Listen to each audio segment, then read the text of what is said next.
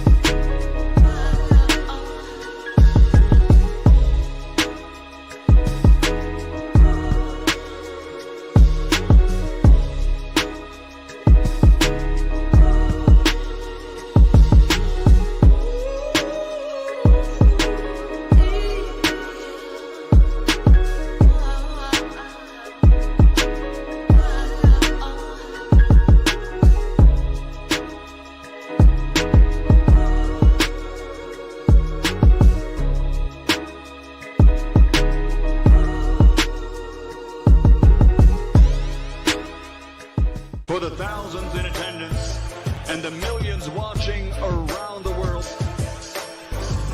ladies and gentlemen, let's get ready to rumble! Yeah. What's up, family? This is our boy, Coach Malachi Williams in the building. We back. True Media Podcast. We back up in this BI. Happy Monday. Happy Monday. We back up in this BI. It is what it is, man. Peace to the family, man. Salute. Shout out to everybody, man. Shout out to everybody. We picked up another sponsor as well. I will be providing that information more than likely tomorrow. But we picked up another sponsor. We now have 3 sponsors for the show. 3 sponsors, businesses, and shout out to them. Let's give our new sponsor, which I will be announcing tomorrow. A round of applause.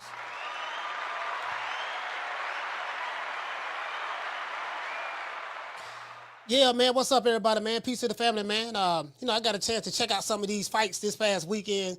I ain't gonna lie, I was tired, dog. Yesterday, I was tired. Not tired, but tired. You get what I'm saying? I was tired yesterday, man. I was like, man, shit, this shit right here, bro.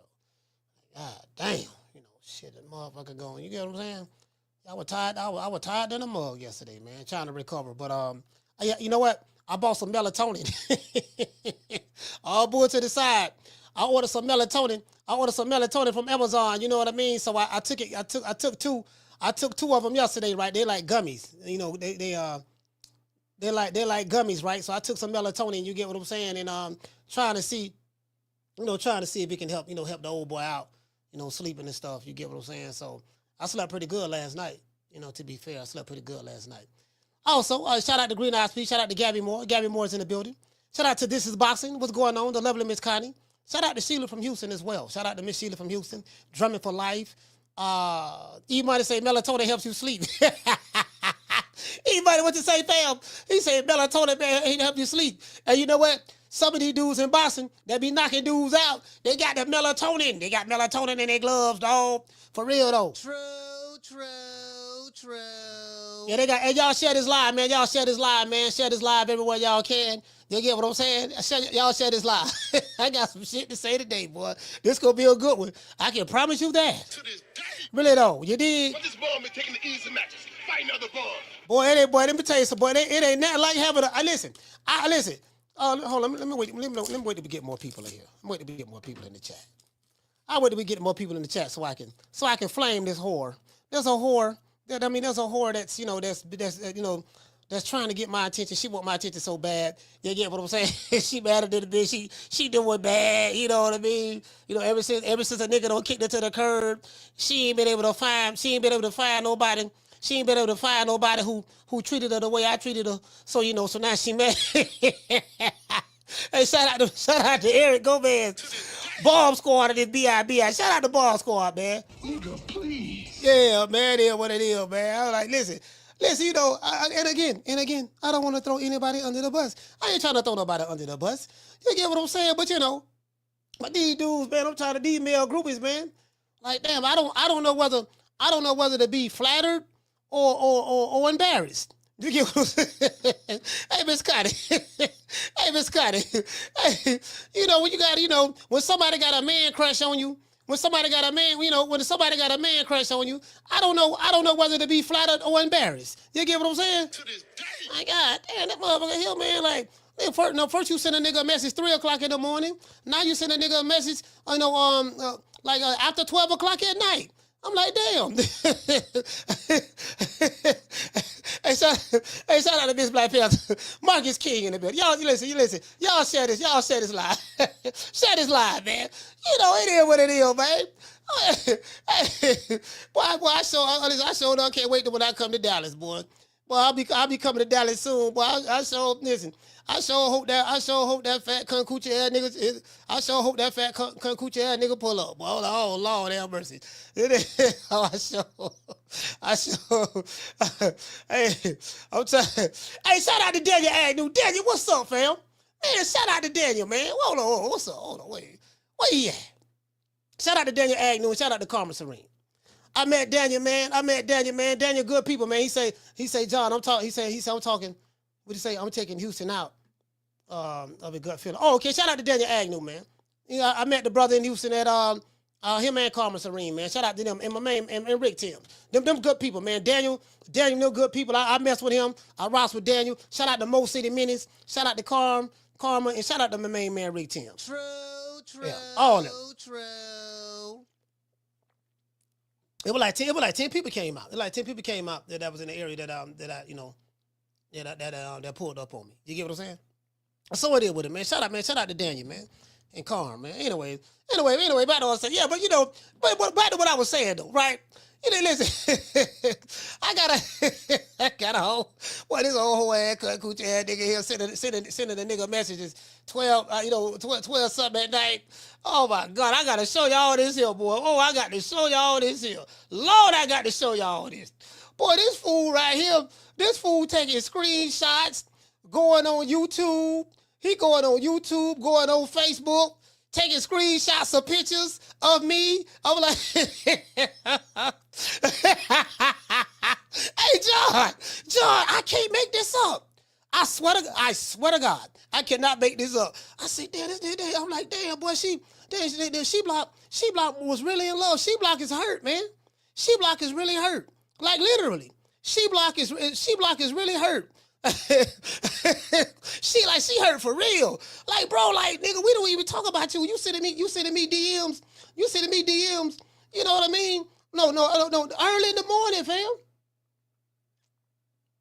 You sending me DMs. I'm like, my nigga, like, for real? you wake up early in the morning and I'm on your mind?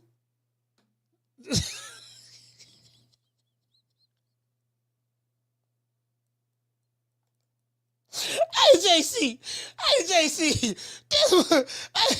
and then this whole trying to pick out my physical appearance, fam. You are literally like like a short bowling ball, fam. Like fam. You like 5'7", 300 pounds, literally. How you gonna try to talk about me? Listen, I don't want none of the pussy. You over here pussy popping. You get what I'm saying? You over here pussy popping. Like, for real. How you gonna try to talk about me, of all people? Moi? You know what I mean? Like nigga used to call me every day. In love. Begging me to keep niggas off your ass and all that stuff there. Literally. Man, help me out, man. I want to be a content creator like you. Help me out. And, you got, you know what I mean? You can't make this shit up. Hey, shout out to this Black Panther. He said, she block, get out your bag. That man person's not sexy. Oh, I'm going to show y'all. Y'all know I'm going to show y'all. Because I don't want nobody thinking I'm capping. Anyways. Hey, man, shout out to Mr. G4L. Mr. G4L, salute. It is what it is, man. Shout out to Mr. G4L. Now, I saw this tweet when I was in Houston. I did see this tweet. When I was in Houston, fam. And about the Shakur Stevenson and then Turki Alalshikh and all this stuff there. And of course, didn't nobody like Turki Alalshikh. That's fine. People say if you work for Turki Alalshikh, you bending the knee and all that stuff there. And my rebuttal to that is this. Okay, well, if you're saying that fighters fight for money, they're prize fighters. If you make a decision to fight for a top rank, does that make you that you bent the knee to Bob Arum? No, they don't say that. If you fight for PBC, did you bend the knee to PBC? No, they don't say that.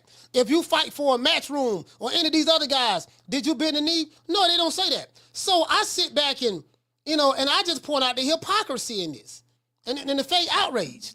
Okay, if you got something against Turki Alalshikh, you have a right to feel that way. Now it's one thing if the fans felt that way. If the fans felt that way, cool. It is what it is. But you got people that's in the sport of boxing that's feeling some type of way, and I don't like this and I don't like that. But y'all took his money. Well, not his money. It ain't his money. It's Saudi Arabian money, right? You get what I'm saying? So it's like you can't have your cake and eat it too.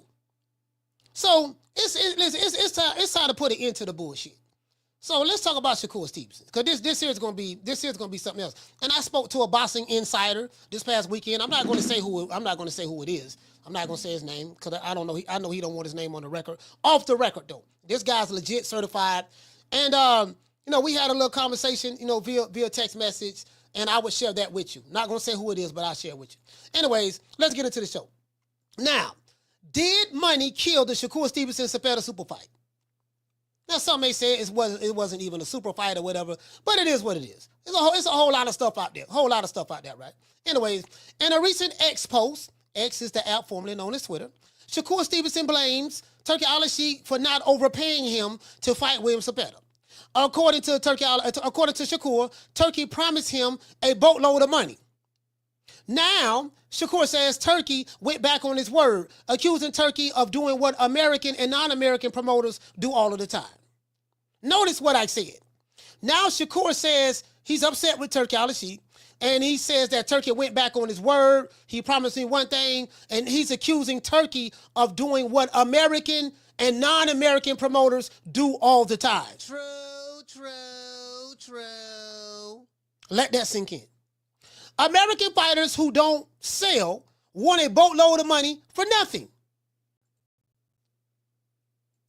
Just got to throw that out there. Shout out to Green House P. Hey, okay. Dropping out quarter of a dub. She said probably him writing shit to me saying I'm a crackhead, etc. Comments on another channel. She watch us every day too. She be on a different account watching us. She mad. She say she want to come back. That's what it is. Baby, come back.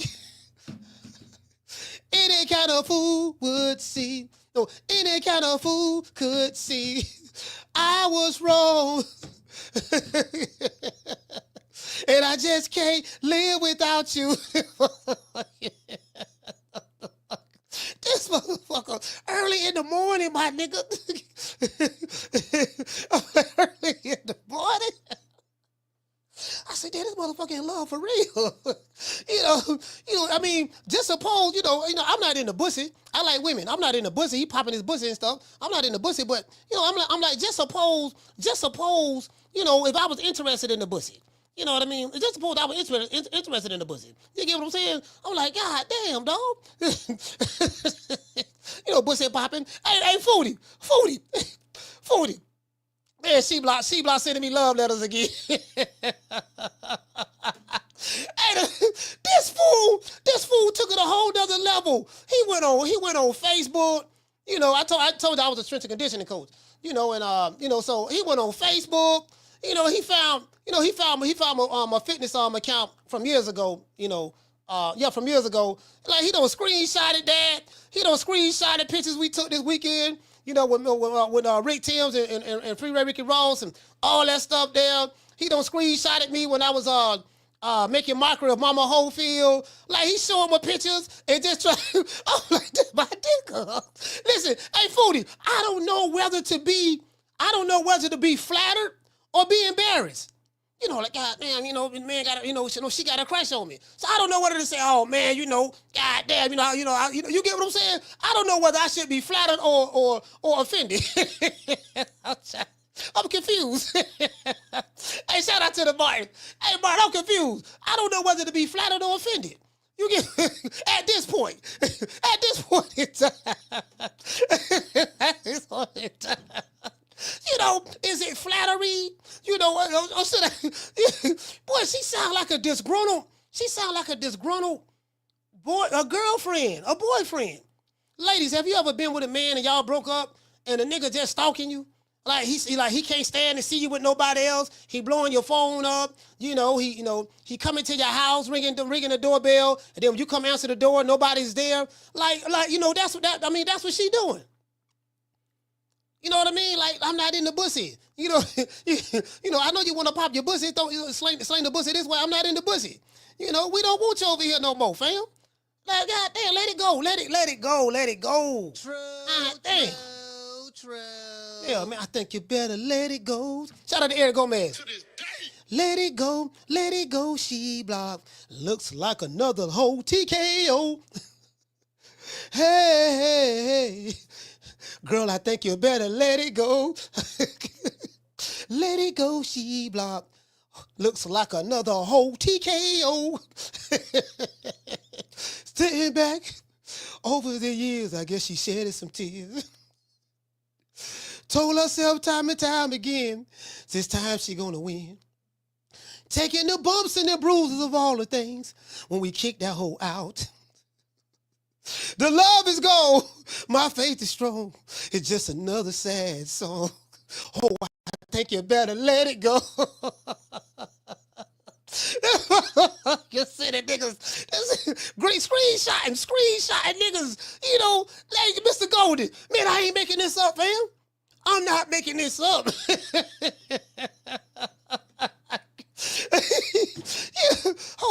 Hey, somebody, Mr. MIP said, whole problems, coach. Man, I'm like, God damn, dog. Again, as I said before, I don't know whether to be flattered or offended. I'm confused. Should I get offended by it, or that another man has a crush on me and is stalking me, or should I be flattered? Anyways. What do I expect from a nigga who got Tank name tattooed on his hand and wearing Canelo draws with his face on it? True. Hey, well, she's stalking me like she wanted to give me some awesome jawsome. God damn, I'm not in the pussy, man. I'm not in the pussy. Anyways. Now Shakur says Turki went back on his word, accusing Turki of doing what I said before, what other American and non-American promoters have been doing for all the time. American fighters who don't sell want a boatload of money for nothing. Some blame Floyd Mayweather for this. People still blame him for it. I mean, Floyd. Hey, shout out to my sister Foodie. What it say, Foodie? She said, I be missing everything. No, I'm not. Oh, Eli, I'm gonna say. Don't worry about it. Don't worry about it. Listen, I'm gonna keep you on point. Don't worry about it. Green Eyes P said weird. Facts. Like, listen. You get what I'm saying? Like, facts. I'm like, God, you was my biggest fan. Now Shim mad. Shim mad because Shim can't come over here no more. Shim don't like me. You know what I mean? Shim don't like me. You know what I mean? Shim say she upset. Shim say she want all the smoke. Shim say, now hold on. Let me tell you something. Hey, shout out to Miss Penny Eyes. Miss Penny, what's going on? Hey, check this out. She ain't say nothing about Rick in that picture, though. Hey, she saw Rick in that picture. She ain't say nothing about Rick, boy. Yes, she blocked. You did the right thing about ducking that smoke, boy, because Rick was going to tell you a new asshole. True. Lord have mercy. True. Woo, that would have been ugly. Anyways, and I would do the same thing. It would be very, very ugly. Like, literally, listen, we will make burrito juice out of you. Anyways, but that's neither here nor there. We turn the other cheek over here. The issue is that fighters, as I said before, hold on. Now, some blame Floyd for this, what's going on today. But some say that fighters have become spoiled. They say some of these guys have become spoiled. Oscar De La Hoya claims Shakur Stevenson has pulled out of the William Zepeda fight. That's what Oscar De La Hoya said. I don't know how true that is. The issue that fighters, this is pretty much the issue from what I see it. Fighters want to get paid crazy amounts of money for fights that they can't sell. You get what I'm saying? Especially when the fighter is not a draw. The only North American fighter, and again, I said the only North American fighter that's worth big money is Canelo. Why do I say that? I'm going to tell you why did I say that. Because Canelo is a proven draw, a proven commodity, from pay-per-view numbers to live gate numbers. Any North American fighter outside of Canelo doesn't deserve to be overpaid. Some will say Canelo getting overpaid. You know, it is what it is. But ain't nobody in North America making what he making. That's why everybody named Mama is lined up to want to fight Canelo. I want to fight Canelo. You know what I mean? If y'all see Canelo, y'all please tell him I want the smoke. Now, again, I do know that I will probably get knocked out within the first 15, 20 seconds, but that's neither here nor there. True. I have instructed my corner, as soon as I get hit, throw the towel in. Now, I'm gonna run for the first, I'm probably gonna run for I might run the whole first round, the whole 3 minutes. Yeah, I'll probably run the whole 3 minutes. I know I can do 3 minutes running. You know what I mean? But if he cut that ring off on me, you know, between running and grabbing, you know, I think I can last a round. True. Yeah. True. Absolutely. Between running and grabbing, I think I can last a round. You know, I'm not sure, but between running and grabbing, I think I can last a round. You know what I mean? Please. Please. He talking shit so like. Hey, shout out to Peter. She say Bruce Seldon vibes, Coach. Hey, Peter, you hit the nail right on the head. Bruce Seldon vibes. True.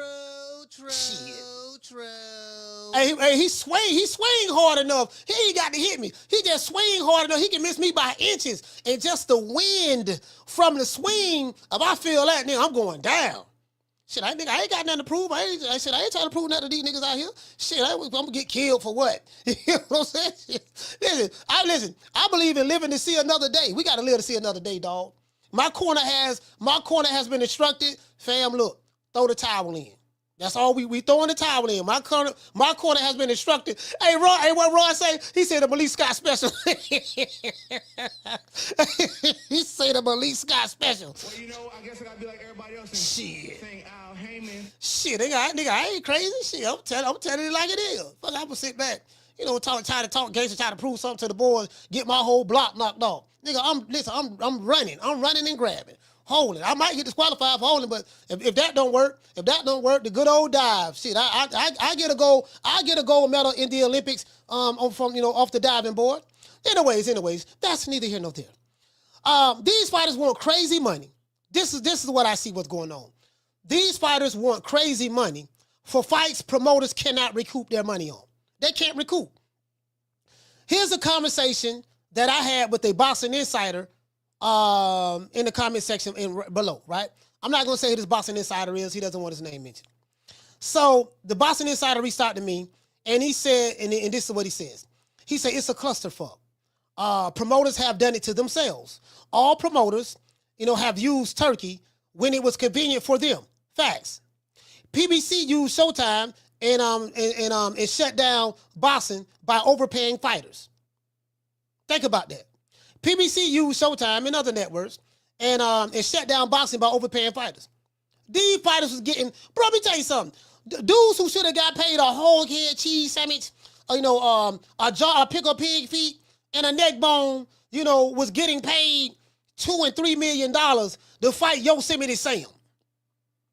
These dudes was getting paid, I'm talking about fighters who supposed to got paid a whole head cheese sandwich, a case of Coronas, a 6-pack of slick smoked liquor bull, a pair of dice, some crayons, in a 1964 Chevy.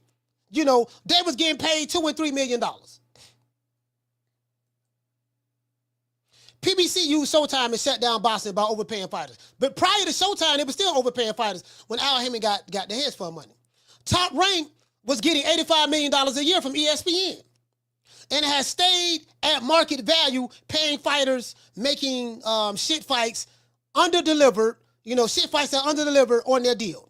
Shutting down boxing at ESPN at the moment after July makes them no different than anyone else in the game. Facts. This is what a boxing insider told me. I'm not going to say who it is, right? I remember Eddie Hearns doing the same thing for a while with DAZN, overpaying fighters like Devin Haney, etc. This what the insider said. Tevin Farmer, stuff like that. Get what I'm saying? It is what it is, right? Then Turkey came in as the money guy, paying promoters for their fighters, overpaying them to make the best fights. Fights that he never would have gotten. But he came in and overpaid to make the best fights. You get what I'm saying? And what you say? Foodie say Yosemite Sam was my favorite. He's a shooter, homie. hey, facts. But just imagine Yosemite Sam without the pistols. Hey, Foodie, I'm talking about Yosemite Sam without the guns. You know, rootin' tootin' environment. Yosemite Sam. Well, you get what I'm saying? You know, I love Yosemite Sam. That's my dog. I rock with Yosemite Sam now. He busting. Hey, Foodie, you right. He busting first. Yosemite Sam had 2 6-shooters that shot 25 bullets apiece. Listen, I ain't never seen Yosemite Sam load the gun up. How you got 2 6-shooters? The man had 2 6-shooters and used to shoot at the Wascally Wabbit at will all throughout the show, and I ain't never seen him reload his gun. Well, what kind of 6-shooter that was right there? How you shooting that Bugs Bunny for 35 minutes straight on the show, and I ain't seen you put reload the gun, put no bullets in there or nothing. Literally. Anyways. hey, round 1 say, bro can't never hit the target. Facts. Hey, you know what? Hey, hold on. Hey, round 1, hold on. I did see one episode where he shot somebody in the ass. Fact, a true story, fam. You right about that. He can't never hit the target. But I saw one episode where somebody got it. He shot him in the ass. I don't know if it was Bugs or not. I forgot who it was, but he got somebody. True.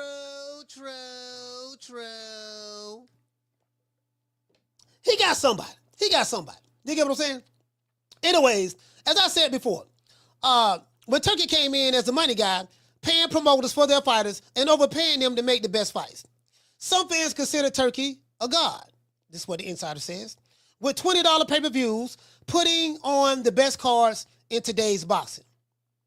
Then Turki, now this is where the ship changed. Then Turki announces his deal with TKO Promotions, Nick Khan, and the most hated person in comeback sports, Dana White. He is somewhat turning off promoters from their viewpoint by forming a boxing league. This is where the rubber hits the road at. This is what all the promoters are upset with Turki Alalshikh about. Eddie Hearn is upset. Bob Arum is upset. Or the people who run Top Rank over there. PBC, this is where everybody's upset at. This is where everybody mad at. You get what I'm saying? I'm like, oh, okay. The gatekeepers in boxing, right? These gatekeepers that Bill Haney says that he's fighting against, in the sport. He's fighting against these gatekeepers, the guys who like to keep certain fighters out and certain, whatever out and all that stuff there. Turki don't came in the game and shook it up. And people are mad. And they have a right to feel that way. If you are like a fan and you feel that way, I ain't tripping on that. What I'm tripping on is these boxing promoters. What y'all mad at? It was all good when y'all was getting Turki Alalshikh money and he was overpaying y'all for inferior fighters. Well, Tyson Fury is not an inferior fighter. Dimitri Bivol and Beterbiev are not inferior fighters. Alexander Usyk and Joshua are not inferior fighters. And Canelo and Terrence Crawford are not inferior fighters. And a lot of those guys that's over there in the UK, see, we don't hear this going on in the UK. In the UK, they just throwing hands. Over here in America, we got a bunch of divas. Not saying that Shakur Stevenson is a diva, but I know how sensitive that dude is. So, if you ain't kissing these niggas' ass, it is what it is, and I ain't got no problem with that. We just don't kiss no ass over here. True. But I gotta call a spade a spade. Shout out to Mr. Golden. Shout out to Al Money. You get what I'm saying? Now Shakur, who bowed to Turki in between rounds in his last fight against Padley. He fought Padley because Mama Holyfield's daughter, Kid Austin, got scared and pulled out the fight. True. Y'all remember that? She faked like she was poisoned. She said all kind of things, was in the hospital, act like she was in a coma. Nigga went to show the video playing Afrobeats music in the background. Nadia in San Antonio, starting a strength and conditioning program because Golden Boy and them start fucking with him for now. True. But that's neither here nor there. We'll address that some other time. Now Shakur, who bowed to Turki in between rounds when he fought Padley, is mad because Turki reneged. That's according to him. We have no proof of that. That's what he's saying. Two sides to every story. But according to him, He's upset because Turki reneged on the first offer that he gave Shakur for a Zepeda fight. Not sure if it was in writing or not. I'm not sure if it was in writing. You get what I'm saying? Now Eddie is cutting ties with Turki after being in Eubanks. This shit is crazy, bro. This is what the insider said to me. This is my reply. I say it's crazy indeed. My question is, what are the promoters who have worked with Turki going to do now? Which network will Top Rank showcase their fighters on now? You guys knew that Top Rank has a lawsuit against them. I haven't forgotten. We have to address that. Some people looked at Top Rank as, the top people and all that stuff there. They got a lawsuit against them. There's some crazy allegations against them. We definitely going to address that. Absolutely. Which network will Top Rank showcase their fighters on now? ESPN is gone. So we got to keep that same energy. If we said that PBC have ran through networks and networks don't want to get involved in boxing anymore because the PBC destroyed them, then we have to say the same thing about ESPN and Top Rank. There's a reason why they're cutting ties. Hell, I didn't even know they was getting $85 million a year from ESPN. ESPN probably felt like, man, we throwing away money. But then all of these allegations that's come out against Top Rank, and we're going to address that, it's kind of ugly. It's kind of ugly. You get what I'm saying? Oscar Dela Hoya addressed that as well. You know what I mean? But he didn't address it. He attacked it from a different angle. So I'm interested to see that. If the fighters are upset that they won't be overpaid anymore, what are they going to do? Because I can tell you like this here. Your options are limited. If Turki Alalshikh ain't going to overpay you niggas who ain't no draw or a boatload of money, then guess what? Bob M ain't going to pay you that. You know Bob ain't going to pay you. Bob cheap than a mug. Eddie Hearn don't overpay fighters no more. He learned this lesson. The people at the zone told him, hey, look here, baby boy, if you want any more of our money, you better not be overpaying these niggas. These niggas ain't worth the money. When you did that, you tried that already. Throwing money at the situation only made it worse. And Al Hammond ain't got them good white folks money no more from Waddell and Reed, and the networks ain't putting no money up. So they shit out of luck right now. And they ain't got Canelo. They don't have Canelo. I mean, they got Tank, but that's about it. David Benavidez ain't no draw. Tank the only bullet they got in their 38 over there. I mean, that's a draw from a live gate standpoint. He's not a draw from a pay-per-view standpoint, but he's a draw from a live gate standpoint. You get what I'm saying? Ain't nobody selling no pay-per-views right now outside of Canelo in North America. And his pay-per-views have taken a hit, but he's still doing over 500,000. You can get that from, you can get that.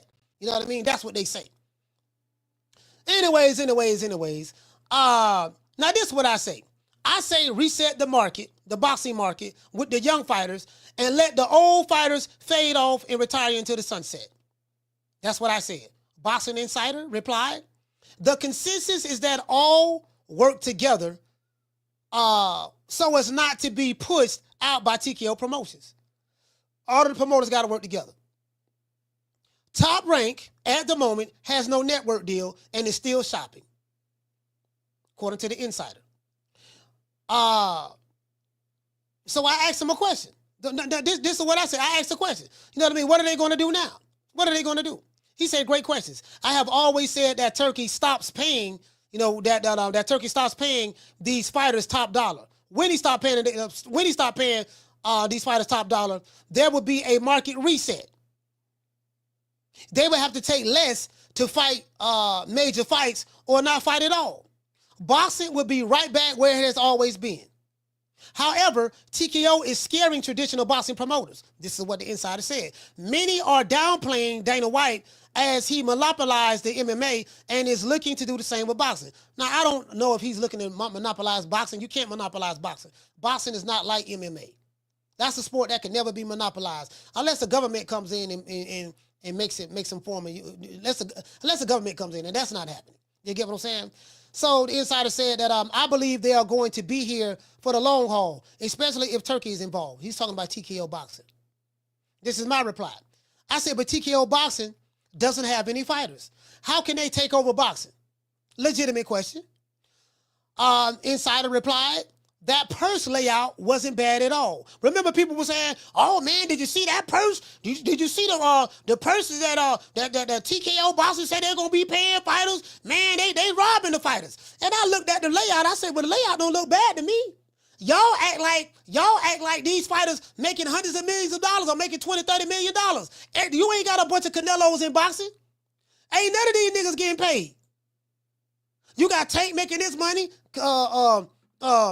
Canelo definitely making this money. There's not a fighter in North America that's getting paid $35 million before they step in the ring, but Canelo. As I told you guys before, in North America, it's Canelo, then there's everybody else. If you've been over here watching me, that's all I say. Fam, it's Canelo, then there's everybody else. These are the facts. True. Don't let Edgar Berlanga fool you because he walking around with Fat Joe and got some ice around his neck. Don't let that fool you. You know what I mean? Yeah, you nigga Edgar Berlanga. That was because of Canelo. I'm just throwing it out there, fam. So I said, look, man, how are they gonna take over boxing if they, if they don't have any fighters? This is what the insider said. He said the purse layout wasn't that bad at all, bro. He said, for example, Shoo is rated #1, and he isn't making $750,000 a fight.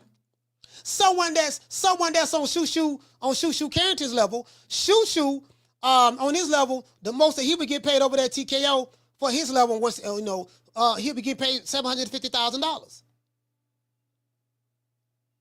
Shoo ain't making $750,000 for a fight at top rank. So if your argument is, man, they paying peanuts. Nigga, top rank paying peanuts. True. PBC paying peanuts. Matchroom paying peanuts.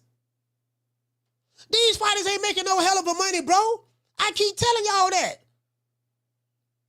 Listen, remove Anthony Joshua, Tyson Fury, Alexander Usyk, Tank Davis, Saul Canelo Alvarez, Inoue the Monster, Jake Paul, who else? Probably Crawford. And some would argue, and some would argue maybe even a Haney or Shakur or whatever, I don't know. Most of these dudes overpaid, bro. They want crazy money. For what? You can't sell and people don't like your style. You don't have a fan base. I'm talking about some of these fighters. Like they want to, fam, like they act like they the turkey neck that's inside the pot of collard greens. You don't bring the flavor out in the collard greens. Yeah, I'm that turkey neck, dog. I got that turkey neck. I got a piece of turkey neck in the collard greens, dog, and they bring the flavor out. I'm sitting back looking like, damn, these niggas be wanting crazy. And people be like, yeah, man, the fighter's supposed to get paid a whole bunch of money. I said, yeah, if somebody willing to pay it. I'm just saying. So the insider said, he said, you're right. The product is needed. And many fighters owe Turkey. He would want his favors. He want to return on his favors, if you know what I mean. That is one possibility. Secondly, that was first. Secondly, what is Top Rank going to do with no deal? This is what the insider said. Fighters need money, especially the up-and-coming guys who want to stay busy. Up-and-coming fighters don't make no money. And the mid-tier fighters don't make no money. As I said before, it ain't a bunch of Canelos walking around in America. It ain't a bunch of Tank Davises walking around. It ain't a bunch of Terrence Crawfords walking around. They got their money. If they retire right now, if Tank, Canelo, Canelo got all the money. But if Tank, Canelo, Crawford, all of them, they paid already. They got their money. But then you got the diva era that's going on in boxing. You got these divas. That's that Floyd Mayweather era. These niggas still trying to be like Floyd. Yeah, I want this. I want a Lambo with do or die doors. I want ice, VVS diamonds in it, baguettes. You get what I'm saying? You feel me? I want iced out grill. I want this, I want that. I deserve this, I deserve that. Oh, you do? Okay, I tell you what, baby boy. I ain't gonna pay you the money. Tell me where you gonna get that money at that you say you want. Shakur said, yeah, man, let the fight go to purse bid. If it go to purse bid, guess what? You probably gonna pull out the purse bid because you ain't gonna get nowhere near. Who gonna put the money up that you want in the purse bid? Hey, Marcus King, I'm just asking the question. Who gonna put that money up that you want in the purse bid? Everybody know when the fight go to purse bid, that's when they can get the fight for the low. That's Devin Haney tried that. Y'all remember that? Y'all remember Devin Haney tried that? Devin Haney, He was ordered to fight Sandor Martin. Didn't nobody listen? Didn't nobody? He couldn't get the deal that he wanted to fight Sandor Martin. The fight with the purse bid. Bob Arum won the purse bid for $1.5 million. True. Doggone Eddie Hearn didn't even bid for it. It was probably like 1.5 to maybe $2 million. Eddie Hearn didn't even bid for it. Nobody bid for the fight. Al Heyman didn't bid on it. Eddie Hearn didn't bid on it. It was one dude that showed up. Shout out to my brother Damian Biddy. Hey, Damian, it was one dude that showed up. That was Bob Arum. And he got that fight for the low. Well, guess what Devin Haney did? He dropped the belt. To this day.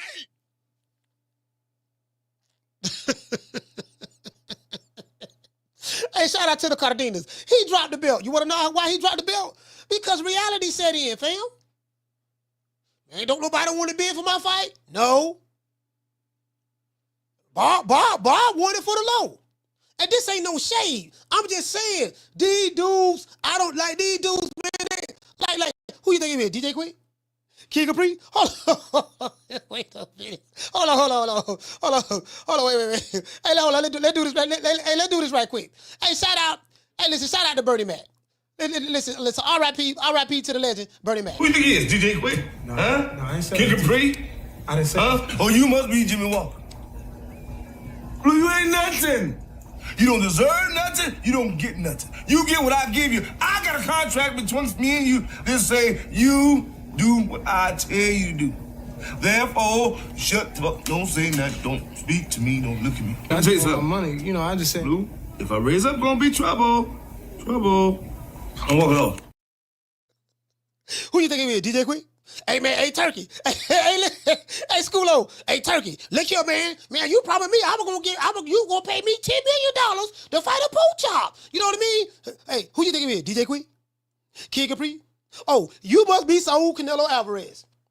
I can just imagine what Turkey said. Shakur, you ain't nothing. You don't deserve nothing. You don't get nothing. You get what I give you. I got a contract between me and you that say you do what I tell you to do.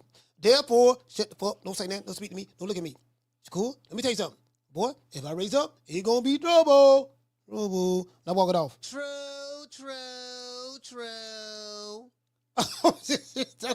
Again. I don't want to throw anybody under the bus. I ain't trying to throw nobody under the bus. If Shakur can get the boatload of money that he's looking for, that he said Turkey promised him, and again, that's what he said. That's what he's saying. I can't say whether it's true or not, because there's two sides to every story. There's two sides to every story. You get what I'm saying? I don't have a dog in the race. I don't know neither one of them niggas. I don't know Turki Alalshikh, and I don't know Shakur. Don't have a relationship with neither one of them. So I don't have a dog in the race. Just want to throw that out there. But since this is public information that was put out there, I reserve the right to speak on it. That's what we do. You get what I'm saying? Shout out to everybody in the show, man. We got over 500 people watching the show. Let's give everybody a round of applause between X and YouTube.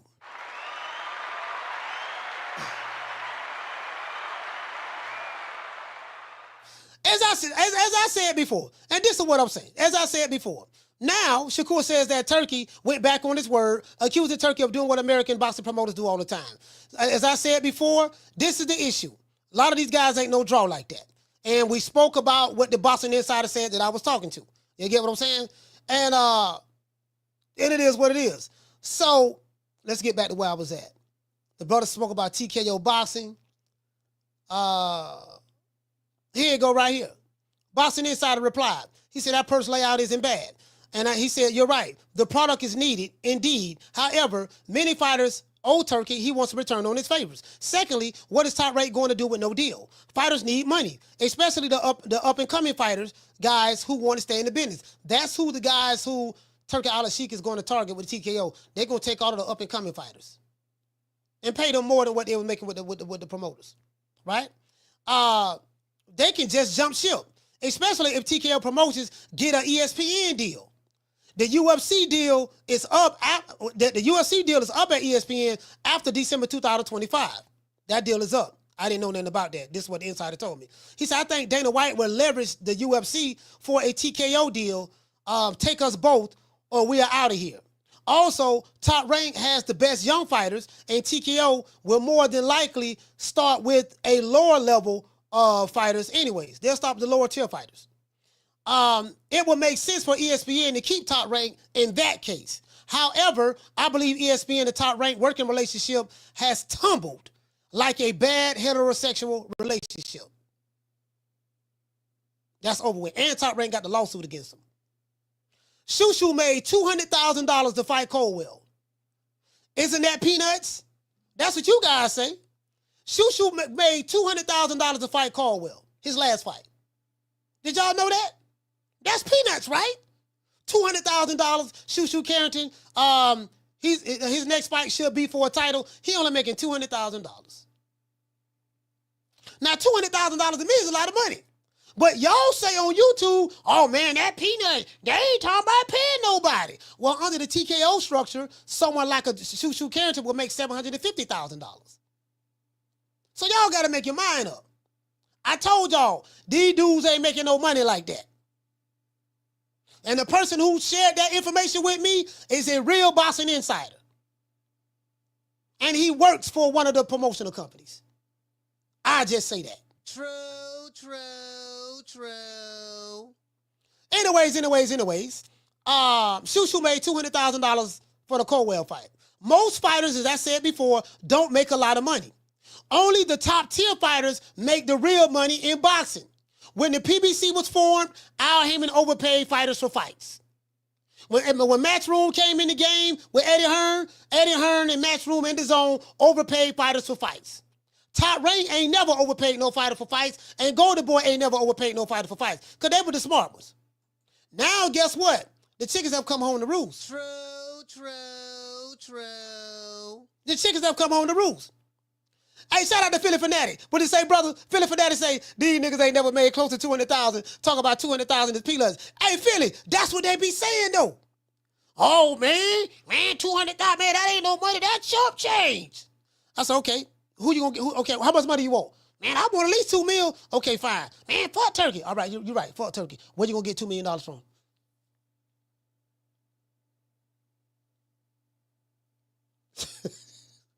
Hey, when you ask that question from these fighters that's not a draw, the type of money that you want to get paid, let me ask you that question. If you don't get it from Turkey, where you gonna get it from? Al Heyman ain't giving it to you. Can't nobody find Al. But guess what? We're going to thank him anyways, whether we can find him or not. Well, you know, I guess I got to be like everybody else and thank Al Heyman. Eddie Hearn ain't going to give it to you. DAZN was finna drop Eddie Hearn, according to sources. Look at him, you ran through our money. You blowed our money. Don't be paying these American hype jobs all this goddamn money. Well, you don't blew through damn near $1 billion. Eddie Hearn ran through $1 billion overpaying these niggas. Boy, you get what I'm saying? Anyways. And Frank Warren don't overpay fighters. And you know Barbarian ain't overpaying no goddamn body. So I think they're gonna come back down to reality. That's what I think. Do you guys think that Shakur would make more money elsewhere for the Zepeda fight? What do y'all think? Let's give everybody a round of applause.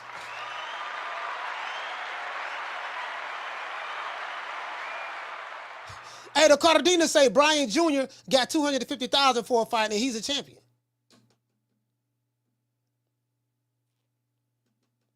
Bro, like I'm sitting back watching. Again, I don't have a dog in the race. I don't make no money from the zone, and there's not a fighter in boxing that pays me. I don't get paid for my opinion. I give my opinion openly because I have a platform. I'm gonna call it the way I see it. I don't pledge allegiance to none of these niggas, and I don't pledge allegiance to none of these promotional companies. I'm gonna call a spade a spade. You get what I'm saying? And I'm like, okay, cool. Let's see where you gonna get that money from.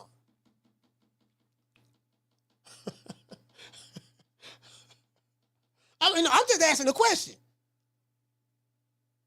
Man, I'm supposed to get $5 million. That what you promised me? Oh, he promised you that? Bro, let me tell you something. They say Shakur got paid $5 million to fight Padley. Philly Fanatic, let me ask you a question, brother. If Shakur Stevenson got paid $5 million to fight Padley, would you say that he was grotesquely overpaid for that fight? Padley is what? An electrician. Shakur Stevenson, according to reports, made $5 million fighting an electrician. Do you guys feel that he grotesquely got overpaid? So let's go down this rabbit hole with Shakur. Let's say Shakur is right. Let's say Turki Alalshikh promised me God, Jesus, Moses, Allah, Ibrahim, the Mecca, the Kaaba, the prayer rug, the Hadith. He promised me all of that. But then he reneged and told me that, look here, man, who I think I am? DJ Quick? King Capri? Oh, you must be Saul Canelo Alvarez. Blue, you ain't nothing. You don't deserve nothing. You don't get nothing. You get what I give you. I got a contract between me and you that say you do what I tell you to do. So, if y'all agree that Shakur got overpaid to fight an electrician, wouldn't Turki Alalshikh be justified in saying, look here, baby boy, I overpaid you by like $3 million to fight this electrician? So instead of me paying you more than than you made fighting an electrician, this what I'm gonna pay you. This is market value. Man, that man, he tripping. He told me he was gonna pay me Jesus, Moses, Allah, Abraham, Lot, and he changed his mind. But then the man gave you the world. He gave you the moon, the sun, the stars, and the mountains to fight an electrician. What, you wanted him to give you more to fight Zepeda? I'm just saying. You want my money. Nigga, I don't need you. You need me. I got the money.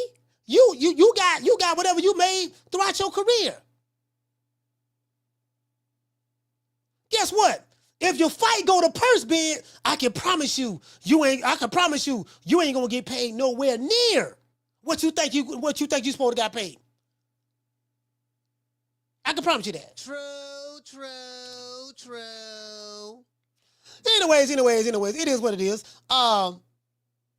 Before we get into the show, we gotta say all praises due to the Most High, the Most Exalted, the greatest human being on the planet Earth, Mr. Al Heyman. Well, I guess I gotta be like everybody else and saying Al Heyman. I can quit my job now, baby. 6 figures, baby. You feel me? I'm about to But a name. Do you have a name? Oh, nah, I ain't got no name, Name them names, man. They know who they is. Name them names, please. The names need to be named. They know who they is. The Mexican monster. Yeah, the motherfucking let nigga shit. I'm like, man, goddamn.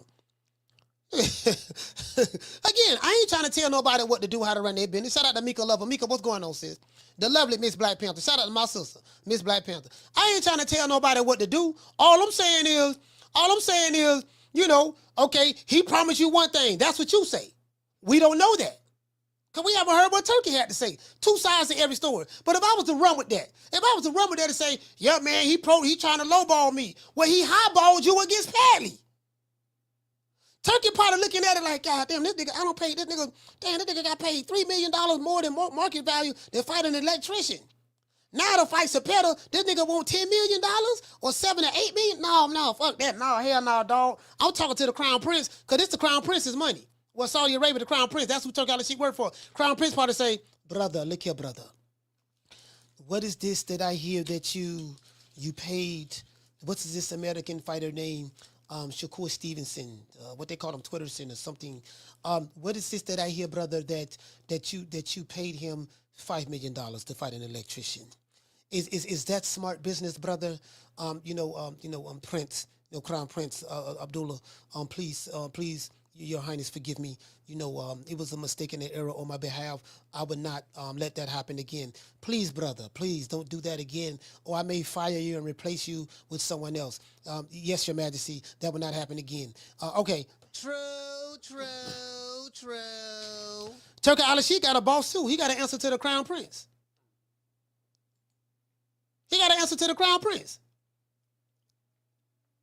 That's all I'm saying. Shout out to Lisa Bells. It is what it is, man. Y'all know what time it is. If you sitting there watching the show, hate watching, don't want to hit the like button, Riley, talk to him. Look, fuck you. Fuck the plane you flew in on. Fuck them shoes. Fuck the socks with the bell on it. Fuck them cheap-ass cigars. fuck your yuck mouth teeth, fuck your hairpiece, fuck your chocolate, fuck Guy Ritchie, fuck Prince William, fuck the Queen. This is America. My president is black and my Lambo is blue, nigga. Now get the fuck out of my hotel room. And if I see you in the street, I'm slapping the shit out of you. Bro, you know, I'm just trying to be fair about the situation. My nigga, if the rumors are true, you made $5 million to fight an electrician. That shit gotta balance out. I overpaid you for this. Work with me on this fight. No, man, shit, dog. He ain't like that deal. You told me such. Damn, my nigga, I done overpaid you. I overpaid you for the electrician fight. You already ain't no draw in your own country. They don't even like you in your own country. Listen, I shot you with Jug. I shot you with Jug on the Padley fight. Work with me on this one. Oh, you think shit don't stink? Okay, I tell you what, don't even worry about it, baby boy. Because y'all like to sell, I know, he's probably saying, I know you American fighters, y'all like to sell a lot of slick shit. Don't even worry about it. Won't you go see if Al Heyman, Top Rank, or Matchroom gonna pay you the money that you want. Go see if you can get that money that you want to fight Zepeda. I mean, go ahead. Try your luck. Devin Haney tried that. Y'all remember that? Let's go. Anyways, it is what it is, man. Shout out to everybody in the chat, man. And shout out to the 10 of owners, the PYTs, and the honey dips. And you know what? Shout out to the Snow Bunny. See your eyes shining, she's my Snow Bunny, please. In the winter lights, so she's my sweet Dr. Queen. Talk to my nose, this lover's got is so raw. Make you move, stepping out, grip out of control. Turn it up, it's me against the light. Snow Bunny. Moving on the bar, everything's so right. Got that smooth, so feel. No, that's Next to the law, with my snow, turn it up. Been party about the night. see your eyes shining, she's my Snow Bunny, please. In the winter lights, so she's my sweet Dr. Queen. Talk to my nose, this lover's got is so raw. Make you move, stepping out, grip out of control. Turn it up, it's me against the light. Snow Bunny. Moving on the bar, everything's so right. Got that smooth, so feel. No, that's Next to the law, with my snow, turn it up. Been party about the night. see your eyes shining, she's my Snow Bunny, please. In the winter lights, so she's my sweet Dr. Queen. Talk to my nose, this lover's got is so raw. Make you move, stepping out, grip out of control. Turn it up, it's me against the light. Snow Bunny. Moving on the bar, everything's so right. Got that smooth, so feel. No, that's Next to the law, with my snow, turn it up. Been party about the night. see your eyes shining, she's my Snow Bunny, please. In the winter lights, so she's my sweet Dr. Queen. Talk to my nose, this lover's got is so raw. Make you move, stepping out, grip out of control. Turn it up, it's me against the light. Snow Bunny. Moving on the bar, everything's so right. Got that smooth, so feel. No, that's Next to the law, with my snow, turn it up. Been party about the night. Yeah, man, it is what it is, man. I'm like, damn, these niggas. I'm sitting. I be like, it gotta make sense. The math ain't mathing. Y'all please go subscribe to my channel, man. Y'all go Greenhouse Speed, drop the link to the new channel, the other channel, Boxing with Coach Malachi. Y'all please go subscribe. We need 25. If you haven't subscribed already, we need 25 more subscribers to get to 1,000. So my goal is to get to 1,000 subscribers on that channel. That's my backup boxing channel. You get what I'm saying? But anyways, I'm just keeping it a buck. I'm just keeping it a buck. Let me get to the super chats. Shout out to Green Eyes P. Dropping that quarter of a dub. I already read that one. Shout out to Gabrielle. Dropping that quarter of a bam dub on your boy. Hey, Leroy. Super chat received. Playtime is over, boy. Hey, Gabrielle he say, tell She Block to stop it. Woo, Lord have mercy. True. Lord have mercy. True. Hey, shout out to the Martin. Dropping that $2 super chat. He said rumor is he got a True Media tramp stamp. Oh my God, bro, please. Yeah, you know, hey, shout out to Deal. Dropping that quarter of a dub. He said he dudes with overhyped job. He was with overhyped job fights, fighting C and D level fights for years. But this bomb is taking the easy matches, fighting other bombs. All overpaid and everything on pay-per-view when no one is buying. Get it from God. But this bomb is taking the easy matches, fighting other bombs. Hey, this what Clubber Lane was complaining about, man. Y'all remember Clubber Lane when he pulled up on Rocky? This what Clubber Lane was talking about. Get out while you can. Don't get us something, no statue. Give them guts. Dang, this what Clubber Lane was talking about. I am ranked number one. One. That means I'm the best. But this bomb is taking the easy matches, fighting other bombs.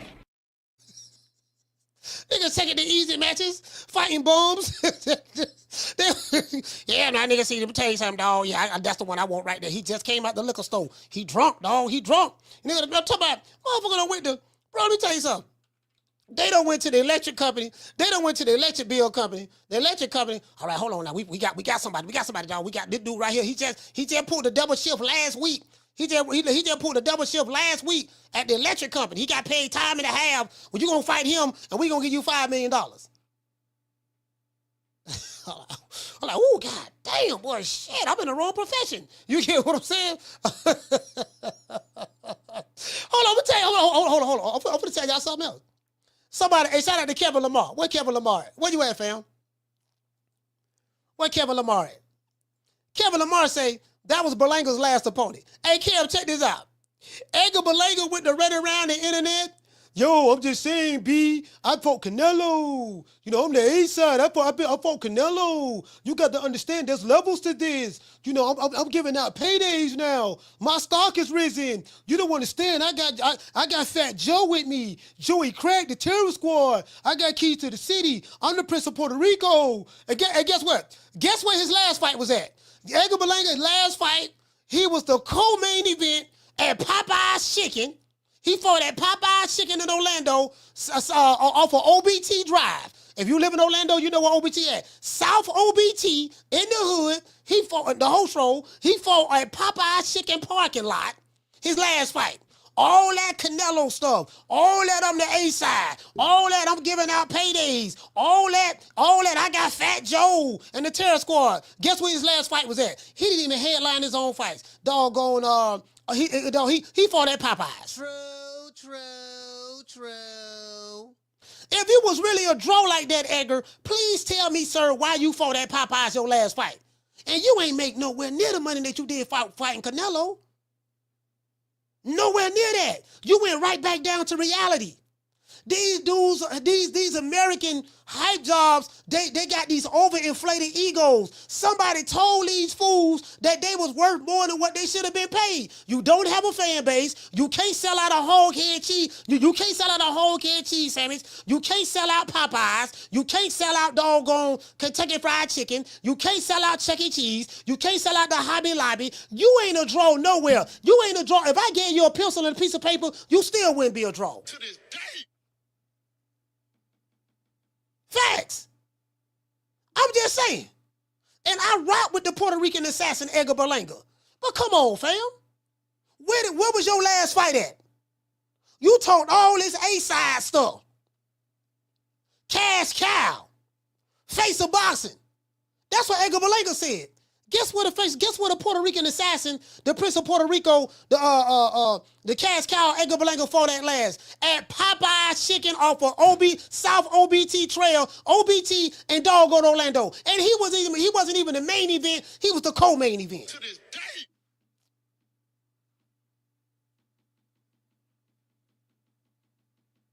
Literally. He was the co-main event, fam.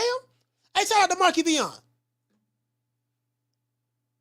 Shout out, hey, behind these, hey, what's up? Hey, my main man, hey, that's my main man. Behind the Hands TV, Mo City in the building. Mo City, what's up, fam? H-Town down.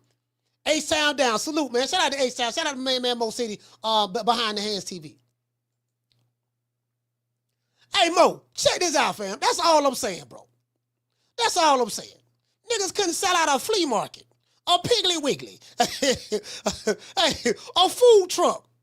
Look here, dog. We got a food truck right here, dog. We got a food truck right here. We got about 25 people. It's 35 people in line waiting to order something from the food truck. These niggas can't even draw. They can't, bro. You couldn't draw. I'm just saying. So I'm like, okay, where y'all gonna get the money from then, fam? If Turkey don't give it to you, where you getting it at? That's all I'm asking. Because you damn sure ain't getting it from me. I'm just telling you right now, you ain't getting it from me because I ain't got it. And if I had it, I wouldn't pay it to you. Shout out to Ash, Danny Ash. Hey, okay. He say facts. That's all I'm saying. Down from the bar, there's a platform stage. People pimping, sharp as razor blades. Hey, listen, same thing with Teofimo Lopez. Teofimo, hollering about, yeah, man, you know, I'm getting underpaid. No, you getting paid what you supposed to get paid, fam. You ain't no draw. You know, who you think it is? DJ Quick? King Capri? You ain't no draw. Look at my resume. I fought some hell of a fighters. Okay, you got a decent resume. I give you that. But guess what? You still ain't no draw. Teofimo Lopez and Edgar Berlanga, they are both Hispanic males. Teofimo Lopez and Edgar Berlanga, they not even a draw with the Hispanics. What does that tell you? You not even a draw with the Puerto Ricans, Edgar. And Teofimo Lopez, what you from Honduras? You not even a draw with the Hondurans. The Mexicans, damn sure ain't buying you stuff. The Mexicans ain't buying Edgar Berlanga, and they ain't buying Teofimo. I think that's obvious. So, who you got? Fat Joe and the Terror Squad don't count. And guess what, Tio? Your daddy don't count either. We did it first, and we motivate even the greats. This is different. You understand? We have Jennifer Lopez, we have Maluma, we have J Balvin, we have, so when I called him up, I was like, yo, what do you think? What do you think, Eddie? If we bring the belts together? And Eddie said, that shit is a good idea. I think the only person that can beat Canelo right now is like maybe 4 years or 5 years from now, my son. You know, like Triple G and Canelo and all these guys, they're bums, bro. They're bums. But once Teofimo became undisputed, look how many champions we got that's undisputed now.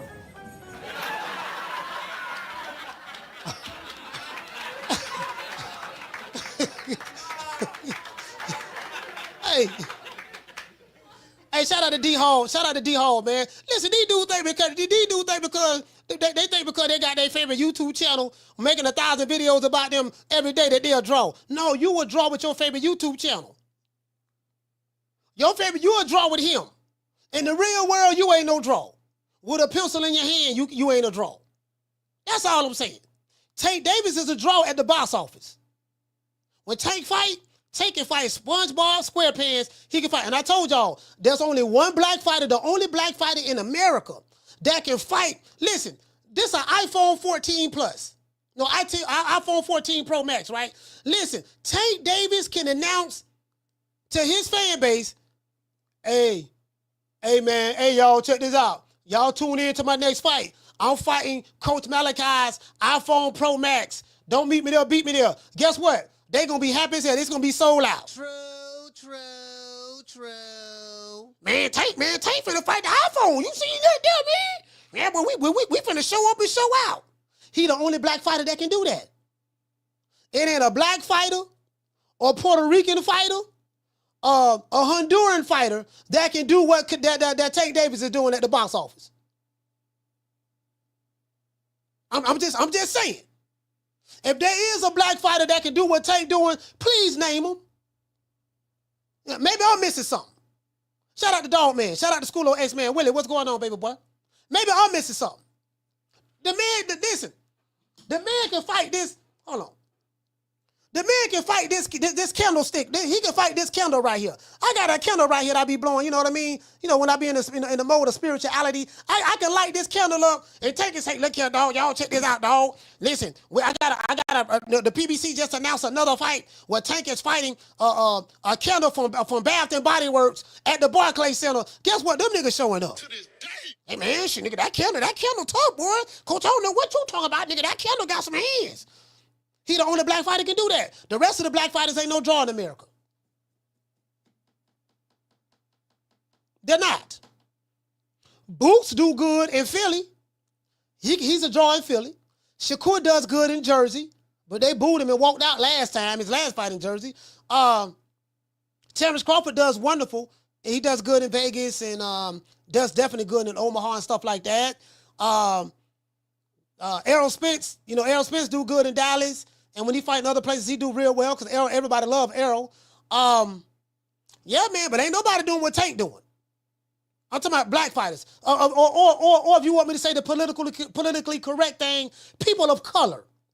Out of the people of color, there's only one that I know that's selling out doggone, selling out the Barclays Centers fighting Rolly Romero. This man fighting Rolly Romero. He fighting Hector Luis Garcia, Lamont Roach. He fighting doggone, Pork Chop Willie, Whole Canned Cheese, all of that. And guess what? And guess when you go to a Tank Davis fight, I ain't never been, but I heard, and them niggas fighting in the audience.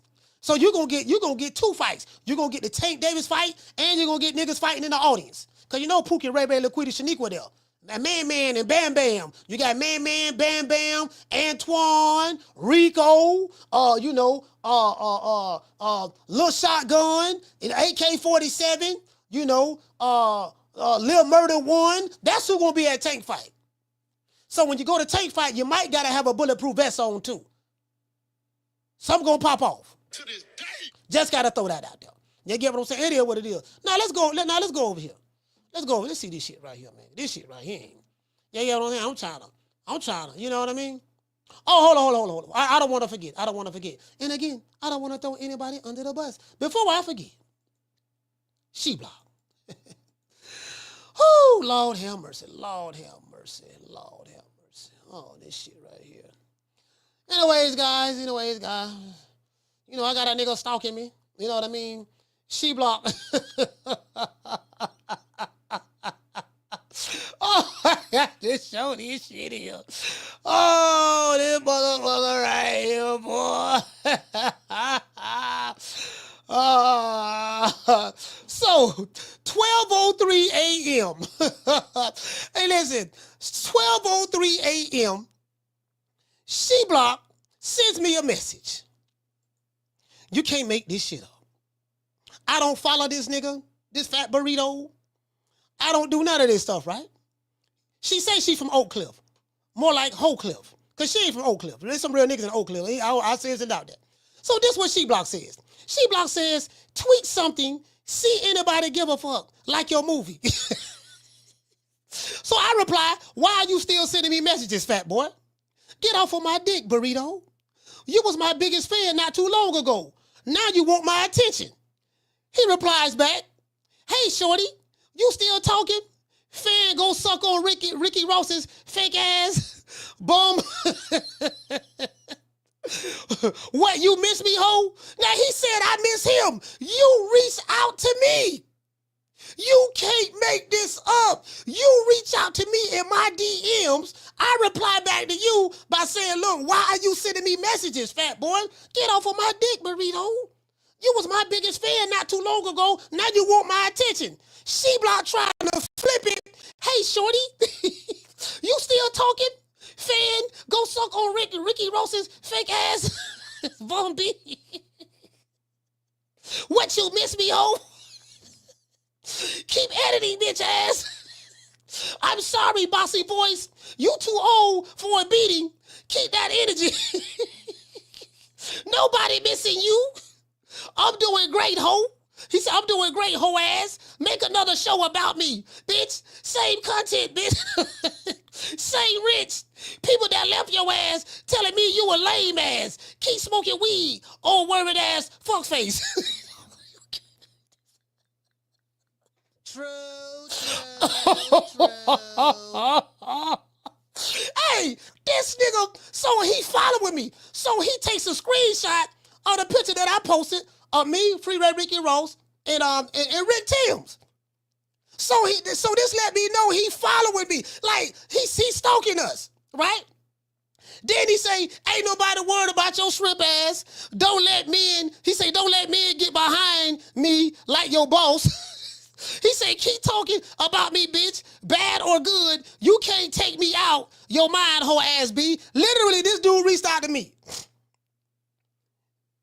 The guy who wears Canelo draws and has Tank Davis' name tattooed on his hands reached out to me and trying to flip it.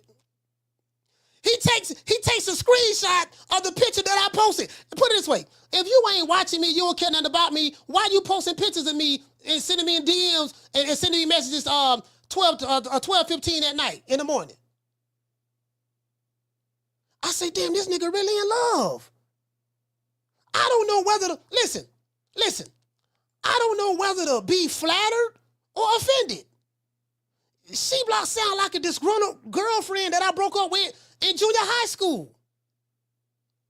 This is a man reaching out to me like she got it bad, bro. And you said you from Oak Cliff? You from Dallas, you from Oak Cliff. Them niggas in the Oak Cliff is notorious. You from Oak Cliff? I seriously doubt that. True. I seriously doubt that. Yeah, I doubt. I'm from the hood. I doubt that. Nah, you ain't from no Oak Cliff. Oak Cliff niggas don't roll like that. I'll be coming to Dallas. Listen, I'll be coming to Dallas soon.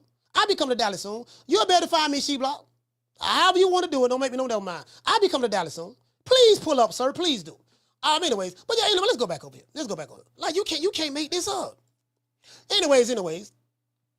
Then he took a picture. He took a screenshot of I told you guys I had a strength and conditioning business, but I had, when I first started my content creation journey, I tried several things in order to be successful on the internet. So, I told y'all I took several marketing programs. I tried everything, just different stuff. I started a Facebook group for fitness and stuff like that. So this dude went on Facebook, looked my name up, and this dude took a screenshot of an old, of an old picture, of my Facebook group. Literally. Then he takes a screenshot. I don't know what this is. You know what I mean? I don't know what this is. Maybe this is Twitter analytics. He said, keep telling people you a coach, but next time, on your logo, put fitness coach instead of people thinking you're a boxing coach. I never said I was a boxing coach. Keep taking pictures, with the man that made your ass. Now he sound like he obsessed and jealous because I took a picture with my brother, right? He said, get back to work, bitch. Ain't gonna make a show about me, ho. Hurry up. Oh, lazy eye, ass bitch. This is crazy. And then he takes a picture of me making mockery, a screenshot of me making mockery of Mama Holyfield. Then he he's sending me pitch screenshots of me walking through the airport. He say, this your bitch ass. He say, this you bitch. And I just started laughing. As you can see, it say scene right here. What's wrong with She-Block, fam?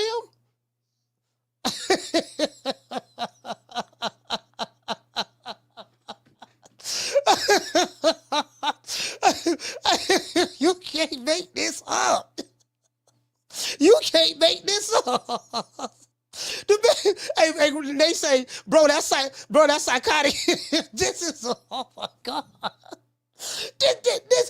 Listen, She-Block sent me this 12 o'clock at 12 something in the morning. I didn't see it till when I woke up, probably I wake up at 5 o'clock in the morning. So when I check my DM, when I check my messages on X, I probably saw 8 something. This mother, you get what I'm saying?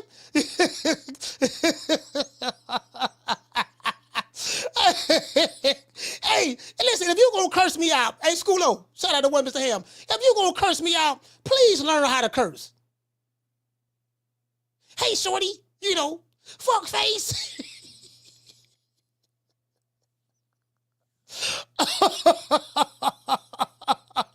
Hey, he ain't say nothing about Rick Tibbs, though. You know that? Hey, he ain't say nothing about Rick Tibbs, though. He said nothing about Rick. Oh, my God. You can't make this up. That's what I'm going through. You know what I mean? I gotta do what I gotta do and break her heart. Though I love the girl, I know that the best thing is for us to be apart. To this day. You can't make this shit up. I wish I could get some DMs. I wish I could get some DMs from some women. Can some women send me a DM? Hey, coach, how you doing? I was checking you out, coach. You know, you're looking cute with the gray hairs. You know, you're bow-legged, short-stocking nigga, thick nigga, short-stocking. I want to holler at you. I be getting messages like this. True. I'm getting messages from C-Block. You get what I'm saying? All right, shout out to Lou. I'm getting messages from men like, God damn, like my nigga, like you know, did I give off that kind of vibe, or you know, she in love? She in love, fam. Oh, she in love. Hey, Nate, she in love, fam. I'm like, God damn, bro, like, damn, I got some whole problems for real. Like this whole problem, cause this is the whole. Hey, shout out, hey, Penny, this what I'm going through. That's what I'm going through, Penny. You get what I'm saying? I got grown men in their 40s. She block 42 years old. I got 42, 43-year-old grown men, you know, fat burritos, DMing me, sending me messages, sending me screenshots of me. I say, damn, this nigga is obsessed. This is an obsession at this point. I'm like, oh my God. Lord have mercy. Anyway, let's get back to boxing. Let's get back to boxing. Hey, shout out to the Martin King. He say smack game crazy. I'm like, God damn. My nigga, you know, you get what I'm saying? You from Oak Cliff? You ain't from Oak Cliff, fam. I know for a fact you ain't from Oak Cliff. I know a couple of dudes from Oak Cliff. They don't roll like that. Oak Cliff niggas get down. They ain't on here sending niggas DMs. I'm like, my nigga, you used to call the show 5 and 6 times a day, confessing your love. Oh, thank you, Coach. Coach, thank you so much for allowing me to call for the 7th time. And you know, Coach, yeah, you know, and I don't know what Rick Till's problem is, Coach. And another thing, Coach, and this and that. And you know, facts. And I'm like, damn, why did niggas say facts like that? You know, everybody in the chat told me you was a hoe. Summer in November, Green Eyes P. You know, everybody, school hoe, everybody said, man, this man a hoe, man. Cause why you know, I said, man, y'all stole him out. You get what I'm saying? Stole a man out. You know, he got a strange, you know, holler about you from the hood and this and that. I said, y'all stole him out. I got a male groupie, fam. I got a male groupie on my nutsacks. You swinging on my nuts like Tarzan. True. God damn. You know, anyways, let's get into the show. Let's go to Shakur. Let's go to Shakur Stevenson. Like, boy, you can't make this up. I swear to God, you can't make this up, fam. God damn, that motherfucker right here, like, shit, my nigga. Get a life. Let's see. Let's go to Shakur. Where's Shakur at? Let's see. Okay, here goes Shakur right here. Y'all bear with me. Shakur says right here. So Dela Hoya say all that shit talking, and Shakur Stevenson pulls out of the Zepeda fight. This dude Nuke say Shakur is the biggest duck in boxing. Him signing the match room and telling Eddie Hearn to make any fight besides Tank, that should have been the first indication to fans that he did not want to smoke. He lacks confidence and his hands are brittle. That's what this guy said. But let's see what Shakur. So Shakur replies back, is that what they told you? Laughing emojis. Turki promised me a number, and now he's going way back on that number. Going way back on the number that he promised me, and sending his tower boys to run me the info instead of telling me straight up what he trying to do. I don't bow down to nobody, Mr. Dela Hoya. Now let's negotiate. Let me ask you a question.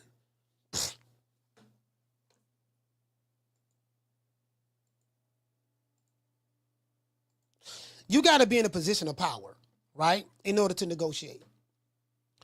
You don't tell your paymasters, the people who you are depending on to pay you the type of money that you want, I don't bow down to nobody. He's sending his tower boys.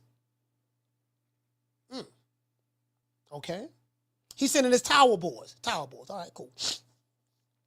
This is the same Turki Alalshikh that you thanked and you bowed your head to when you was in the ring fighting the electrician. The fight that you got overpaid for, some would say.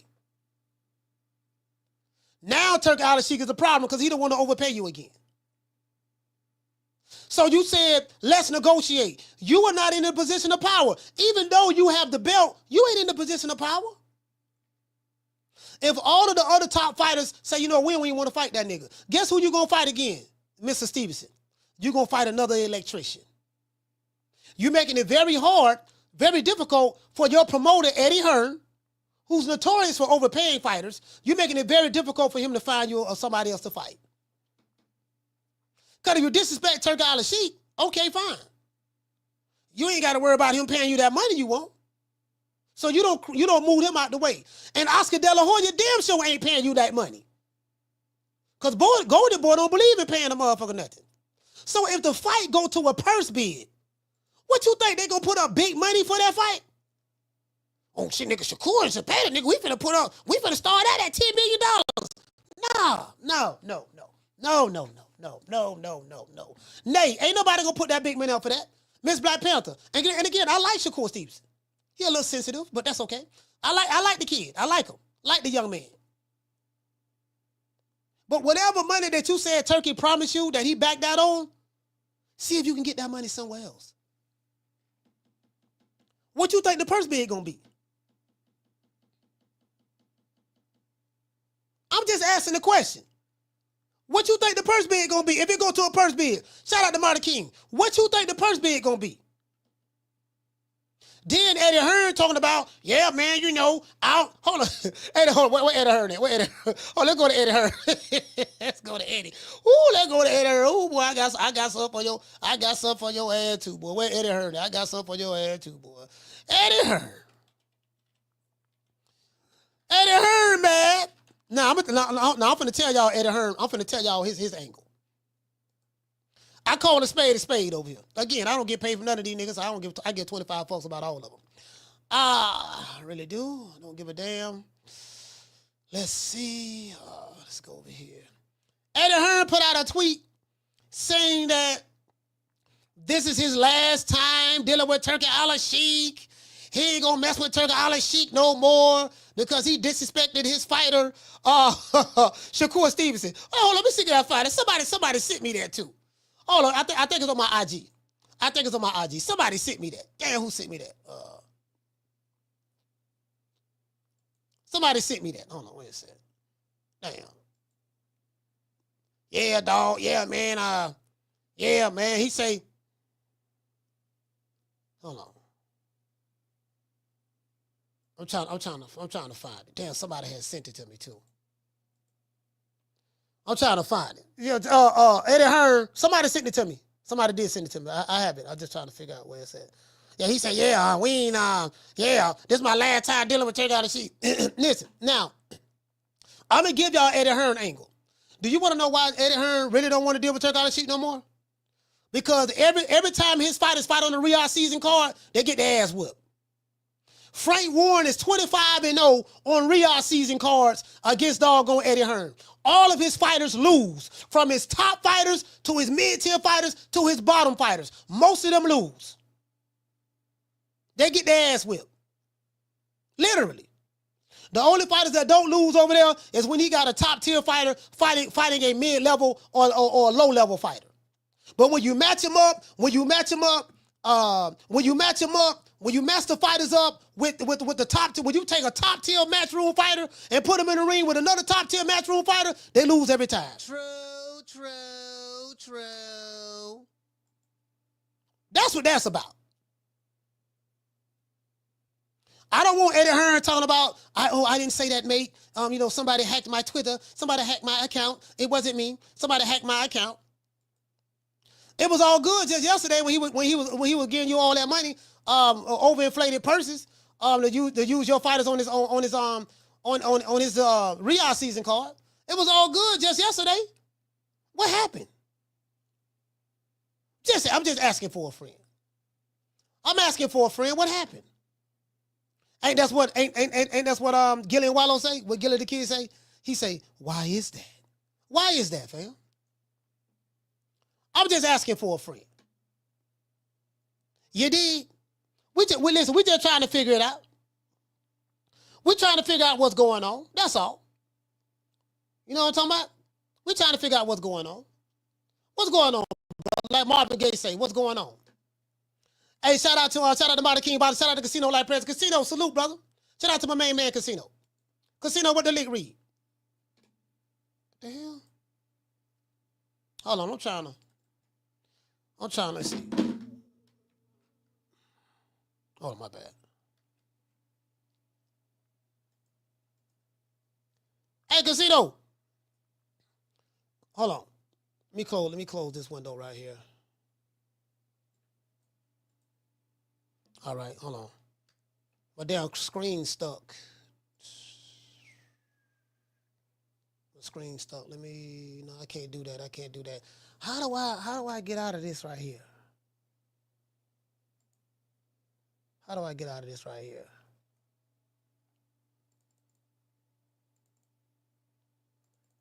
Y'all bear with me one moment. My computer screen is stuck. She do this all the goddamn time. I can hear myself though. So I can still see myself on the TV right there. But anyway, as a matter of fact, let me go over here. Let me go over here and look at the chat. I'm gonna drop these phone lines. I'm gonna drop the phone lines. I'm gonna put the numbers on so you guys can call.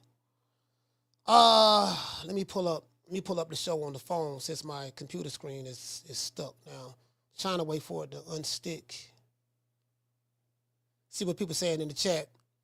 Casino, what's going on, fam? Shout out to Tino Light Prayers, The Natural.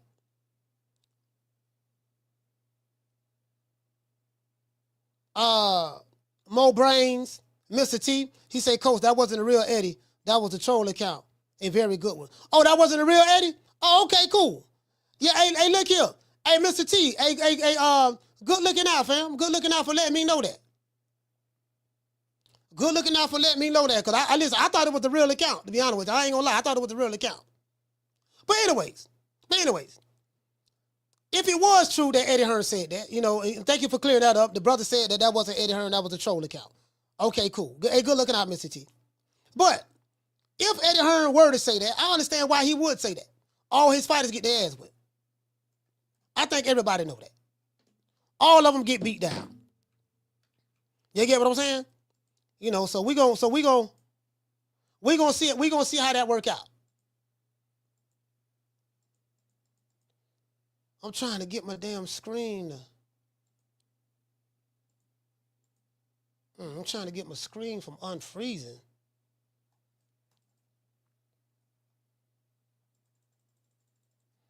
Hold on. What my main man say, Mr. T? Hey, y'all call the show. Hold on. I'm finna drop the phone lines in a minute. Mr. T, Marty King Boxing, my sister Lisa Bells, the lovely Miss Connie, Miss Black Panther, Nada Great, The Natural.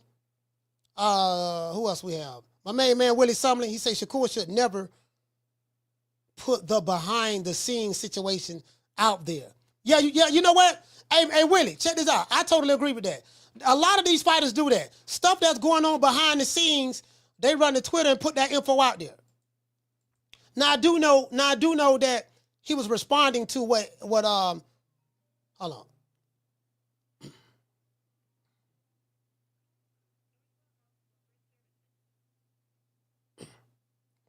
Carter, what's your name? Where you calling from? Jamie from New York. Jamie from New York. Talk to me, brother. Oh, what up, man? What's good with you? Oh, man. Yeah, these fighters, man. They're definitely spoiled, man. I'm thinking, the bullshit finally catching up with them. You know, when I say them, I mean, the fighters. Promoters know what they're worth and what they bring to the table. So the tide has turned, man. It's just these motherfuckers today, man. They only want soft touches, or else they don't fight. Yeah. In Shakur's case, what is he gonna do, Coach? Where is he gonna go? Is he gonna sit out the next of the year? You know what I mean? I mean, I don't know. Maybe I don't know. Maybe he got a boatload of money he's sitting on, or I seriously doubt that. But it is what it is. But right. I don't get it. Look, man. In this case, man, I don't know what he made his last fight. Yeah, they say he made. They say he made $5 million. They say he made $5 million to fight the electrician. Yeah, but bro, you fought nobody. Exactly. Fight somebody tough and break even with the guy. You gotta work with his promoters, man. I mean, Shakur, man, you ever stop complaining? Bro, work with the promoter, man. You know what I mean? Get the fucking money, bro. You got a belt. you're on top of the world. You made it, but bro, those paychecks got to keep coming. You know what I mean? So he's talking about he's got brittle hands and shit. Bro, fight. So again, they're gonna sit out, bro, the rest of the year. Let me ask you this. Let me tell you this, Coach. That's a good question. Yeah, man. What the fuck, bro? You know, whatever it is, man. Whatever it is, it adds up. You know what I mean? So, and you know, with Turkey, with his it's his league, the league, right? If you're champion, I hear that they're gonna pay you $750K, bro. That's a lot of money, bro, for the average person. You know, it's not like everybody's making millions. So, what's the problem, Shakur? You know, the money's not good enough for you, bro. You know? Well, you know, I think just keep defending the belt, man. From the person who I spoke to, and they said this on out there. They're you know, with the league, they're going to deal with just the up and coming fighters and the mid tier fighters. So like the type of fighters that the zone would deal with, not the zone, but Pro Box would deal with. They're going to deal with those type of fighters. You get what I'm saying? So it's not like they're trying to deal with the Canelos or the Crawfords. Those guys want a whole lot of money. You get that. But they're dealing with the low-level guys. Now, the thing, this is the issue. You got these divas, these American divas.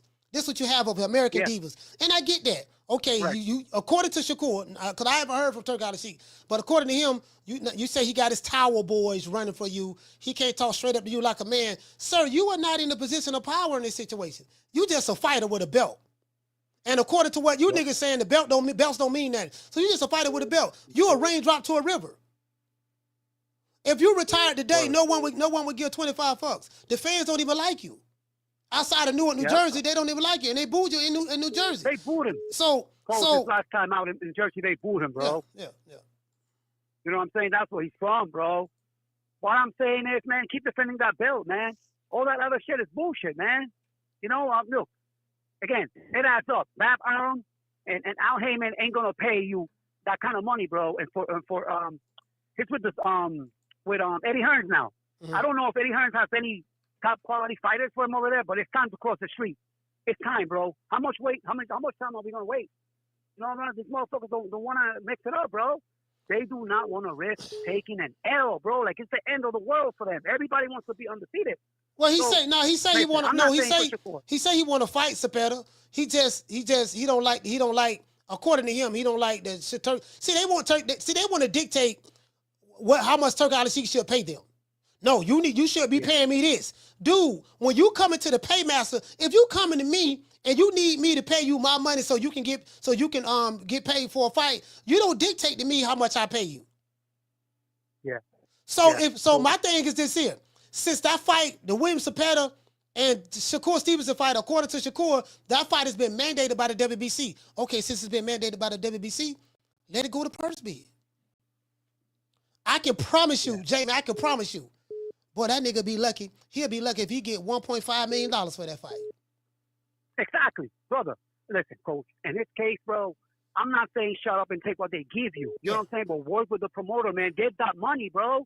It doesn't matter what it is. 2, 3, you want 10? Bro, take the 3, bro, and run with it. You know what I'm saying? Because that shit at the end of the day, it adds up. And another thing, Coach, you want big money? Give us the big fucking fight. That's all we want as fans. You know what I mean? Just give us the fight. And your paycheck, I guarantee it, will get bigger. That's my call. All right, salute, fam. Hey, y'all, give me a minute. Hey, listen, don't nobody hang up. I'm gonna restart my screen. Let me restart my screen. Don't talk about don't hang up. Don't nobody leave. I'm gonna restart the screen, okay? Bear with me. Restart my computer right quick.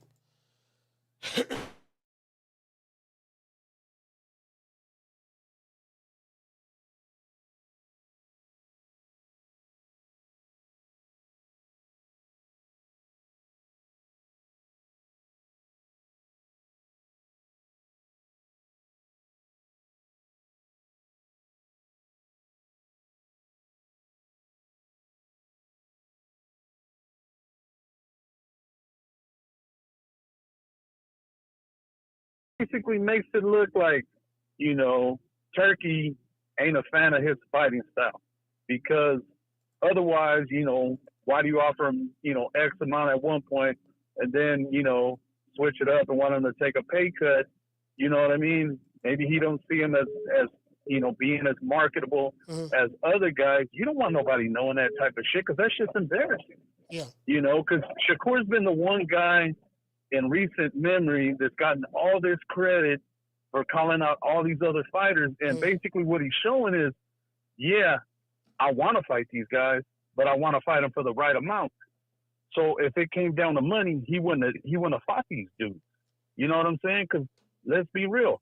At 135, Zepeda's basically the biggest, fight that he's had up till now. So, when you make it about money while you can't do the fight, it basically just looks like it's a cop-out.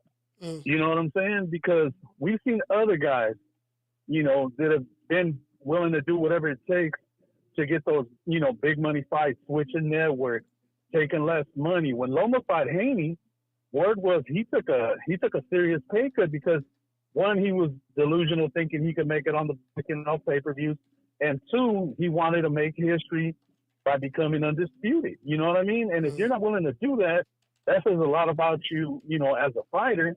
I get that, it's a business and we got to get paid or whatever.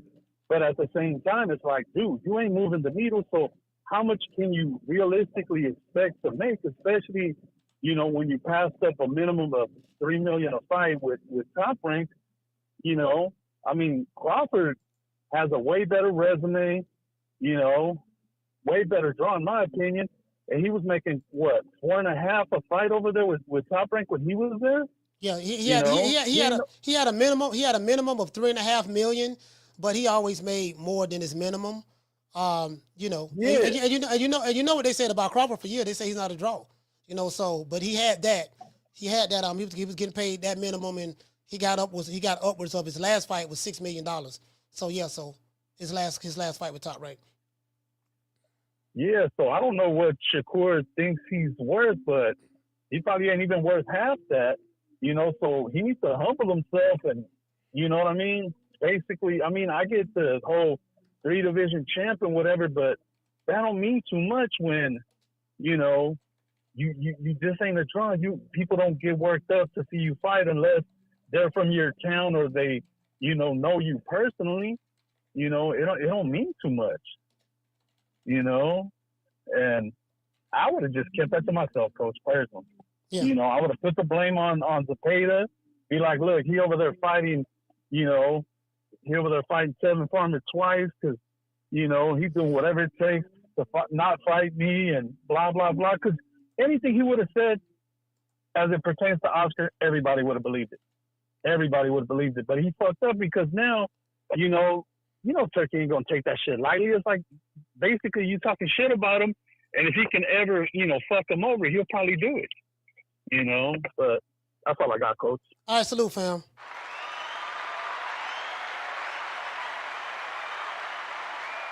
Yeah, man. I'm just sitting back like, okay, now William Zepeda and other fighters have openly ducked Shakur Stevenson in the past. They have Isak Cruz, whatever, right? Some people say they made business decisions. Some people say whatever, right? But they have avoided Shakur Stevenson. This is the issue. The issue that I have is this. All right, now you're saying that, okay, you're mad at Turkey. This is Shakur because he's not paying you the money that he promised you. So my question is, can you get that same money that Turkey promised you anywhere else? Any Shakur fans, y'all go ahead. Please chime in. Caller, what's your name? Where you calling from? Man, Coach, what's happening, man? It's Casino Like Prayers, man. Man, Casino, my brother, talk to me.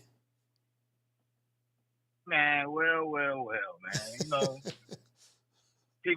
The people finally starting to see who this little nigga is, man. Huh? That's what it sounds like. There go Casino. Coach, I told you, Coach. I told you. The nigga too weak, too feeble, too spoiled, too much of a bitch. You know what I'm saying? That boy don't want no smoke for real. And his hands fucked up. He already won shit with the hands. Bruh, he already had pillow fists when his hands was good. What you think he is now? Bro, he took 9 rounds to knock out a fucking electrician.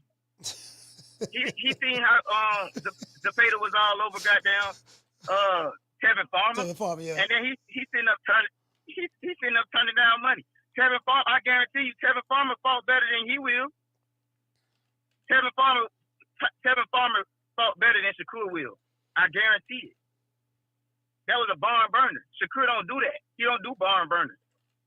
Turki Alalshikh know what, bro. Eddie Hearn fucked up. He got down when he got that weak ass boy, and Turki Alalshikh ain't going for that shit no more. And that's what it is. And he coming out publicly talking about it. Shit, he's just gonna shoot himself in the foot, bro. That man's finna be back in New Jersey, and they don't even want to see his ass over there, bro. I always tell niggas, bro, I ain't never met a Shakur Stevenson fan in person. If I want to see a Shakur Stevenson fan,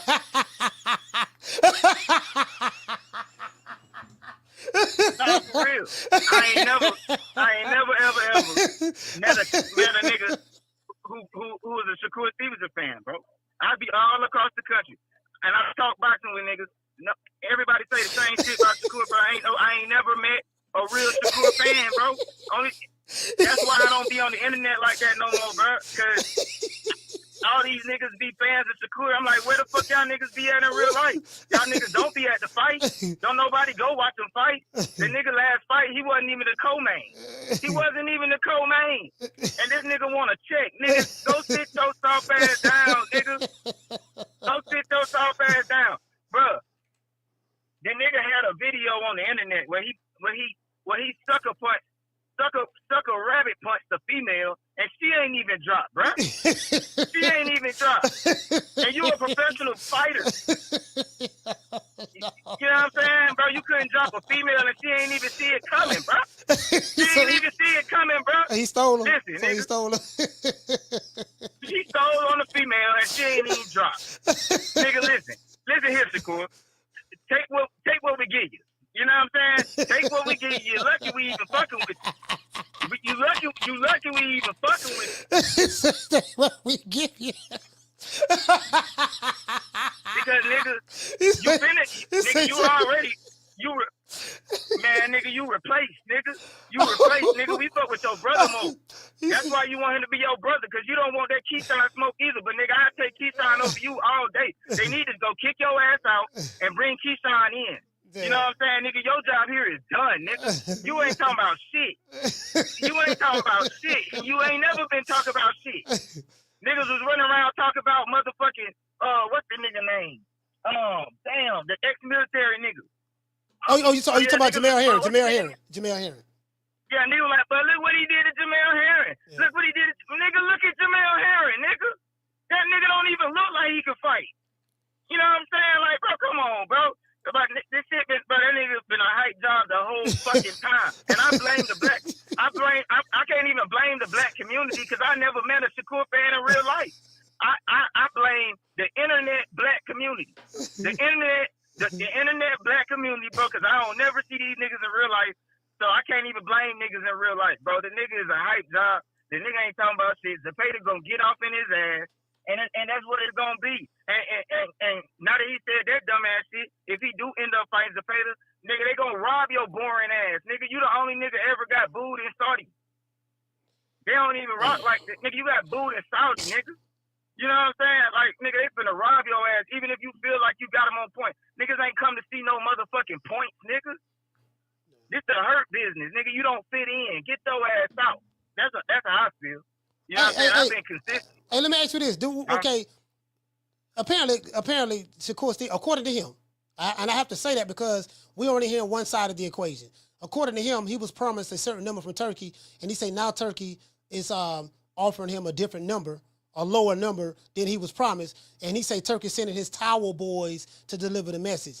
Okay, if the rumors are true, yeah, nigga, but check this out, Casino. If the rumors are true, if you made $5 million to fight an electrician, right? Forget the electrician. Even if he was fighting Kid Austin, that's still too much money. Because Kid Austin really ain't nobody like that. You know, he had a title shot, but he's unproven. But if you got paid $5 million to fight an electrician, clearly he wants to get paid more than the $5 million to fight Zepeda. If you're Turki Alalshikh, and again, I don't know Turki Alalshikh, don't give a damn about him that much. I don't know Shakur, don't give a damn about him too much. I ain't got a dog in the race. But if you're Turki Alalshikh, you're like, okay, I overpaid this dude to fight an electrician his last fight. I can't overpay him to fight this other guy. So I did you a solid by paying you way more than what you should have got paid fighting an electrician. No, do me a solid on making up the difference on the next fight. And if that's the case, you know, do you think Shakur gonna get big money if this fight go to purse bid? Who gonna pay him the money he want? Who gonna pay him? Man, ain't nobody gonna pay that nigga shit, but he finna be in that same. He gonna goddamn be in that same predicament that Devin was with Sando Martin, and he gonna try to sue Turkey with his bitch ass. That's what's gonna happen, nigga. You ain't worth shit, nigga. You lucky you over there, nigga. Don't nobody want to see you, nigga. Nobody, nigga. Nobody want to see you, nigga. I ain't never been nowhere and niggas was like, "But you finna watch that Shakur fight?" I ain't never heard that shit. I ain't never heard that shit in my life, my nigga. No. No. Bro, I ain't never heard that shit in my life, my nigga. Ever. I have never heard a nigga Oh man. say nothing about Shakur, bro, in real life, bro. Ever, bro. When the nigga, bro, listen, bro. The nigga is delusional, bro. Like, the nigga, no, bro, you wasn't even the co-main, nigga. Yeah. You wasn't even the co-main. What the fuck is he talking about? Bro, nobody give a fuck about them 3 divisions. Bro, fuck them belts, nigga. You ain't worth shit. You ain't worth shit, nigga. And get this nigga the fuck out of here, bro. If you ain't gonna take the money, get the fuck up out of here, nigga. I hate it. I don't even like listening to niggas talk about you, nigga. Like, you the lamest nigga in boxing, nigga. You and Devin. Y'all niggas the lamest niggas in boxing. You know what I'm saying? Like, it just is what it is, dog. Like, I mean, I don't know what else to say. It is what it is, but that's my call, coach, man. Salute, man. Shout out Casino.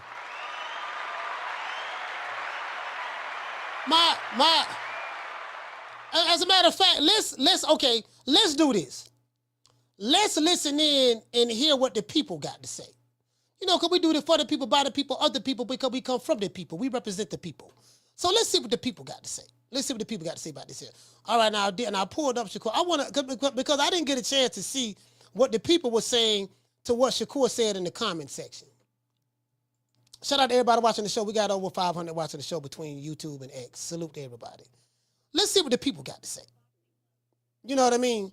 You know, we always, now you know how we do it. We always go to the comment section. Caller, hold on. Shout out to Mr. Kermit Williams. He said, shout out to you, fam, for becoming a member. Salute. True.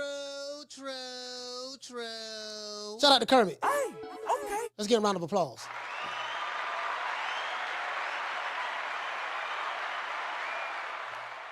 Let's see. Hold on. Matter of fact, let's see what Shakur had to say right here.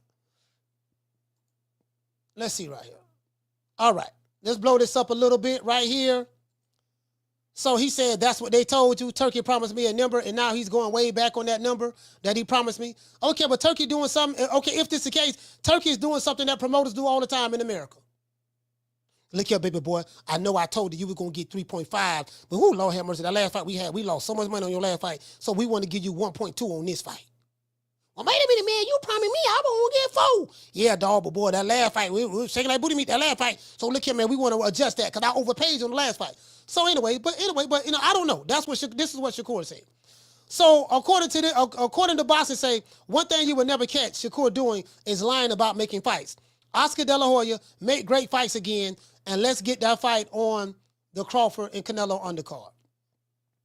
Punch Drunk says, seems like Turkey is not the boxing messiah people claim to be. Moose says, damn, Turkey lowballing now. William says, you're not worth more money. You clowns act like Floyd without being pretty boy. The American boxing scene is trash. This guy's, in my opinion, says, come on now, Shakur. You told us that he paid you for the Padley fight, and my guess is you're getting that, at least that for the Zepeda fight. So let's make the fight. Let's get it cracking. Texas Maid say, have you ever thought that they overpaid you, paid you more for that Padley fight? This guy right here says, he said you fell for Fast Eddie's recruitment pitch. Should have stayed in America with people who knows American boxing. He said, who knows? This guy right here say, hold on, let's go over here. This guy right here say, Turkey really did that? You mean he's not a nice guy after all? Okay. This guy say, I mean, he paid you the most money you will ever get for a single fight. You did bow. Now he has expectations of you. You did that. Come on, champ. Don't outprice yourself because a motherfucker that don't have your best interest showed you money that you could work your way up. Okay, so we gonna continue to read these comments. I'm calling. What's your name? Where you calling from? Hey, what Coach Eddie from the ATL? Coach Eddie, ATL, talk to me. What's happening, brother? Hey, like I say, that goddamn offer that Bud extended don't sound too bad right now. Being on one of the biggest fights of maybe this decade, the Canelo Crawford fight. But Shakur was like, nah, I'm too good for that. I'm gonna bet on myself. Man, this man finna crap out, coach. You know what I'm saying? He finna be. I don't know what's wrong with this dude, man. This dude think he celebrity or something. He ain't no celebrity. Ain't nobody really checking for this guy, man. But like I said, he better get a dose of the reality. You know what I mean? Because everything y'all been saying is right on the money, man. Ain't nobody checking for this guy, man. He got a messed up personality. He got a bratty attitude. You know what I'm saying? He's oblivious. You know what I mean? He's like living in a fantasy world. You know what I'm saying? I don't understand this kid, man. But it is what it is at the end of the day. You know what, Coach Eddie? It's the promoter's fault. Well, the ones who overpaid. PBC used to overpay a lot of fighters when they got the hedge fund money. You see how that turned out. Now, in Matchroom, Eddie Hearn overpaid a bunch of fighters. And then Turki Alalshikh came in the game, and he did the same thing that PBC and Matchroom did. He was overpaying these fighters who really wasn't worth the money that they was getting paid. So if you're the fighter, well, I'm a fighter. I'm supposed to get paid as much money as I can. I'm supposed to get $20, $30 million for a fight. Shushu Carrington made $200,000 his last fight from Top Rank. $200,000. So, and this is according to the Boxing Insider that I spoke to, who work on that side of the fence. So these fighters, some of these fighters have been, so this is the diva era. Like you got that diva era right now. They feel like they should make a boatload of money. So my question is, Al Heyman ain't gonna pay you that no $5 million. I got a video where Booger Ray Leonard said, and I played it on this show before. He say, yeah, man, he say Devin Haney and Shakur and them, they making good money over there. Because if they want to fight Tank, we're not gonna pay them that type of money that they making over there at Matchroom and Top Rank. That's what Booger Ray Leonard say. Man, we ain't paying y'all that kind of money y'all making. They making good money over there. So Booger Ray was saying then, look, if you want to fight Tank, shit, in the eyes of Booger Ray Leonard, they overpaying you niggas. Y'all ain't the draw that Tank is. So you can't expect to get Tank type money. And your damn show ain't Ryan Garcia. So, this what, bro, I got the video, I played it on the show. He said, yeah, man, we ain't paying them that type of money they making over there. If you ain't want to fight Tank. But go ahead, Coach Eddie. Yeah, that's right. But like I say, this is the same dude that said F the fans. The fans the one that pay you. Yeah. This dude was over there. He got booed in Saudi Arabia. He had the nerve to stand up on the rope, stick his tongue out at the fans. Yeah. You know what I'm saying? Man, nobody studying this dude, man. F the fans, so it's like F you. You know what I'm saying? Hey, go fight $500,000, $700,000. He finna get put on the show. That's what's gonna happen, man. Yeah. That's what's gonna happen. He finna be the Andrade 2.0. Watch what I tell you. Ain't nobody checking for this guy, man. Ain't nobody checking for him. That's my call, Coach. All right, salute, fam. Hey, man, all I'm saying, listen, fam. All I'm saying is, bro, listen, the market got to reset itself. These dudes think they Canelo, fam. Bro, it's two fighters, as I said before, the only black fighter that's selling out arenas and stuff like that in America is, hold on one second, is Tank Davis. And outside of Tank Davis, the biggest draw in America is Saul Canelo Alvarez. I.e., that's the reason everybody want to fight Canelo. Because of the money. You saw what happened with Edgar Berlanga fought Canelo. He went on a world tour. He with Bad Bunny, Jennifer Lopez, Doja Cat, J Balvin. You get what I'm saying? Maluma. You get what I'm saying? Like he went on a world tour. They gave him keys to the city in New York. He holler about he the Prince of Puerto Rico. They talking about building a statue. They talking about removing the Statue of Liberty and replacing it with Edgar Berlanga, the statue of Edgar Berlanga. You get what I'm saying? With his ice on it. He holler about he with Fat Joe. He holler about he with the Terror Squad. He got chains with BBS diamonds in it. Baguettes, Rolex watches, bust down, iced out. Bro, just so you see how big his ego got. You see how bad his ego got, and he lost 12 rounds straight. Got dropped and everything. This man went on a world tour for losing. So if you need like as the insider told me, it's the promoter's fault. Al Heyman, Lord, Al Heyman messed up big time with that. And Eddie Hearn messed up big time with that. And Turki Alalshikh, now he said, man, these some ungrateful ass niggas. I've been paying these niggas big money, more money than they ever made in their life to fight on my cause. These niggas ungrateful. He's saying this now. These some ungrateful niggas. Nigga, before you met me, you was fighting for whole head cheese sandwiches. You was working at a local food truck, delivering packages from Amazon. Before you met me, I paid you more money you ever made in your life for one fight. Overpaid you by $3 million, and now you ungrateful. Caller, what's your name? You calling from? Hey Mo, what's good with you, son? Everybody know I'm Shakur, my favorite boxer, but some shit you need to save to tell the angels when you die, man. Like he shouldn't even said all that shit about him and Big Turk situation. At the end of the day, Slim, and we've been consistent on this because you right along with me, and we said this shit years ago. Starve the what? Starve the beast. Yeah. It needed to be a reset. That. You said that. It needs to be. I don't give a fuck. That includes everybody. That includes my favorite body. You know me. Yeah. I don't share bank accounts with my favorite athletes. I don't. When you fucking up, you fucking up the game, man. Right now, Shakur, and it's not technically Shakur's fault, but it is technically Shakur's fault because what's happening is under the way boxers think and the way they shit work is if you stay undefeated, if you become multiple time champion, your pay's supposed to go up in so many ways. You dig what I'm telling you? That's always sort of been the formula. Mm. But now we have a situation where that formula is an obsolete formula. But you had boxers who came in the game off that formula, like Shakur. Yeah. Shakur came in the game off that fucking formula. Devin and that Haney formula needs to be, all of them came in the game off that formula. The formula is you get a belt, you get more money. You stay undefeated, you get more money. You move up, stay undefeated, you get even more money. You do this. That's the formula. Whether people like it or not, that's the motherfucking formula. And so now you're telling me I did everything to make the money. Now y'all telling me you're not going to pay me is what it is. Now you want me to make less money.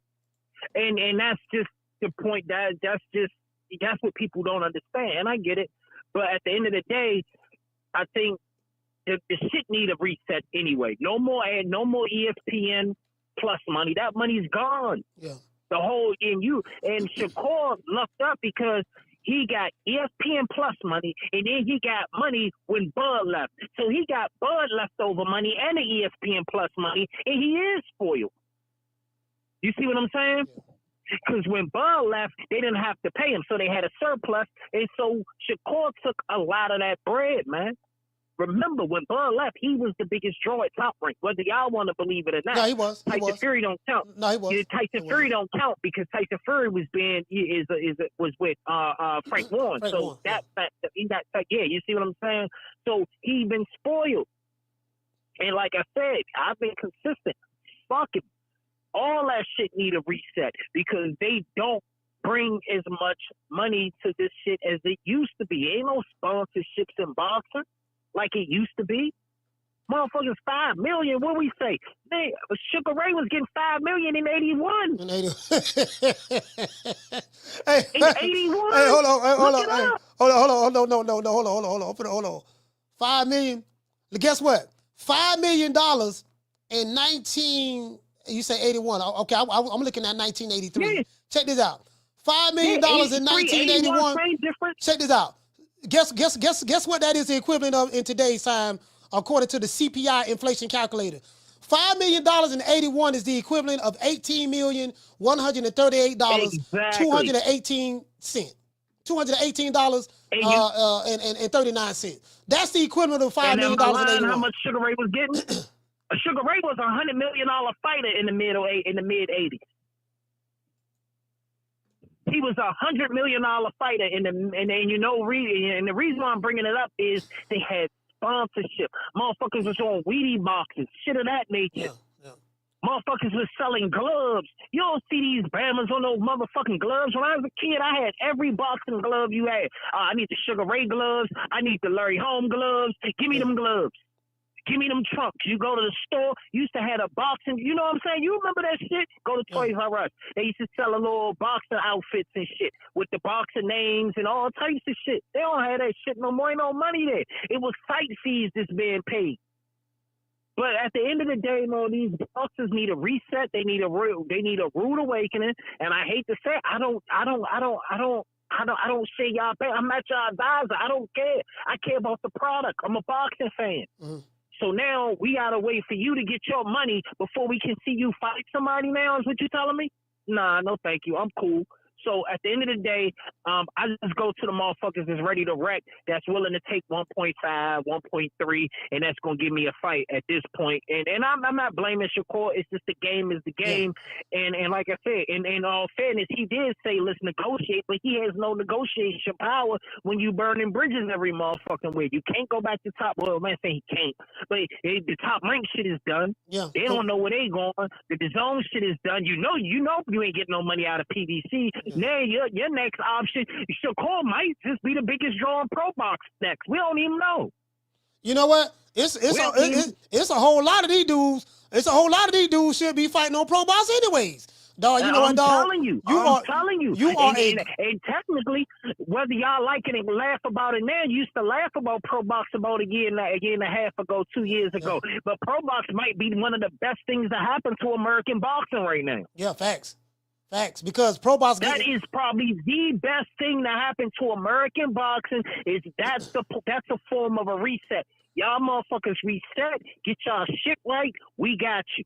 Reset this shit. If you can't make it off for $250,000, $300,000 till you get a motherfucking sweepstakes, sorry for you, but that's the way the boxing is going right now. They ain't even telling you that's where this shit is going. Or go move out the UK. You got two options. Either you get the reset in the US or go take your ass out in the UK and get you some money. That's about it. But that's it. Slim, it's going to be what it's going to be. Starve the beast. I don't give a fuck. It ain't my bank account. Just give me the product. I'm out. Shout out to Ron Boy Fresh. Bro, my thing is this. I'm like, okay, fam. You're telling Oscar, F it. Let's negotiate. You're not in a position, you don't have any, when you negotiate, you got to have some type of leverage. So Shakur leverage is, I'm a champion, I got the WBC belt. If you want to fight me, if you want to get this belt, you got to come through me anyways. I have the leverage. No, you really don't. Because the belt don't make the fighter makes the belt. So if the fighter makes the belt and people not feeling you like that in the overall public, then that belt really don't mean anything. Because, it's a difference from a Shakur having a WBC title versus a Canelo having a WBC title. Do you get what I'm saying? It's levels to it. If you're a fighter that's not popular and don't nobody like, you having the belt don't mean nothing. It's just like Dimitri Bivol, I'm hearing that he's vacating the WBC title. Not because he's scared of David Benavidez. I don't believe, it ain't nothing in my mind tell me that Dimitri Bivol is scared of David Benavidez. There's nothing to be afraid of when it comes to David Benavidez. Outside of the fact that Mike Tyson called him the Mexican monster. But he's going to rematch Dimitri Bivol for more money. Dimitri Bivol and Beterbiev, he's going to fight Beterbiev for more money. So, in a trilogy. So Beterbiev and Dimitri Bivol is the hottest names in the light heavyweight division. They made a boatload of money to fight each other the first time. They made a boatload of money to fight each other the second time. So why would you not fight the guy for the third time? David Benavidez is going to be the email champ. They're going to elevate him. He's going to be the email champ. And he's going to be happy and stay over there at the PBC and, and fight, get his little $2-3 million fighting the level of competition he's fighting. True. Now you can say Bivol ducking and all that stuff there. If you want to say that, that's fine. I ain't got no problem with none of that. Just like you may believe that Devin Haney ducked Sandor Martin. If you want to say that, fine. I ain't got no problem with none of that. But from a business standpoint, why in the hell would I fight a guy who they call a Mexican monster, who he's not a draw at all, when this guy Turki Alalshikh has paid me more money than I ever paid fighting Baturviev and vice versa. Prior to Dimitri Bivol fighting Canelo Alvarez, he wasn't making no big money, and he had the belt. One, he's a Russian, and two, he fighting in America. Ain't nobody coming to see no Russian fight in America. That man wasn't no draw. So his name got on the map from a popularity standpoint when he beat Canelo.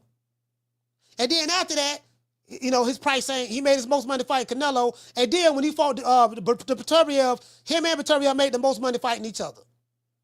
So he's going to be loyal to the guy who's paying him the most money. That's business. I understand that. I get that. So the champion makes the belt. The belt don't make the fighter. That's what I'm saying. It's a difference when Hog Head Cheese had the WBC title and Sugar Ray Leonard got the WBC title. Or the IBL for the WBA. That's all I'm saying. So, it is what it is. Oh, matter of fact, hold on. Let me put the phone number down here, man. Sorry about that. Put the phone number. Hey, man, the phone lines is open, man. 530-494-9636. But before we do, I forgot to mention my sponsors. Shout out to my sponsors. Man. Foster's Barbershop. If you're ever in the city of Tampa, man, go to 1923 West Main Street, West Tampa, Florida, 33607. If you're in the city, you want to make an appointment, book your appointment through the app Booksy. That's BOOKSY. Book your appointment through there. It's the best barbershop in the city. They serve drinks and everything in there, very clean, and you're not going to have a long line and a bunch of people inside the barbershop. It's not going to be anybody in there but you and the barber and the waitress and all that stuff there. And also, man, shout out to our other sponsor. We have 3 sponsors now. I will mention the other sponsor tomorrow. Shout out to H-Town. Build the Shirt, 1817 West Slide Avenue, Tampa, Florida, 33607. If you want to have a shirt built, a hat or whatever, or you want to get a logo put on the shirt or a logo on the hat or embroidery or whatever, please go to buildashirt813.com and you can get that done, made. All the hats you see me wearing, that's where I got it from. They're very, very good. And you can get it ordered, made, and they'll have it sent out to you ASAP. Let's give the sponsors a round of applause.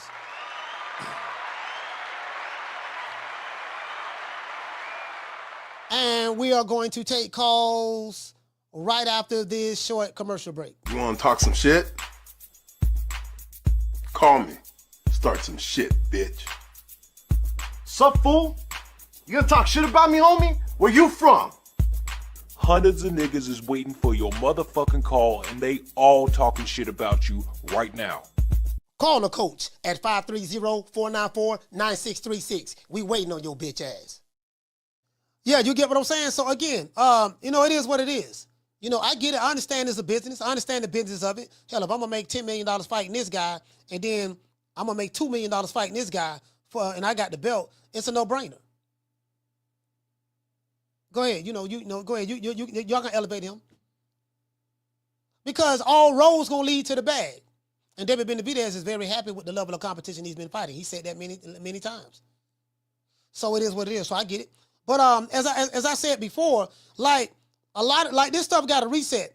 PBC, Al Heyman, I get why he did what he did. And at her match room, and then even Turki Alalshikh, when he came in the game, they kind of messed it up overpaying these fighters. Now these overpaid fighters, they feel like they should be getting like everybody think they Canelo. You ain't Canelo, fam. Yeah, dog, I want to get about $30 million. For what? So when the promoter pay you the type of money that you want, you praising them. Like, listen, I'm going to be honest with you.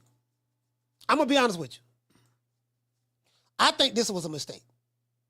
This guy right here said, he paid you the most money you'll ever get for a single fight when he fought the electrician. He said, you did bow. Now he has expectations of you. You did that. Come on, champ. Don't outprice yourself because a motherfucker don't have your best interest, and he showed it. Let me ask you a question. If you fight for the PBC, guess you're bowing down to the PBC and Al Heyman. If you're a fighter and you're fighting for top rank, you're bowing down to top rank and Bob Arum.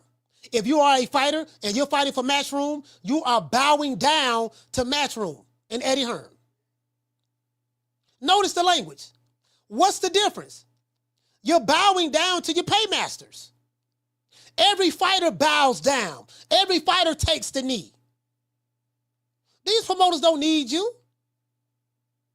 You need to promote. If you want to continue to fight, you need somebody to pay your salaries because you fighters ain't paying your own salaries. Name me one fighter that's paying their own salary. I'll wait.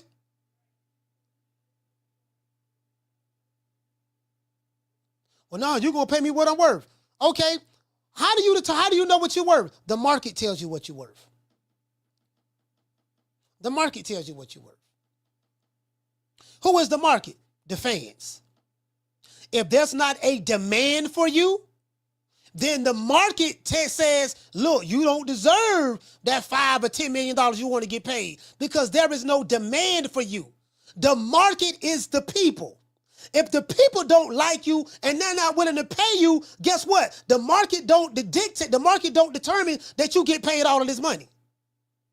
There's not a demand for you.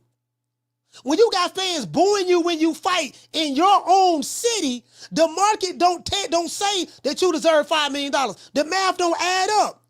They not buying your pay-per-views and you ain't doing the live gate numbers.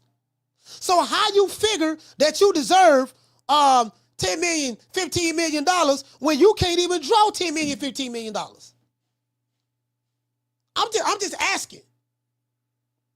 Caller, what's your name? Where you calling from? Corey from Texas. Corey from Texas, talk to me. Like you said, the market will determine that. For example, a couple years back, Adrian Broner, he was a quote-unquote four-time world champion, but as annoying as AB was and wouldn't let his hands go, AB could sell. He would sell out the Garden. He would sell out in Cincinnati. Like, he could sell a fight no matter what he did. I don't see Shakur doing the same thing. So that's another thing, because people say, oh, he's boring or he's this and that. You know, a lot of times AB didn't do what he said he was going to do in the fight, but he could sell that motherfucker. So if you can sell it and, you know, you can get people to tune in, you can demand that salary. But I don't know, you know what I mean? I don't know really what his numbers is. Has he been on pay-per-view yet, like a headliner yet? What happened to my Shakur? Has he ever headlined yet? Yeah, has he headlined yet? Yeah, he headlined some fights. He headlined some fights with Top Rank. He did. Okay. Yeah, so, yeah, that's really all I can say. Like you were saying, it's like he could be as boring as hell, but like you say, it's the value. And if this is his biggest fight, you know, most importantly, man, like Kevin Farmer, this is my thing.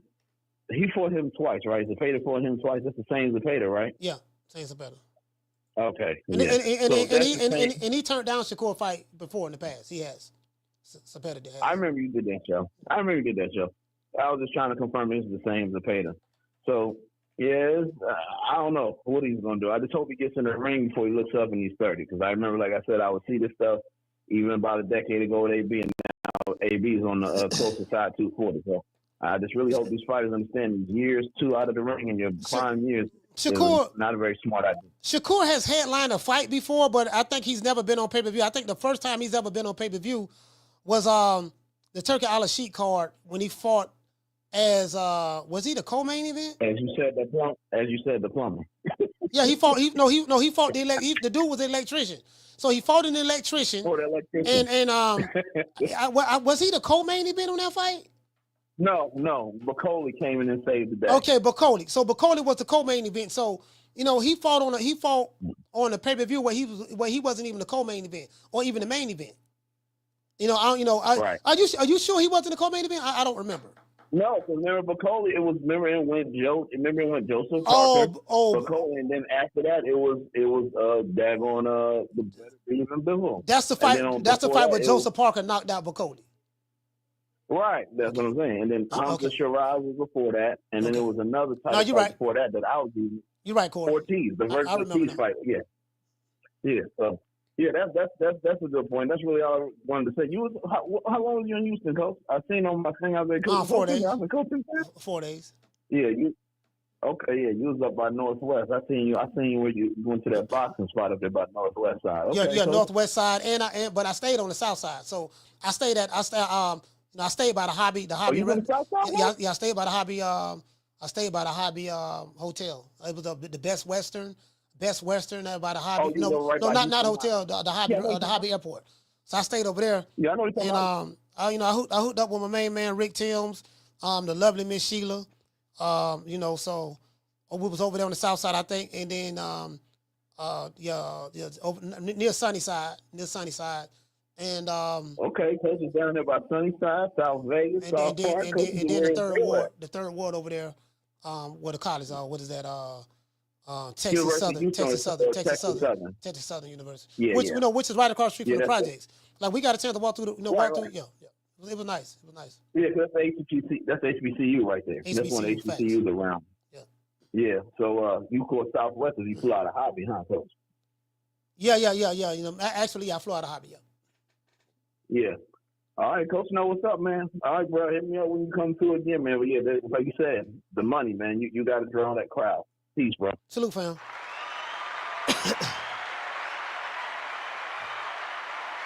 Hey, what you say, Sebastian? Sebastian say two-tone the superstar really said Stevenson did 340,000 pay-per-view buys. Well, when did he do that?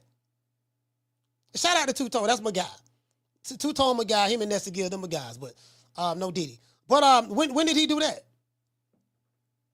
How can Shakur sell 340,000 pay-per-view buys when he's never headlined a pay-per-view? I'm just asking, like, again, I think Two-Tone was trolling when he said that.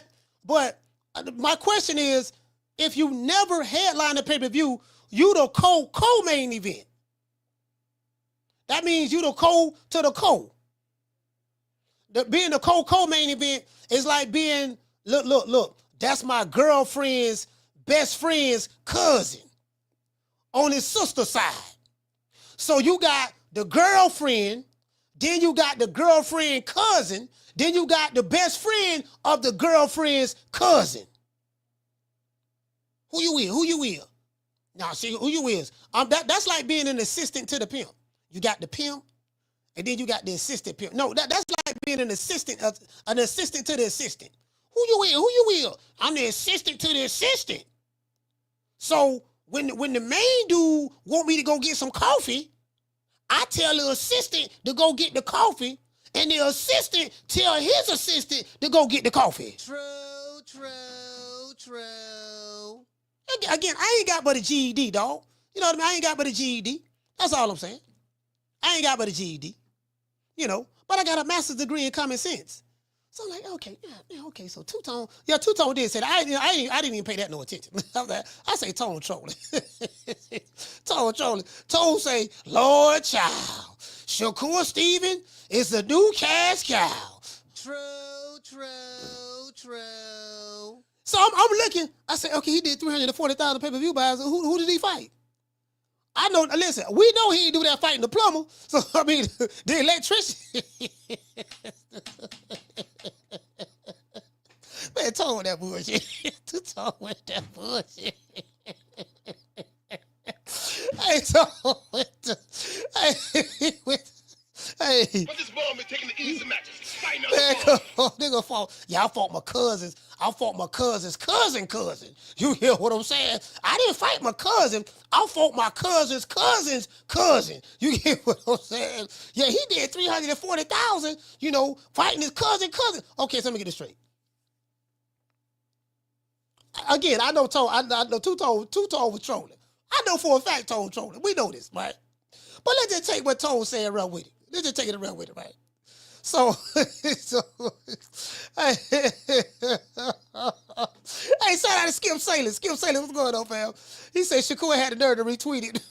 Hey, for real? He retweeted that? No, let me see. Hold on. No, man, don't tell me that. I know he didn't retweet that, fam. No, man, don't tell me that, dog. Don't tell me that, dog. That man didn't retweet that. Hey, Skip Saylor. Hey, man, you lying, man. That man didn't retweet that. That man didn't retweet that, bro. He ain't do that. I don't believe that. No, I don't want to believe that. No, man.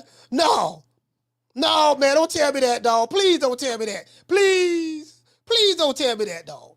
Hey, listen. You know what? Don't everybody believe in Google? Go Google that shit. What he says we don't believe. Hey, look, please don't tell me that. Please don't tell me that, fam. No, he didn't retweet it.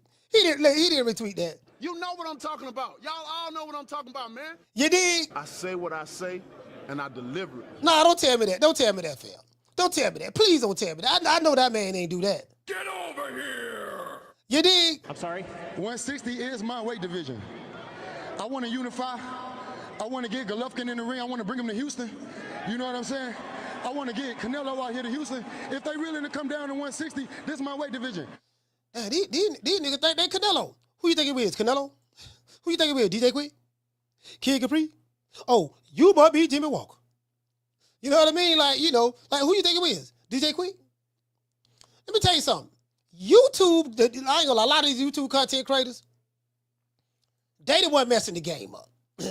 I'm gonna tell you, us content creators be messing the game up. I gotta say us. Bruh, some of us, we be hyping these fighters up, capping for them, saying that they superstar Billy Graham, you 1987 Hulk Hogan, they the Macho Man Randy Savage. You get what I'm saying? You the Macho Man Randy Savage. All this stuff there. I'm one of the baddest motherfuckers of all time. You know what I mean? And once you start paying these dudes, they start acting like a diva. They said they never gave you niggas money. You get what I'm saying? They getting these dudes getting overpaid, to fight bums. You get what I'm saying? You dig? That's all I'm saying. I like, bro, they getting, and I'm like, fam, come on, fam. You wish you could work it the way I do. Like, bro, like where y'all, what the deal is, fam? The fuck? You say you get what I'm saying? That's wrong, that's wrong. He did nothing to you. Bruh. nigga want $20 million. Bruh. Yeah, dog. See, I want 15 million. I want 15 million to fight a whole kid cheese sandwich. Come on now, dog. Come on, man. Man, he lowballing me. Dude, you get paid what you weigh.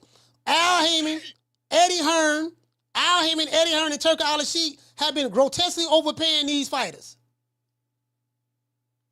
That's why I said we need a reset. We got to start all over. Listen, truth be told, a lot of these dudes ain't nothing but pro box fighters. You should be fighting on pro box.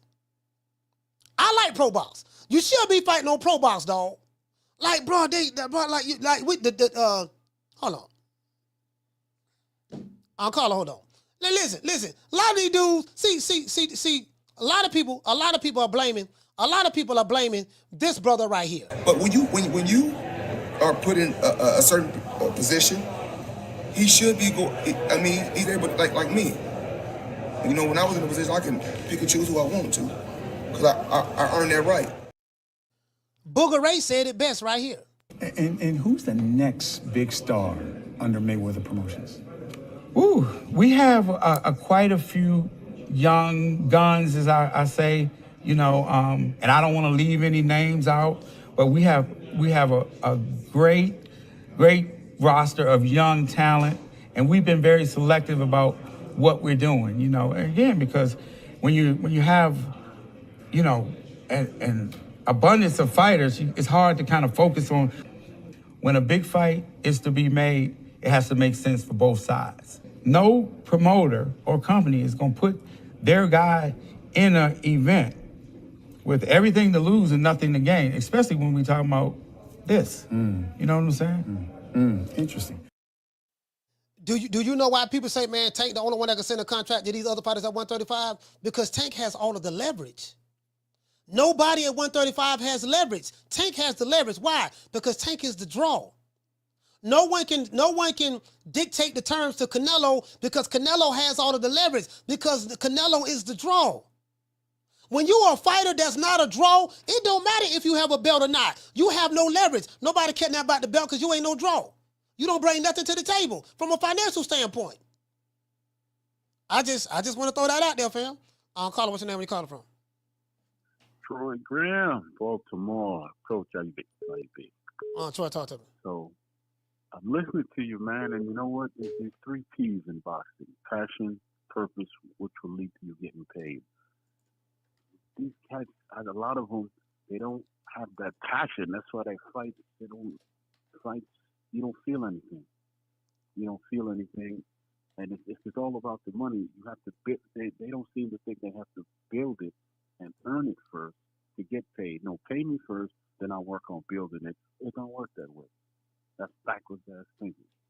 You have to have that passion and that purpose, which will lead to you getting paid. I could think of some secondhand fighters from in the 90s that when you watch them, you're like, damn, this cat is good. And every time you saw him after that, you popped up because you knew you was going to watch him because he was going to give you something. 90% of the fighters nowadays give you nothing. Nothing. And that's why boxing is stagnating. Say what you want about Wilder. He was a good mouthpiece and a salesman, and he gave you knockouts. Albeit sometimes being an ass, but you wouldn't watch him. Same thing with Tank. It gives you that air of excitement, so you don't watch him. A lot of these other cats, they give you nothing and they want the whole world based on what? You know, the quantity of fights you have and not the quality. It don't work like that. It doesn't. But, all right, my good brother. Oh, the cat from D.C. that called in earlier, right? I can't remember the brother's name, but I don't know if you have his information, but I'm going to text you something. So if he calls, if you want to, I just need you to pass it on to him, man. My cousin owns a restaurant slash spot in D.C. and I wanted to go check it out. Is that cool? Yeah, cool. It's cool. All right, brother. Thank you. All right, salute, man. Shout out to Troy. Yeah, again, as I said before, this is business 101. I learned that when I was selling Nick Sacks in California. When I went to California, I had to sell Nick Sacks, to make ends meet, because I was broke when I was out there, you know what I mean? So my cousin put me on, and I started selling some Nick Sacks that I got from a dread out there, and I was doing pretty well for myself, right? But anyways, this is Nick Sack Logic 101. Is there a demand for your Nick Sacks? No.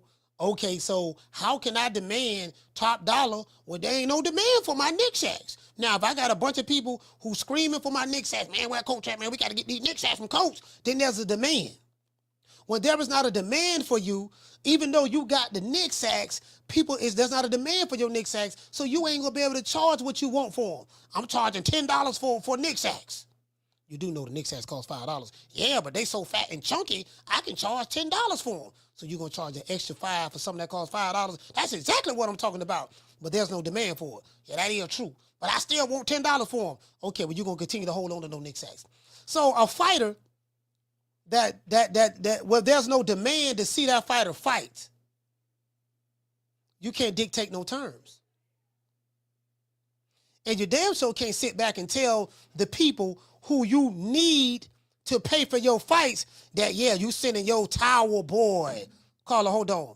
And you sending your tower boy over here and I don't need you. Well, you needed him when you got paid $5 million to fight the electrician. When you fought the electrician and got paid $5 million because Mama Holfield's daughter pulled out of the fight, you wasn't saying you didn't need Turkey then. But now, according to you, he reneging. He don't want to pay you an overinflated purse, because you're not a draw like that, according to reports. So you don't want to pay you the overinflated purse. Now you mad. Okay, so my question is, where are you going to get the rest of that money from? You ain't getting it from Al Heyman. Don't nobody know where he at. Louis D. Cooper's, Tom Brown, they damn sure ain't giving it to you. Booker Ray ain't giving it to you. Is Eddie Hearn gonna pay you? Let's see if Eddie Hearn gonna pay you with the DAZN people money. Frank Ward definitely ain't paying you, and you know Bob. I heard it was happy when you left. That's what I heard. They were like, "Ooh, Lord have mercy, we ain't gotta pay that nigga all that money no more. Let somebody else deal with it." That's what I heard. Sources say. Carter, what's your name? Where you calling from? Slim, let me double back on one thing. You just hit it. The thing is, and sources, you know, it is what it is. Word is, well, I don't want to say it like that. But the thing is, could it be that Big Turk asked Shakur to take some bread off of the electrician fight, and Shakur said, "Fuck that, a contract's a contract," and Turk said, "Okay, cool. We'll see what happens on the next fight." Is that a possibility? Yeah, it's a possibility. You know, it's a high possibility because usually, I don't know if people familiar. Usually, when the fight degrades, usually the boxer be like, "All right, well, we'll negotiate a different fight, negotiate a different price, right, for the backup, and then you get me on the next fight." You dig what I'm telling you? Mm-hmm. And so and now this is exactly what happened. I guarantee he got that $5 million for the electrician, and he didn't back down because Turk and probably be like, "Look, man, we give you 2.2, and we woo woo woo woo woo." And Shakur, because it's at the point now with these boxers, it's like a get got type of situation. These motherfuckers is so defensive about promoters and don't want to, they always think somebody trying to finesse them. So they trying to finesse the promoters before they get finessed. You see what I'm saying? Yeah. So it's like, this is the problem with boxing now is it's too many fake bosses for one. Nobody, if you say you're a worker, that's a bad thing. And everybody's out. They always think the promoter is out to get them. It's just business. But at the end of the day, you don't have leverage. Only 1 or 2% of boxers actually have real leverage in this shit. Yeah. These dudes think they Canelo, fam. Yeah, dude, literally. Hey, Ron, when you hear Ron, check this out. I'm in Houston, Texas, last Friday. Right. I'm at the Red Owl in Northwest Texas. I know you. It was packed, right? Uh-huh. It was packed. It was a bunch of Mexicans in there, and every time a Mexican fighter fought, they went crazy. It was one Mexican fighter. It was a co-main event. Karma Serene was there. I met her, and Daniel Agnew was there, and quite a few of the people who watched the show was there. I met them all. We took pictures. This one dude was getting his ass whooped. Mexican dude was getting his ass whooped by a brother. And the crowd was quiet. Pro-Mexican crowd. Every time that Mexican landed a good punch on that brother, they jumped up and went to screaming, like, "Come on, get him." And I realized right then, you know what, dog? The Mexican fan base are really the only fans in boxing. Bro, it's a real thing. They didn't care that he was losing. Like, they was mad he was losing, but when he landed a punch or two, they went to screaming. And the black fan base is different. Yeah, man, that nigga here, man, shit, I ain't come watch that nigga no more, man. That nigga boring, this and that, yada, yada. But the Mexican fan base, they really, they was passionate. And I'm sitting there watching, I say, damn, now I see the Mexicans move the needle in America when it comes to boxing. Yeah, they do. That's not even. Yeah, they do, bro. That's a fact. Yeah. When I go to them, when I go to Vegas and all that, when I was going, them motherfuckers be out there. Yeah, and, bro. And I don't know, Drew told you the story with me. We were in a few fights. I'm probably one of the few brothers, and I'm loud. So I'm like talking to the Mexicans. They all cool though. It's like I talk that shit. I'm talking my shit to the Mexicans in the middle of them and all this shit. I'm screaming the same shit they say. Mexico. When my brother, when Shakur was beating the shit off of Valdez, I was screaming Mexico. They irking them and shit. And you know how I do it. Yeah. So anyway. But no, they deep. They stay like it's been like that. I've been doing this shit for decades. So I'm consistent, and it's a reason that black versus brown shit do pay. And nobody ever denied that formula. That shit is a real formula. It is. But as far as this whole fucking Shakur, and it's just not. It's sad that we've got to talk about Shakur because he's the most recent one that's been vocal about it. But this is what's going on with all the American boxers. This shit is out of fucking control. It's out of control. Everybody's stuck on this. They think they Floyd. It's like a fucking arms race to see who can get to Floyd, but nobody want to really do what Floyd did. Or, you know what I'm saying? Like, God, Hey, Hey, Ron, this is a dude in the chat, Troy Yeah. Graham. He said he got a dread. That's his cousin in Spanish Town, Jamaica. He told me to ask you something, so I guess he got a restaurant or whatever. All right. Yeah. All right. All right. He said, all right, Troy. All right. All right, salute, But fam. yeah, Mo, I just wanted to double back on that because I think that's what happens, Slim. I think Turkey's like, you ain't want to give me a discount on that electrician? I got you, though. You dig? I'm out, Mo. All right, salute, fam. Yeah, bro, let me tell you something. Bro, I was there. I'm sitting there. Bro, listen. I'm sitting there. This dude, listen, this Mexican fighter, he getting a brace beat off of him, dog. And they was quiet. And I'm talking to Rick. I said, Rick, boy, they looking for anything to get happy about. Boy, he messed around and landed by 2-3 good punches. The crowd went crazy. Come on, get him. Come on, Viva Mexico. Come on. Like this dude, and he landed 2-3 punches, dog. The man landed 2 beat 30. What y'all screaming for? You get what I'm saying? He in the ring with a slick black fighter. He getting beat. Bro, they didn't care. As soon as he landed a punch, I said, and then Carla, hold on. And then I'm looking, right? And I'm sitting back there. I sit back and observing. I say, damn, I get it now. I finally get it. The Mexican fan base, they came out. This is a pro-Mexican audience. Like this all of Mexico in here. It's a few brothers in there, but bro, it's all Mexico. Black versus brown. And they came out supporting. I'm like, God damn. And I'm seeing this on a small scale. I say, damn, these niggas really ain't got no leverage like that for real and boxing like that. You get what I'm saying? Cedric Kelly say Bivol vacated his belt today. Yeah, I know. I already spoke about that. Carla, what's your name? Where you calling from? Hi, Coach. This is Sheila from Houston. How you doing? Man, Miss Sheila, talk to me. Look, I see you got your Tampa Blue on today. No, this ain't Tampa Blue. This kind of like more like turquoise or something.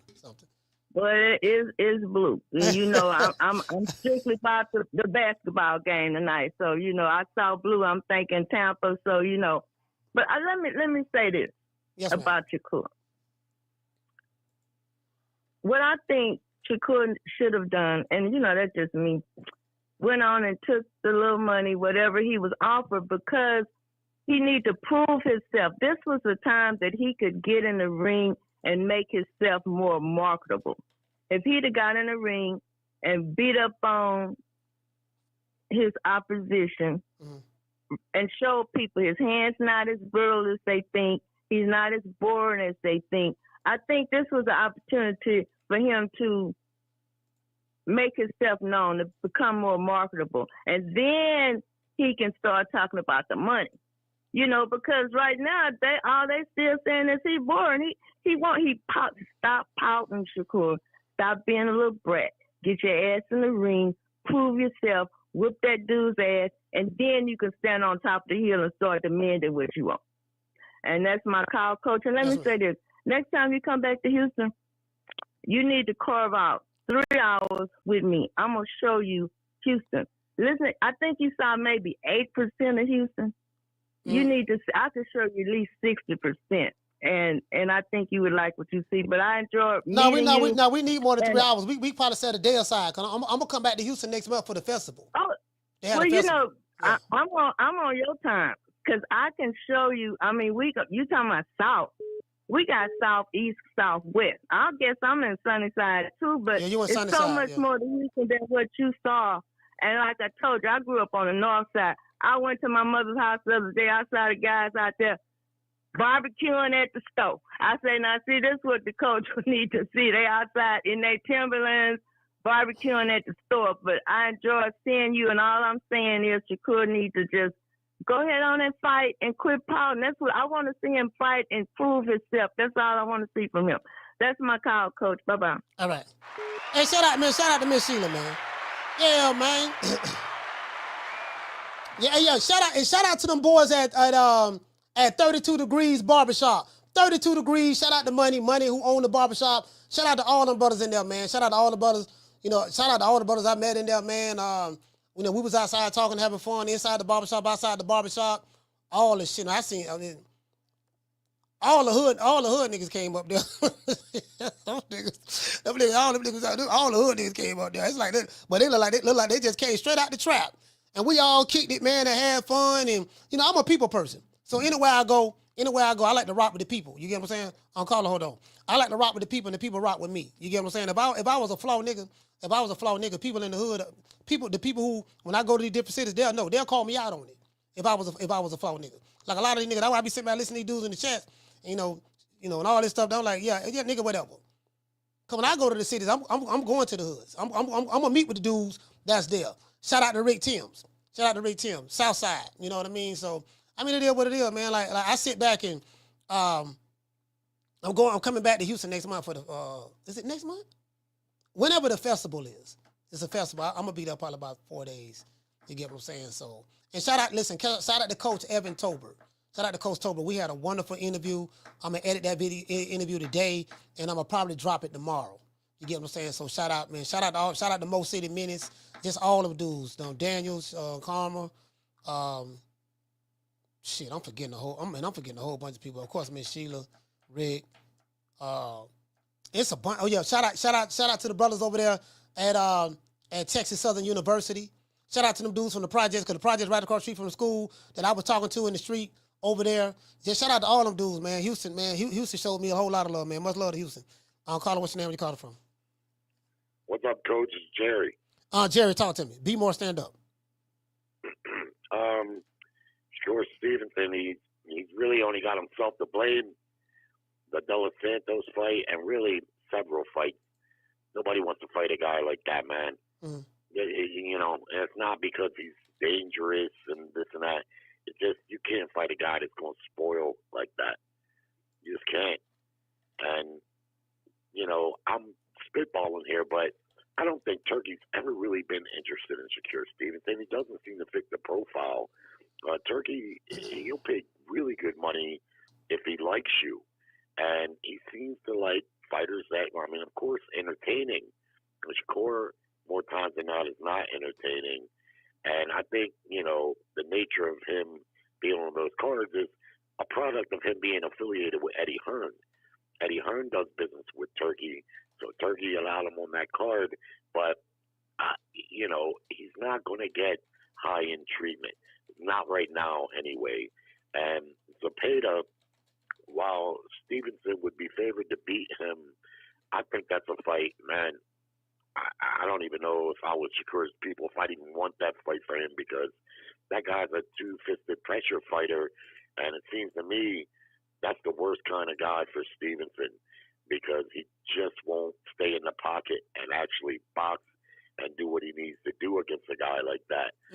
He'll more likely he will run, clinch, jump out of the position, and spoil the whole fight, and the criticism, I think, will increase for him. But Jared, let me ask you this: so what do you think from a stylistic standpoint that Shakur must do? Like I heard his manager Jay Prince. Again, I don't have any issue with Jay Prince. Shout out to Jay Prince, all that stuff there. But I kind of disagree with him on something he said. He said, well, you know, the people who say Shakur has a boring style, they don't know boxing. And this and that. The name of the game is to hit and not get hit. I said, okay, well, there are several different ways that you can hit and not get hit. Canelo fights come to you in the pocket. He slips, catches, rolls on the shots, and counters while in the pocket. James lights out Tony. Mike McCallum were perfect at that. Look, I'm gonna be right here. They not jumping back 20 feet when you flinch at them. They ain't jumping back. No, we gonna be right here, baby boy. We gonna be right here. We're going to be right here, baby boy. Like, when you throw that punch, you know, look, again, we're going to be right here. So, stylistically, they don't like the guy. Now, Shakur has been ducked. You know, Pitbull ducked him. Zepeda ducked him. He has been ducked by fighters. You know, some of them have, you know, that is true. They have ducked for whatever the reason may be. Whether you feel it wasn't a dug, it was a promoter that did it, but he has. But I'm talking about as of right now, you know, you got paid $5 million to fight an electrician in a replacement fight because Floyd Schofield got scared and pulled out of the fight. So now I don't know what Turkey promised you, but a lot of these promoters, PBC, Matchroom with Eddie Hearn, and Turkey, they've been overpaying some of these fighters. They created this monster. It's the promoter's fault. You created this monster by overpaying these guys, and now they feel like they should be getting paid crazy money to fight low-level competition and stuff like that, and it just don't work that way. That's why I say, Jerry, we need for the market to reset itself from a financial standpoint. Well, I respectfully disagree to a degree with that. The market for Shakur is right where it's supposed to be. You're not going to get paid when you're not entertaining like that. That's what I said. That's what I'm saying. Yeah. Well. To me, the market doesn't need to be reset. He needs to realize, and people who support what his style is need to realize that's not boxing. I don't care if it's Prince or who it is. That is not boxing. Yeah. Boxing is staying in position to land your punches while being defensively responsible. Right. And yes, it's hit and not get hit, but first it's hit. That's the main thing, to hit. You're going to get hit in a prize fight. But too many times, Shakur Stevenson sacrifices his offense for defense. Yeah. And nobody wants to watch that. And it's frustrating with him because he could, do like Mike McCallum and James Toney and Pernell Whitaker and I would say Bud Crawford. He's a boxer puncher. Bud, the way he beat Madrimov is he stayed in position to land punches.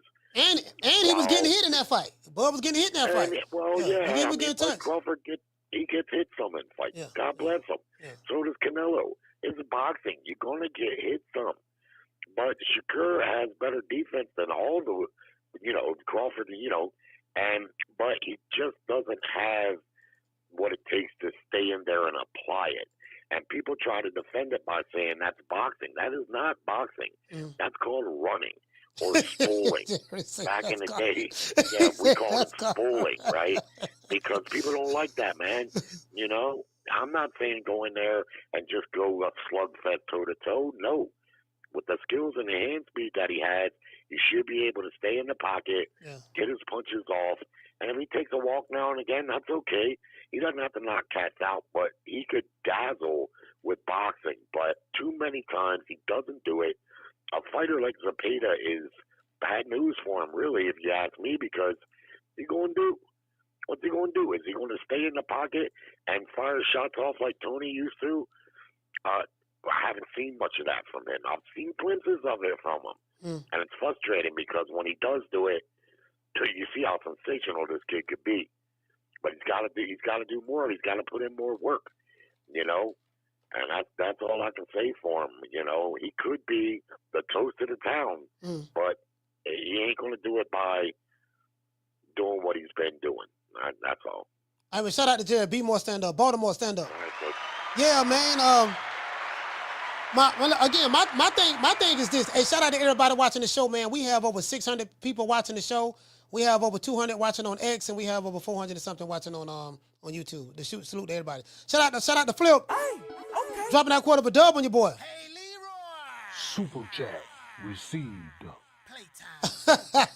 Hey, he said, hey, Coach, me and my mom love to hear you laugh. She said that you had the best laugh in the world, and it's very contagious. Salute, fam. Hey, salute to you, fam. Hey, shout out to you and your mother.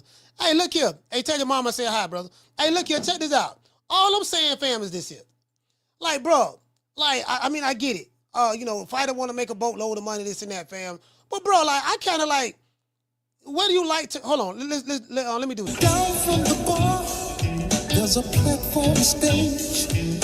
People pimping, sharp as razor blades. I want to see my slick black fighters, fight the way James Toney fought. If the object of the game is to hit and not get hit, you should be able to sit right there mid-range and hit a guy and not get hit. Just look at Tony. Look at Pernell. Look at Mike McCallum. Bro, they did it. They made a living right there in their pocket. Dog, bro, that's the most frustrating thing in the world, to have a guy right there in front of you.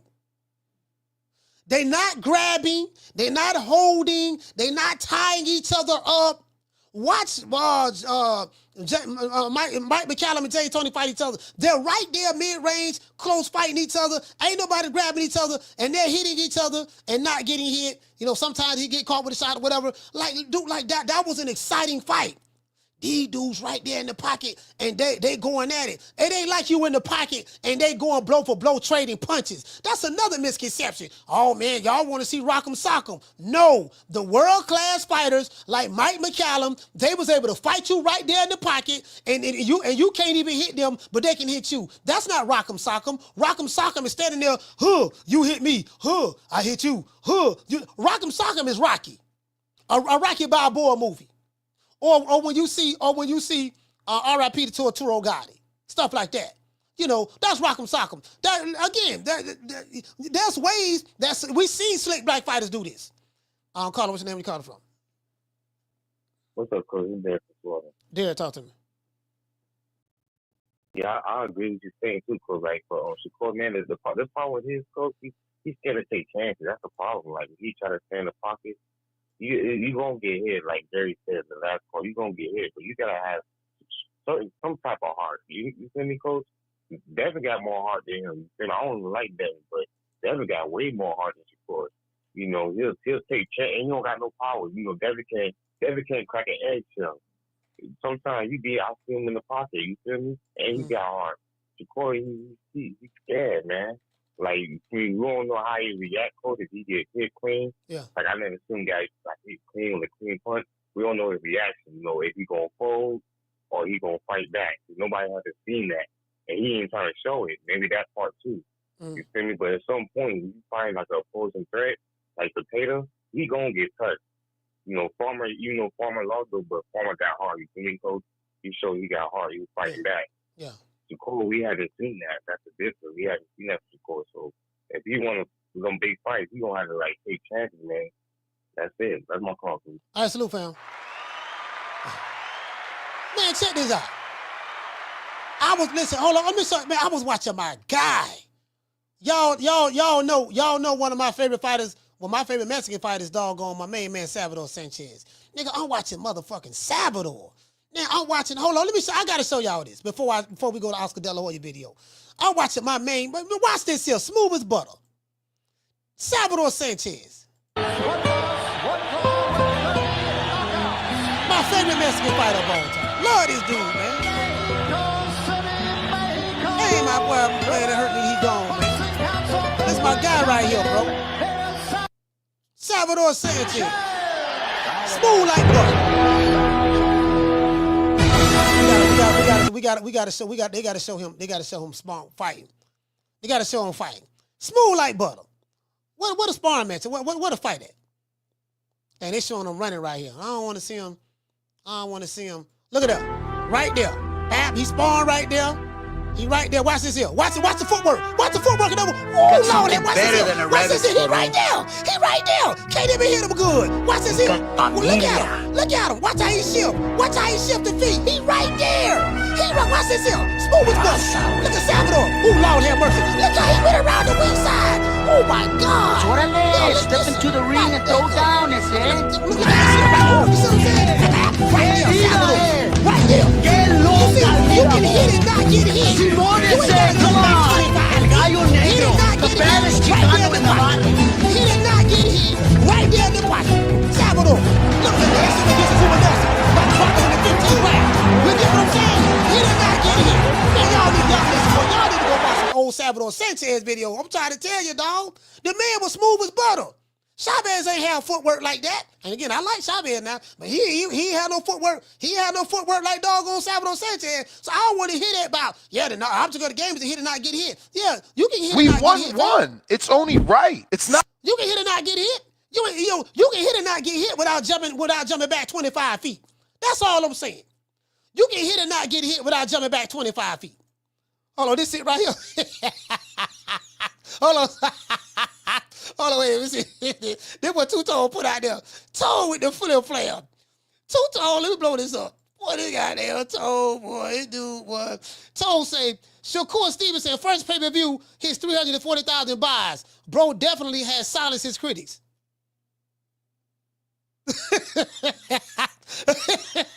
Tone with the fuck. He went to flip flop.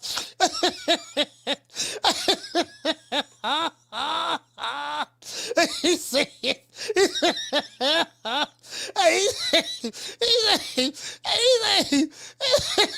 Tone with the flip flap, man. Man, cut it out. This man was the co-main event to the co-main event. He silenced his critics. This dude say lies, bro. He said, bro fought an electrician on a 3-day notice, beat him in 9 rounds, and see, then tweeted out that he's one of the best boxers of his era. Y'all gotta stop hating on Shakur, man. Y'all gotta stop. Y'all gotta stop hating on Shakur. Carla, what's your name? Where you calling from? Salute, coach. It's the magnificent Miss Black Panther. Miss Black Panther, talk to me, sis. Hey, you know, I like Shakur. You know, I do. Yeah, me too. Like I said, I like him. His best fight was with Oscar Valdez. And I think if Shakur engages more in his fight, it'll be a better opportunity for him. It'll be a better fight. You know what I'm saying? But I like him, but, you know, all that tap, dancing, moving, that ain't gonna cut it.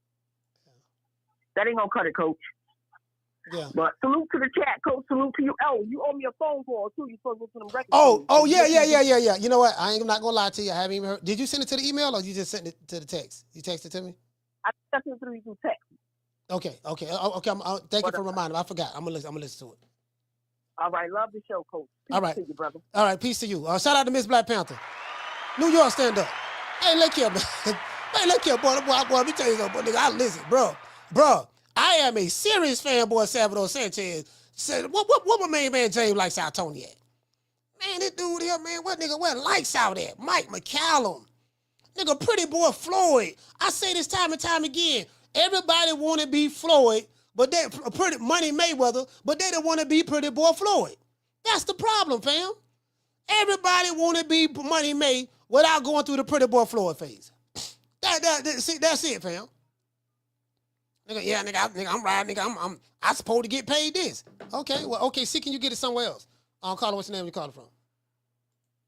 Man, coach, this casino like prayer 2 times, man. Casino, talk to me 2 times. Man, it was a caller that called in. He was like, man, he was trying to figure out why Shakur ain't showed it. You know what I'm saying? He was like, who that was? I don't think it was the last person. It might have been the one before. But he was saying Shakur ain't showed no heart. Bro, I just wanted to say, bro, like, bro, when somebody don't show some shit, that mean they ain't got it.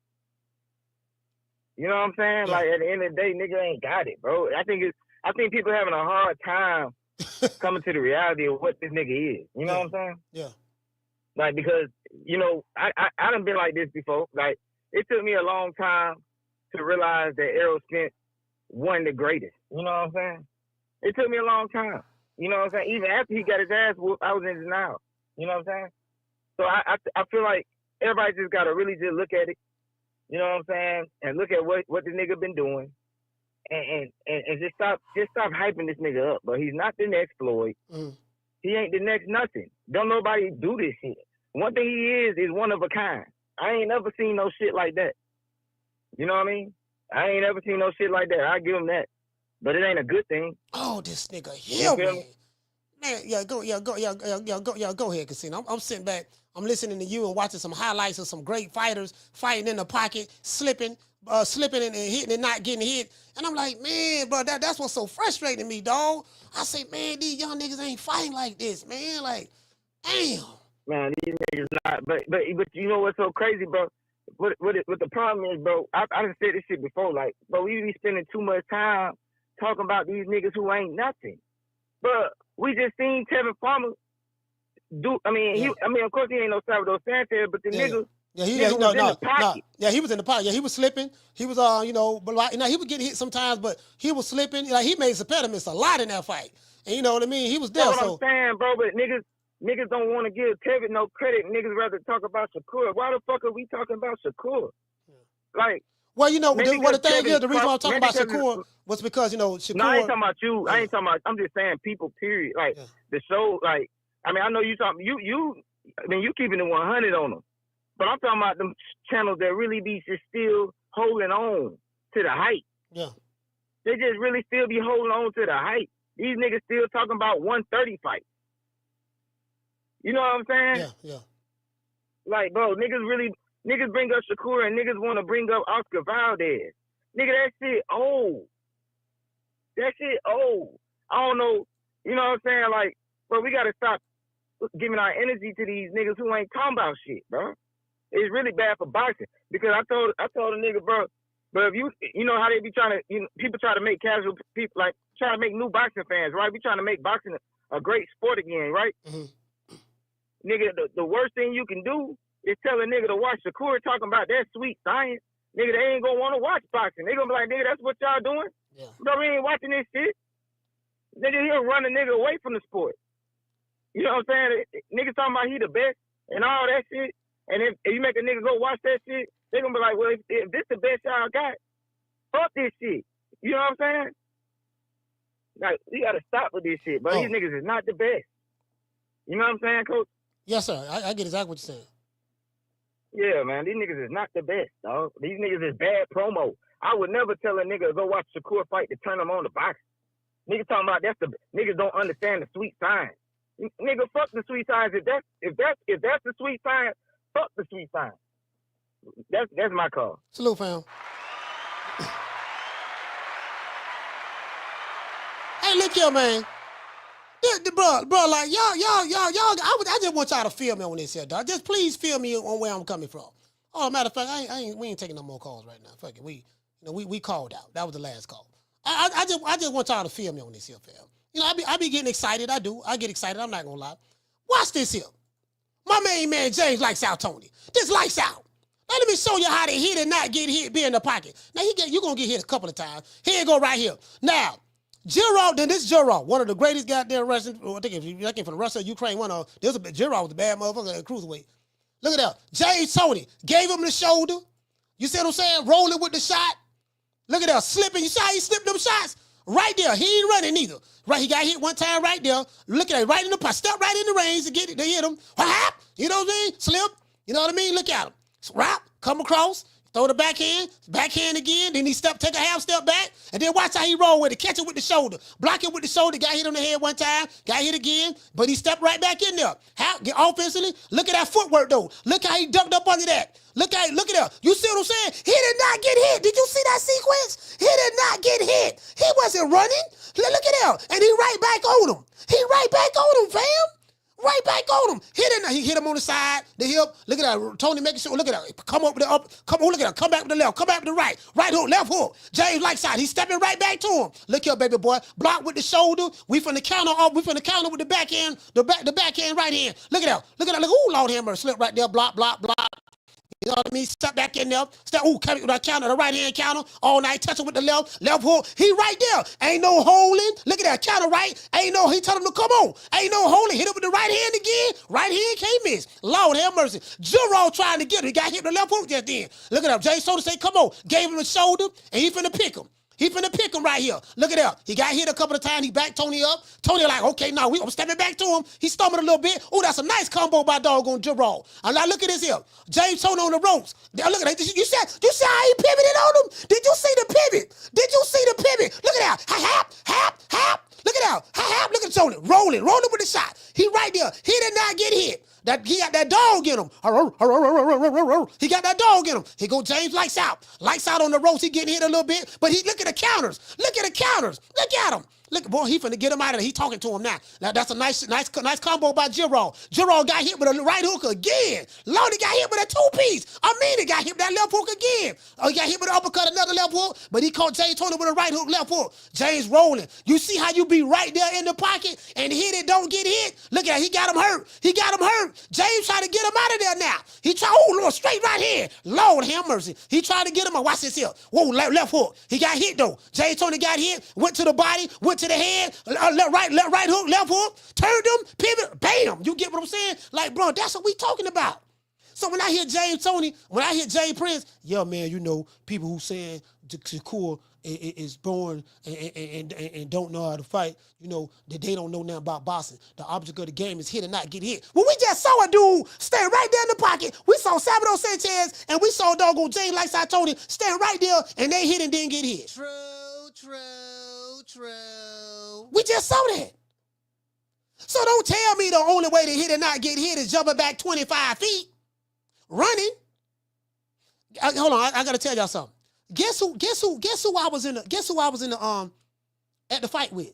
Guess who I was at the airport with? We was in the car together driving to the airport. Edmund De Los Santos trainer. Edmund De Los Santos trainer. So I can confirm that Edmund De Los Santos and Keyshawn Davis, they are negotiating for a fight. They are negotiating for a fight. I can confirm that. Now, nothing has been confirmed. There's no contract signed, but they are negotiating. They're right there. You get what I'm saying? They're right there. He said the issue is about money right now. He said they're trying to lowball him. I don't know if he mean top rank trying to lowball Edmund De Los Santos or something. I think that's what he meant. I'm not sure. But bro, so when I hear these dudes talking about y'all don't know nothing about boxing, dog, like you gotta watch Juan Manuel Marquez fight. You gotta watch Eric Morales fight. Bro, there's a million ways to hit and not get hit. You know, when you tell me, yeah, man, y'all don't know nothing about boxing. The object of the game is to hit and not get hit. All right, listen, I know boxing. I seen Salvador Sanchez do it, Pernell Whitaker do it, Mike McCallum do it, James Lifestyle Tony do it, Roberto Duran. Oh, I don't want to talk about Roberto Duran. Roberto Duran was a master at fighting in the pocket, mid-range fighting in the pocket, hitting and not get hit.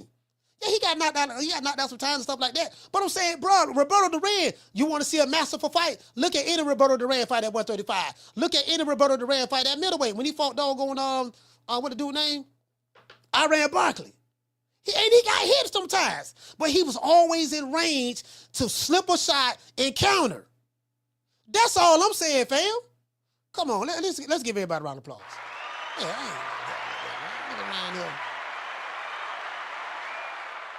yeah, these niggas can't tell me nothing, man. I'm sitting back. I know what I'm watching. It's my guy. This is my guy right here, boy. Lord, him, this motherfucker right here, boy. Matter of fact, speaking of Duran, let's look at Duran right here. Speaking of Duran, I was just talking about Duran. My 14 greatest weight jumpers of all time. Roberto Duran, number 6. 1968 to 2001. That's my lightweight. Lord have mercy. Roberto Duran putting him to sleep at lightweight. You know what I mean? Knocking niggas out. Look at that. Roberto Duran was a monster at lightweight, boy. Hands of stone. Body shot. You know what I mean? He always in position to land the shot. Look at Roberto. Look at Roberto. Y'all see him? Yo, Lord have mercy. Y'all see him? Y'all see him? You know what I mean? He got some losses, but Roberto right there, baby. He right there. He ain't scared. You know, he gonna slip some shots, but he ain't scared to get hit if need be. You know what I mean? Because he, you know, you got to bring some ass to get some ass. He ought to know that. Ooh, Lord, hammer, hand stone. That nigga 135, Roberto Duran. Ooh, Lord, look. You see how he slipping them shots? You see how he was slipping them shots? Ooh, Lord, have mercy. That's a mean two-piece. Y'all see that two-piece? Nigga, motherfucker, man, don't tell me nothing about no Roberto Duran, fam. Don't tell me about we don't know nothing about, that's him beating up Sugar Ray the first fight. He beating up Sugar Ray the first fight. Beating up Sugar, full counter. Beating up Sugar the first fight. You know what I mean? Sugar made him quit the second fight, though. Boy, look at that. Got Sugar doing a stanky leg. Lord have mercy. He got caught with a two-piece right there. Got caught with a meaning. Ooh, Lord have mercy. He killing this dude. Beating the brother. Oh, Lord. Look at Roberto Duran. Roll with the shoulder. Hack up. You know, right there. He right there. Slipping.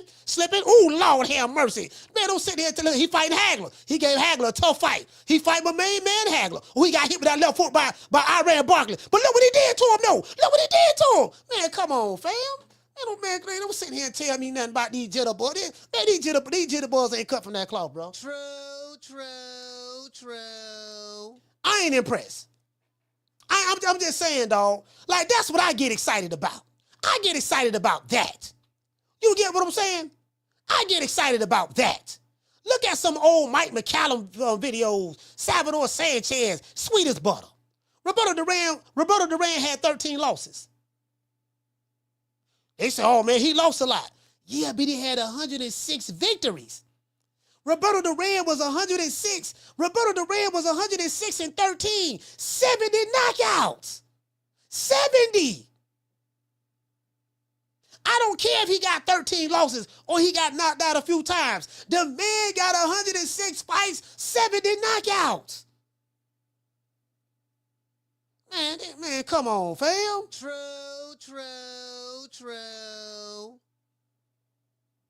Sugar Ray Leonard, man, they fought everybody.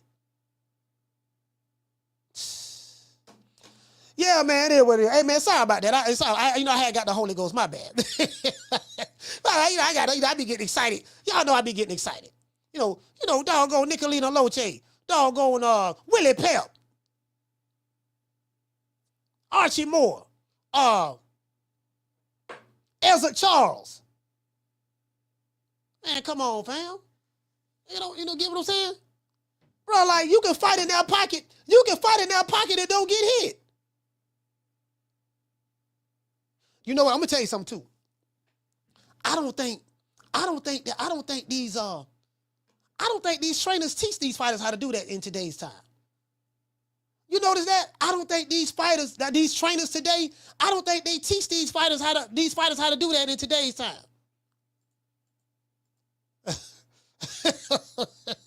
These niggas be. Hey, shout out to Jason Phillips. Hey, listen. I don't think, you know how I know? Because I don't see no fighters doing it. I don't see them doing it. These niggas doing this. Okay, ooh, Lord hell, brother. She shaking the shoulder. That's what they do. They sit right there, mama. Fuck. The Uber taking long as hell. I walk back. Trying to. They sit back. These niggas, you act like you doing this shimmy. They shaking their shoulders doing this shimmy. I'm like, what you shimmying for, fam? You ain't fighting nobody. You get what I'm saying? You like, dude, like, man, don't tell me, yeah, man, y'all don't know nothing about boxing. No, I know a lot about boxing, dog. And I'm telling you, I don't see enough boxing to know. Matter of fact, people better rather watch this fight right here. Nick Sack Promotions. They better watch one of my fighters at Nick Sack Promotions. You know what I mean? Blood, get down, blood, if breaks down. Blood, kick, blood, park your ass, blood on the damn rules. What's happening? You can't do that. I know who you talking to, blood. Out of my face. Out of my damn rules. You ain't got no squabbles. What's that, blood? Get down, blood, if it breaks down. Blood, kick, blood, park your ass, blood on the damn rules. What's happening? You can't do that. I know who you talking to, blood. Out of my face. Out of my damn rules. You ain't got no squabbles. What's that, blood? Get down, blood, if it breaks down. Blood, kick, blood, park your ass, blood. The people rather pay pay-per-view than see what a Nick Sack Promotions fighters, fam. You get what I'm saying? We right there. We in the pocket. The people rather pay pay-per-view to see what a Nick Sack Promotions fighters. That's all I'm saying. You don't even act like a fucking cat. You act like a fucking bat with your bad ass, with your red ass. Get the head ass. I'll kick you in your ass with your head ass. I'll kick you in your ass with your fat ass. You little fucking cat. Get your nails off the fucking couch before I kick you in your fucking mouth. I don't even know what the fuck you about. You run around this bitch like this your fucking house. You don't even pay a bill in this fucking house. Hey, you get what I'm saying? Like listen, the people rather pay to see a Nick Sack Promotions fighter, dog. That's all I'm saying. These dudes ain't fight like that, dog. That's all I'm saying, bro. That's all I'm saying. They ain't, you know, y'all talking like, y'all, you get what I'm saying? Y'all talking like these dudes Bam Bam Bigelow or somebody. These dudes ain't Bam Bam Bigelow, fam. That's all I'm saying. I ain't hating, but I gotta call a spade a spade. I've been watching boxing a long time, fam, and these dudes ain't doing that. They ain't doing that, bro. That's all I'm saying. They ain't doing that. Nigga, I'm looking at some old boxing. I'm like, nah, man, I'm you know, cause I say, nah, I don't see it, dog. I don't see what they talking about. Your fighter ain't that, dog. He ain't what you think he is. That's all I'm saying. The man ain't what you think he is. Stylistically, the man fighting like Hobo Sam. True. The name of the box, the name of the game is to hit and not get hit. Okay, well, yeah, they hit and not get hit. This how you hit and not get hit. Comes up. You see this here? You see doggone, you get what I'm saying? Doggone, listen. Hold on, I'm gonna tell you something else too. Doggone, you want to see another good fight? Watch Roberto Duran and Wilfred Benitez. Roberto Duran and Wilfred Benitez, that's another good fight to watch. Now, Wilfred Benitez beat Roberto Duran, but that ain't the point. Hey, shout out to Martin King Boxing, man. Hey, okay. That's another good fight you want to watch. You get what I'm saying? These dudes ain't fighting like that, bro. Y'all sitting back. He said, Coach, how do you see Joe Calzaghe and Tony results in their prime? Oh, listen, I got James Tony over Joe Calzaghe 7 days a week and twice on Sundays. Joe Calzaghe in his prime, James Tony in his prime, I got lights out. Literally. That's just my opinion. It's a fantasy match. I got lights out. That's what I got. Every day of the week. He said, breaking news, David Benavidez elevated to 175 champ. Y'all already know. We ought to know that. Once that's what they was playing for. Once Bivol dropped the belt, he got elevated. So he'll email champ. That's what they playing anyways. You know what I mean? So no, you notice the WBC, they didn't you know what? We'll do a show on that. We'll do a show on that. It is what it is. Let's give everybody a round of applause. Shit, nigga, I got motherfucking man. Shit. Man, James Toney was a bad motherfucker, man, in his prime, bro. Middleweight James Toney, light heavyweight James Toney, super middleweight James Toney, cruiserweight James Toney. That dude was a bad boy, fam. Hey, James Toney was mean as a rattlesnake, literally. He was mean as a rattlesnake. And the dude can fight. The man had some of the best footwork, lateral, upper body, lateral movement you ever seen. He was the defensive master. He studied Ezra Charles. I just showed y'all a clip. He right there in the pocket, fighting a killer. See, this how you know a great fighter. When you see what a great fighter, how he performs in front of another great fighter. When you see how a great fighter, how he performs in front of another great fighter. If he's fighting a great fighter the way he fought a pork chop sandwich, I'm going to give you a perfect example. If Shakur Stevenson could have fought the same style he fought Jamel Herring. Now, when he fought Jamel Herring, because he knew he could beat Jamel Herring was old, and then Jamel Herring, they used to spar all the time. So Jamel Herring was overly matched against Shakur Stevenson. Shakur was too fast, too quick. But you notice when Shakur Stevenson fought Edward De Los Santos, he didn't fight Edward De Los Santos the way he fought Jamel Herring. If he could have did to Edward De Los Santos what he did to Jamel Herring, but in order for him to do that, he would have had to fight that style. He didn't do that. So he picks and chooses when he wants to fight that inside aggressive style, that mid-range style. He picks and chooses when he wants to do that. Now, Shakur Stevenson has some of the best timing in boxing. I give him that. When it comes to timing, he got great timing. The difference between that, James Toney fought Jurov, fought Roy, even though he lost, Mike McCallum, he fought killers. The same way he'll fight a low-level fighter, he gonna fight that high-level fighter the same way. He gonna fight him the same way. Oh, shit, I'm in front of a puncher. Man, I ain't trying to get hit. No. James Toney gonna smother that shot. He gonna roll with that shot. He gonna slip it. He gonna parry it. He gonna block it. He ain't afraid to get hit. And he not trading punches with him. You right there, but nigga, the only thing you gonna get is this shoulder, because he's the master of the Philly shell. He mastered the Philly shell. You gonna get this shoulder. I'm gonna give you the side of my back to hit. I'm gonna roll up under that. I'm gonna catch with this, and when I catch with this left hand, bam, I'm coming back with the left hook. I know that you got I know once I hit you with the left hook, you gonna come back with the right hand. I'm gonna roll up under that right hand, come back with another left hook, block your right hand, and come back with my right and roll up under, and he's right there in front of you. To this day. Hit and not getting hit.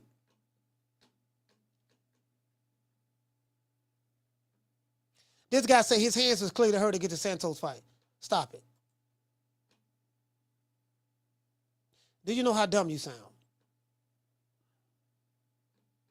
You must be, this must be,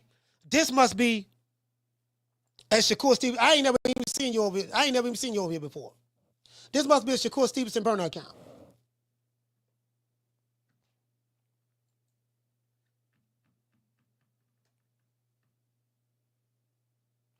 What's your name, man? Let me see who this nigga is right here. Let me see who this nigga is right here. You got 14 subscribers. You dropped the video 7 years ago. Call the number. Call the number, my nigga. I just looked at your account. 530. I'm gonna accept one more call from you. 530-494-9636. Call me now. Call me now. What the fuck does that have to do with his defense? What the fuck does that have to do with him fighting in the pocket, slipping in the pocket? I just showed you a perfect example of that. Call me now. Round one said, I bet he won't call. I bet he won't call neither. He gonna get destroyed on this. What did it say? DC Curry say trolls came today. All right, this him. This might be him. Nigga might have did call. Caller, what's your name? Where you calling from? This is Hard One from Chicago. What's up, community? All right, talk to me. Let's go. I actually been watching you for a while, and I do be commenting. So I don't know whatever you've seen. You got a lot of people that follow you, so you probably just ain't seen you. So I don't know what that's about. But yeah. I ain't never seen you before. Okay, cool. But I've been on your show. I watched the whole Bill Haney show. I watched when him and Gray was going at a couple times, and you was laughing with Gray when Gray called in recently. Okay. All that. But so that lets you know right there, I actually watched the show. And I respect your knowledge of boxing. I'm not saying you don't know boxing at all. We just happen to disagree on this thing right here. Okay. Floyd Mayweather, one of the greatest boxers, not the best boxer ever. You can have your opinion about it if he is or not, but he's definitely in the competition. He didn't fight Miguel Cotto how he fought Pacquiao. Great fighters can fight different ways in different fights. James Toney may fight the same every fight. Okay, cool, but James Toney ain't better than Floyd. That's a matter of opinion. That's a matter of opinion. But that is a matter of opinion. But based on the facts, based on their accomplishments, he's not better than Floyd. So your point is so what? You can say that's an opinion. That's subjective. Cool. My point is, I'm pointing out a great fighter that fought different ways against a different fighter. You said James Toney will fight the same way all the time. Okay, cool. That may work for him. But Floyd Mayweather can adapt. So let me correct you on that. I'm not saying James Toney fought the same way the same time. What I'm saying is James Toney was able to sit there mid-range and in the pocket and hit and not get hit. Floyd Mayweather, when he was Pretty Boy Floyd, he did the same thing. He was a killer. He was an assassin. And he didn't fight Diego Corrales in the pocket. He fought him mid-range. He wasn't running from Diego Corrales. He fought him right there mid-range. Sure. I don't think none of it is running, but he fought Diego Corrales at mid-range and long range. Go back and watch the fight. I watched that fight 3 times. To the body, they coming back up. Okay, so what does that have to do with Shakur Stevenson, sir? I'm just addressing what you're saying. So what does that have to do with Shakur Stevenson? Boy Floyd, like you just tried to. I'm saying that has something to do with what you're saying. You said great fighters can fight the same way against anybody. Well, that's not a great fighter. That's not what I said, sir. What I'm saying, sir, is great fighters can fight mid-range in the pocket. They can hit and not get hit. You don't have to jump back 25 feet to hit and not get hit. I said great fighters, they can fight another great fighter. They can fight hyperbole. That's hyperbole. We know Shakur didn't come back 25 feet. That's hyperbole. But I understand what you're saying. Okay, of course, I'm being facetious, but he jumping back. Look, bro, all of the fans are saying the same thing, bro. So you are in the minority in this. You might feel the way you feel about Shakur. I mean, that's fine. But most of the fans are saying the same thing. You couldn't prove that if you tried. You couldn't prove that if you tried. That's your opinion, and that's the opinion of the people. I can't prove it. I can see this. I can see the fight for him, fam. We saw what he did with Ever Dela Santos. Now that's proof right there. Okay, and the fight against Ever Dela Santos, I said that his hand was clearly hurt. You said it wasn't. No, sir. How many times did he throw the left? Sir, I did not say it wasn't. I said, listen, what does that have to do with him fighting in the pocket, slipping and not getting hit? Because he can't throw his left hand. He's a southpaw fighter. He adjusted to what he was feeling that night. Okay. He didn't pull out the fight. He said, okay, I'm going to go into this fight and throw a bunch of right hands and use my defense. Did he fight in the pocket in that fight? No. But Floyd Mayweather didn't fight Pacquiao in the pocket, but he can fight in the pocket pretty well. Bro, but you're doing a terrible comparison. Like comparing Floyd and saying using that as an argument. Hear me out, brother. Using Floyd as a comparison or an analogy to talk about Shakur's style. Fans say the same thing about Shakur Stevenson. They don't like his style, stylistically, stuff like that. He jumps back. That's what he does. When he's in front of a puncher. When he's in front of a puncher, he fights the same way. When he's in front of the ring with a puncher. But you said he fought Jamel Herring and said, he only did that because he knew he was going to beat him. This is the same Jamel Herring that beat Lamont Roach. Yeah, it's the same Jamel Herring that beat Lamont Roach. It's the same Jamel Herring that doggone Shakur spar all the time, and he was an older Jamel Herring. Not taking anything away from Shakur Stevenson. But that's the reality of the situation. You are taking away he from beat him Shakur up. Stevenson when you try to belittle Jamel Herring, you taking away from Shakur Stevenson. That's not even a How am argument, how am I belittling Jamel Herring? Give me an example, sir. Because you said Shakur only fought him that way because he knew he can beat him because Jamel Herring was familiar. He said it before the fight. He said he sparred a dude all the time. I'm gonna beat him up. I beat him up in sparring all the time. He said it before the fight, sir, in the lead up to the fight. He literally said that. So did he spar Oscar Valdez all the time too? Yeah, I don't know if he sparred Oscar Valdez. I don't know about that. No, he didn't, bro. But yeah, how he do Oscar Valdez? Was he running from Oscar too? No, he wasn't running. He wasn't running. Okay, he was walking Oscar Valdez into shots. The one outlier is the De Los Santos fight, and his hand was clearly hurt. He didn't throw the left hand nearly as much as he usually do. Okay, but he got the and right hand. You're using sir. that to say he always jumped back. That's cap, bro. Sir, he jumped back a lot, sir. And I'm a fan of you, so don't get this just because we disagree on this. Don't get it twisted. No. Listen. Whether you're a fan of me or not, that's irrelevant. All I'm saying is we agree and disagree on this. There's nothing that you're going to tell me that I'm going to agree with. Hear me out, brother. Brother, hear me out. I'm going to let you finish. There's nothing that you can tell me that I'm going to agree with as it relates to Shakur Stevenson from a stylistic standpoint. You're wasting your breath on this. You got a point. I don't agree with it. I got a point. You don't agree with it. We just agree to disagree. That's it. I mean, we agree to disagree when we disagree, but we can have a friendly conversation because we both love boxing. Yes, sir. Shakur can fight mid-range. Shakur can fight inside. Shakur can fight outside. He very seldom fight inside. And he very seldom fight inside. And when he fight in mid-range, listen, hear me out. When he fight in mid-range, as soon as a motherfucker flinch at him, he jumping back out of range. He do that consistently. He consistently do that. Sir, he moves his upper body, and he don't always take a half step back. Sometimes he might take a half step back. Sometimes he just moves his upper body in the pocket and slip and then throw a punch or move to the side. Depending on who he's fighting. I can show you. If he's fighting a puncher, now you go compete on who you're fighting. There you go. Sir, hear me out. When he's fighting a puncher, he does the same goddamn thing. He jump back. Really? Yeah, he does. When he fights a puncher. He do that? So who else do that against? Okay, who else he do that to other than De Los Santos? Let's hear it. Oh, I'm gonna have to pull it up. I'm gonna pull it up, but I'm telling you, he does. Matter of fact, he did. No, hear me out. He did it sometimes against Oscar Valdez. When he fought Oscar Valdez, he did it sometimes in that fight. And sometimes he was in the pocket, and sometimes he was in mid-range. That's what I said he do.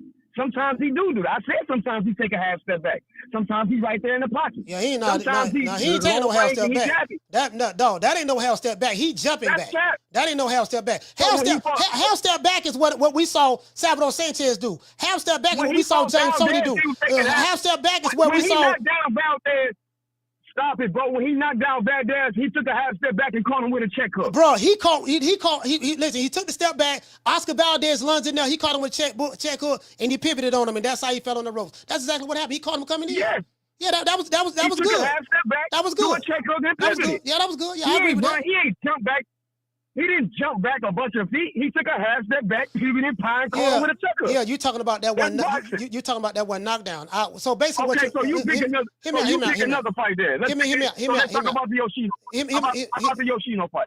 Listen, hear me out. My whole point is this here: when Shakur Stevenson is fighting a puncher, someone that can hit him, that can hurt him, he fights the same way. He's going to jump back every time and get out of the way of the range. Okay, name the other guy. People say, bro, I just got to sit back and look at his resume, and I can show you the fights. Like literally, I can show you the fights. Sir, you sound so confident you would think that you knew it off the top of your head. Okay, and you sound so confident that you think you know everything as related to Shakur off the top of your head. I am. All I'm saying, listen, I'm not in front of no computer. I'm not in front of no computer, bro. I'm not in front of I'm in the car. Sir, hear me out. I'm literally talking about this all off the top of my head, bro. Sir, hear me out. All I'm telling you is this here. I seen this man fight. A lot of people don't like this dude's style. When he's in the ring with a puncher, he jumped back 55 feet. Of course, I'm using hyperbole. This what people say. This what they see. This is what I saw. All I'm saying is this here. And we disagree with that. So if you feel, hear me out. If you feel that I'm capping, listen, Oscar Valdez, he did it. Hear me out. Oscar Valdez. Okay, but hear me out. Listen, I like Shakur, but hear me out. We're not going to agree on this. I don't want to. You want to argue about it? It ain't nothing to argue about. We just agree to disagree, man. That's all. I only called in because you asked me to. Yeah. You called in because you called in, and we agree to disagree. I say what I say, you say what you say, and that's it. When we disagree, bro. And it's still respect. I'm gonna still watch your show. We just disagree on this one point right here. That James Toney example not good. Because I can use the same Floyd James Toney, Nicolito Loche, Ezra Charles, doggone Sugar Ray Robinson, Roberto Duran, doggone Juan Manuel Marquez, doggone Marco Antonio Barrera, Julio Cesar Chavez, doggone Pernell Whitaker. Leonard didn't fight Roberto Duran. So Sugar Ray Leonard didn't fight Roberto Duran the same way he fought him the first and second fight. Yeah, exactly. I agree with that. I agree with that. The way Sugar Ray Leonard fought Benitez, he didn't fight Hearns or Hagler. So we can go all down the line and show. My point is that great fighters can switch it up. I can name Muhammad Ali because his style. He got a little older. He was slow in the feet. Did not fight George Foreman. He fought Sonny Liston. Well, you know, the 60s version of Ali, when he was in his prime, he wasn't in his prime in the 70s. So he fought a different style. So your point, it don't matter if he's in his prime or not. Your point is this here. Because Floyd wasn't in his prime. Floyd wasn't in his prime when he beat Pacquiao. Yeah, he wasn't in his prime really even when he beat Cotto. But he fought them fights two different ways. I get that. So I get your point. Your point is fighters can win several different styles. You're saying that Shakur wins several different ways. That's what you're saying. Point. I'm saying Shakur only did that, what you're saying, that you're using hyperbole against him jumping back 25 feet. He really only did that against De Los Santos. Okay, so the other fights he didn't do that? Not the whole fight. In that fight, He's clearly moving around a lot and not throwing the left hand. But every other fight, he's doing more things more than other, but he's doing a little, he's mixing it up. Like when he fought the guy that really almost beat Frank Martin, can't remember his name, but you know what I'm talking about. He fought that guy in the pocket the whole way. When he fought Oscar Valdez, he switched it up. Sometimes he took half step back, sometimes he fought in the pocket, sometimes he fought mid-range, sometimes he fought long range. And sometimes he jumped back 25 feet. In that fight, he never jumped back 25 feet, bro. Sir, of course I'm being sarcastic and it's hyperbole, but what I'm saying, when I say jump back 25 feet, let me explain this to you. When I say a fighter jump back 25 feet, let me break this down. That means he's jumping back so far out of range, he doesn't want to get hit. That's what he does. You're telling me he only did that one fight. And I'm like, no, sir. Now I can look up his resume and I can look and see what fight. And I'm saying that's not true. So we just disagree on that, brother. That's I said that's the only fight he did that consistently. This is not a matter of opinion. Yeah. This is a matter of fact. That's the only fight he did that consistently in. I said in other fights he would do that not be in range, but sometimes right in another round he'd do it and be in range and counter.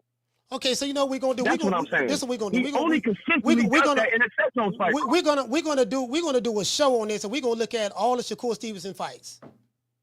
The proof of cool, and I'll come in. But you should be able to do it on command. I should not be able to do it on command because I don't remember every fight I had. I gotta go back and look at it. Boxing knowledge, bro. Go back to Ezra Charles. Come on, bro. But hear me out. But hear me out though. I don't look at this. I don't look at this nigga like that. I don't watch every fight he have like that. I'm telling you the fights that I see. The fights that I see, I'm like, dude, this is what he be doing. But you said he did it against all punches, though, bro, and I'm saying that's not true. Actually, that's not true. He only did that against Celsos, and that's because his hand was clearly hurt. That's not even an excuse. So you're saying if his hands wasn't hurt, he would have fought him a different style? He would have been able to counter more with the left hand like he typically does almost every fight. So why did he run against Devin De Los Santos then? Why did he run? Again, I just said that, bro. You call that running. I call it moving around the ring.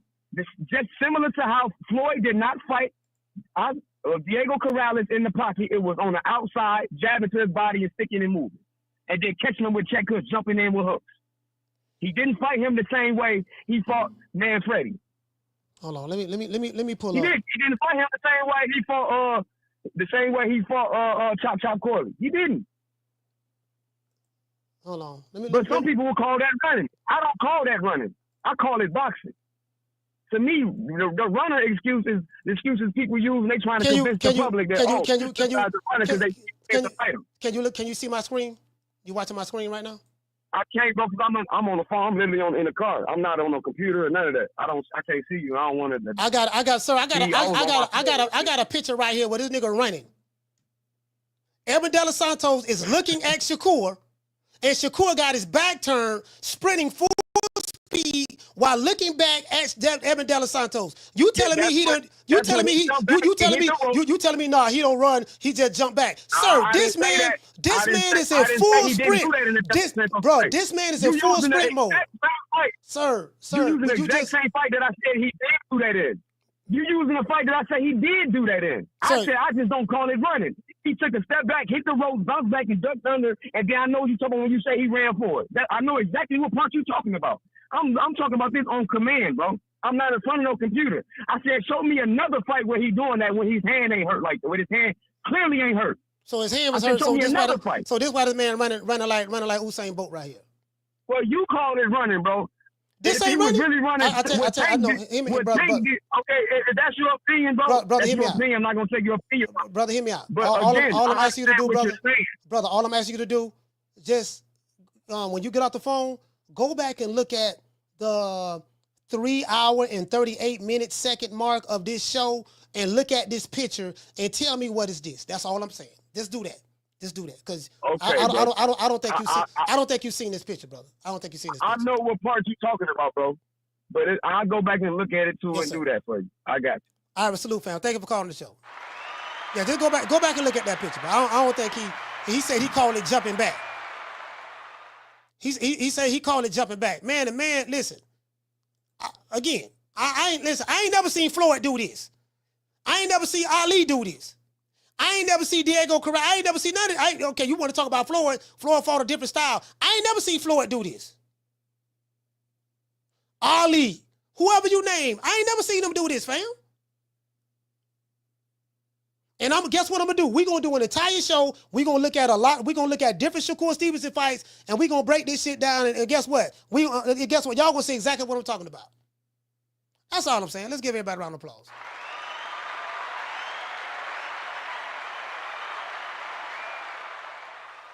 Yeah, I had to pull. I say, damn, I know I got that. I had to pull that up. What'd you say? Hey, shout out to WMS. He say, dude in the corner, and he's still running. Shout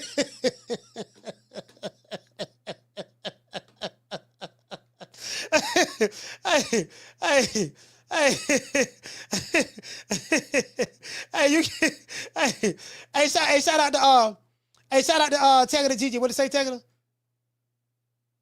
Sergio B, he say he kind of looks like Shakur doing the Soldier Boy. I'm just saying, bro, when he in the ring with a puncher, that's what he does. I just got to pull up some videos. Because what made me really look at him was what boxing fans were saying. Oh, man, this nigga we don't like this nigga style. The nigga be running, he be jumping back and all that stuff there. So I'm looking at his last few fights, the fights he had, and I said, okay, I kind of see what they talking about. I see what they saying, the art of boxing is hitting and not get hit. But this is his style. This is what he does. Now, of course, he wasn't sprinting against all the fighters that he fought when he fought Evan De Los Santos, but he'll jump back like 25 feet. Now, of course, a person say, he didn't jump back 25 feet, you're using hyperbole. That's obvious I'm using hyperbole. I would hope you will understand that, fam. You get what I'm saying? So it is what it is. Shout out to Miss Black Panther. Salute to you, sis. Corey Bradley. Jamie said the man did call in, respect that. Yeah, he did call in. I respect that. Yeah, but we're gonna do a show. We're gonna do a show on that. I'm telling you. Talib Cunningham, he say Floyd didn't start moving around until he got to 47. 135 Floyd was KOing dudes. 130 and 135 Floyd was KOing dudes. This is what I was saying. Like the pretty boy Floyd was different from Money Mayweather. Of course, Money Mayweather was when Floyd Mayweather got older. When he was young, he wasn't fighting the same way when he was old than he did when he was young. These niggas younger than they prime running, jumping back 25 feet. That's what I'm saying. So when you bring up Ali and all that stuff there, of course they beat fighters different styles. I get all of that. But when they was 25 years old and shit like that, they wasn't doing with these 25, 26, 27, these niggas in their prime, they wasn't doing that. The fans watch this dude. And again, I like Shakur Stevenson. I like the kid. I do. He don't like me. I really don't give a fuck. I ain't got no emotional attachment to none of these niggas. But it is what it is. That's all. But to bring up Pretty Boy Floyd, like Pretty Boy Floyd was a motherfucker. When he fought Diego Corrales, he beat that dude mid-range.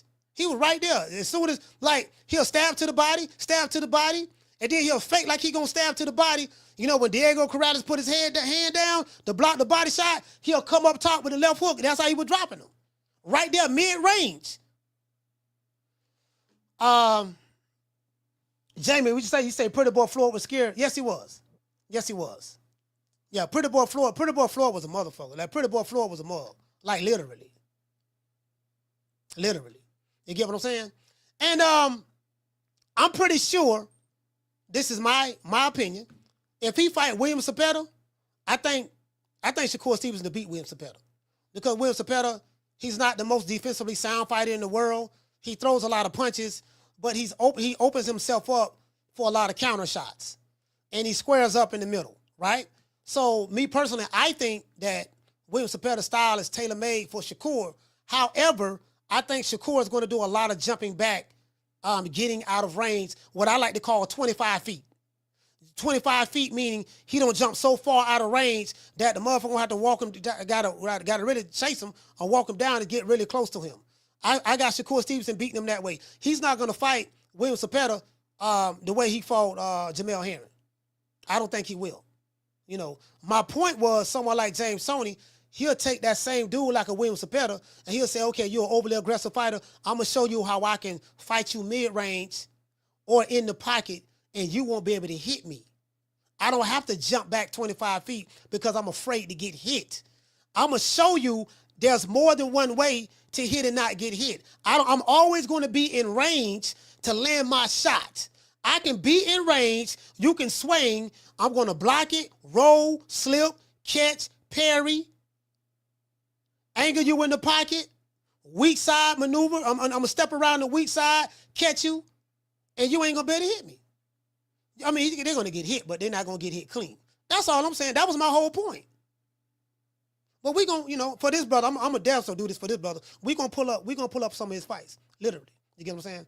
Shout out to the Natural. What you say, fam? Salute you. He said he has a ton of knockouts, though. So he has something. Who has a ton of knockouts?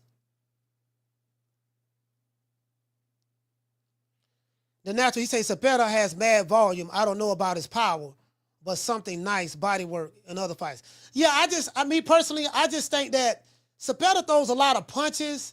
However, he's not the most defensively sound fighter in the world. He overwhelms you with pressure and punches.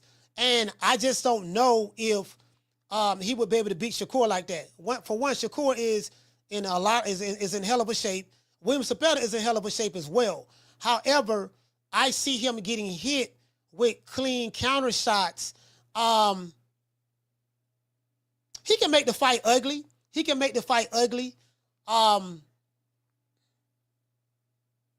From a stylistic standpoint, I think it'll be a great fight. Well, it depends. It depends. If Shakur fights him the way he fought Edward De Los Santos, it's not going to be a great fight. It's not going to be a great fight if he fights in the way he fought Edward De Los Santos. If he fights in the way he fought, was it Nakatilia? I think it was another fight he fought, Nakatilia or somebody. He jumped back a few times in that fight as well. I got to look it up. But anyways, hey, what you say? Shout out to the Cardenas. He say nobody talks about that. Can Shakur really take a punch? And if he gets rocked, can he get back? I mean, I don't know. I have no idea. Eventually, every fighter was going to get hit. Floyd Mayweather got hit. He got cracked a couple of times. Eventually, every fighter will get hit. I mean, that's just the way the ball bounces. Talib Cunningham says Zepeda stays on that line. Yes, he does. And this is why I say that I think his style is tailor-made for Shakur. What you say, Matty Ice Sports TV? He say, Coach, I think Zepeda is a bigger Valdez. Easy fight for Shakur, in my opinion. Yeah. I mean, I don't know if it's an easy fight, but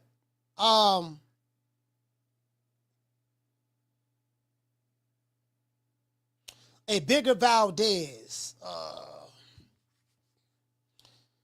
He's going to have to know how to cut that ring off. If he follows Shakur, Shakur's going to walk him in the shots if he follows him. So I'm just anxious to see how that fight pans out. I pretty much know what William Zepeda is going to do. William Zepeda is going to fight the way he normally fights. He's a pressure fighter, high volume puncher. That's the way he's going to fight. Pressure fighter, high volume puncher. I don't think he has like devastating punching power like that. He just wears you down over a period of time with pressure and constantly throwing shots and landing punches. Shakur is a very, very well-conditioned fighter. You know, he's a well-conditioned fighter. I just for me now, William Zepeda is a bigger fighter. He is the bigger.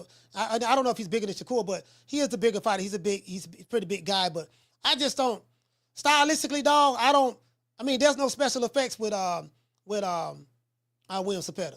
He keeps like the dude said in the chat. He stay on the line. He stay right there on the line. You know, he do stay on that line. So, what you say, the Cardenas, he say Miss Black Panther, Floyd got back to business. Can Shakur do that? What you say, he say, Coach, just like Tevin was walking him into shots and countering, Shakur would do that and more, in my opinion. It won't get tired. You know what? Especially if he worked the pivots. If he worked the pivots on him, worked the angles on him, I think pivots work really, really well against him. When you got an aggressive fighter like William Zepeda, pivots, angling in the pocket, slipping in the pocket, rolling with shots, coming with the over and under, or coming under and up. Like when he slip, angle him, come up with that uppercut, and then after you come up with that uppercut, roll out, step around the weak side, and then run him into another shot. I can see him doing that. Will he do that? I have no idea. What you say, the natural? He say Tank used a lot of pivots versus Pitbull with pressure. Yes, he did.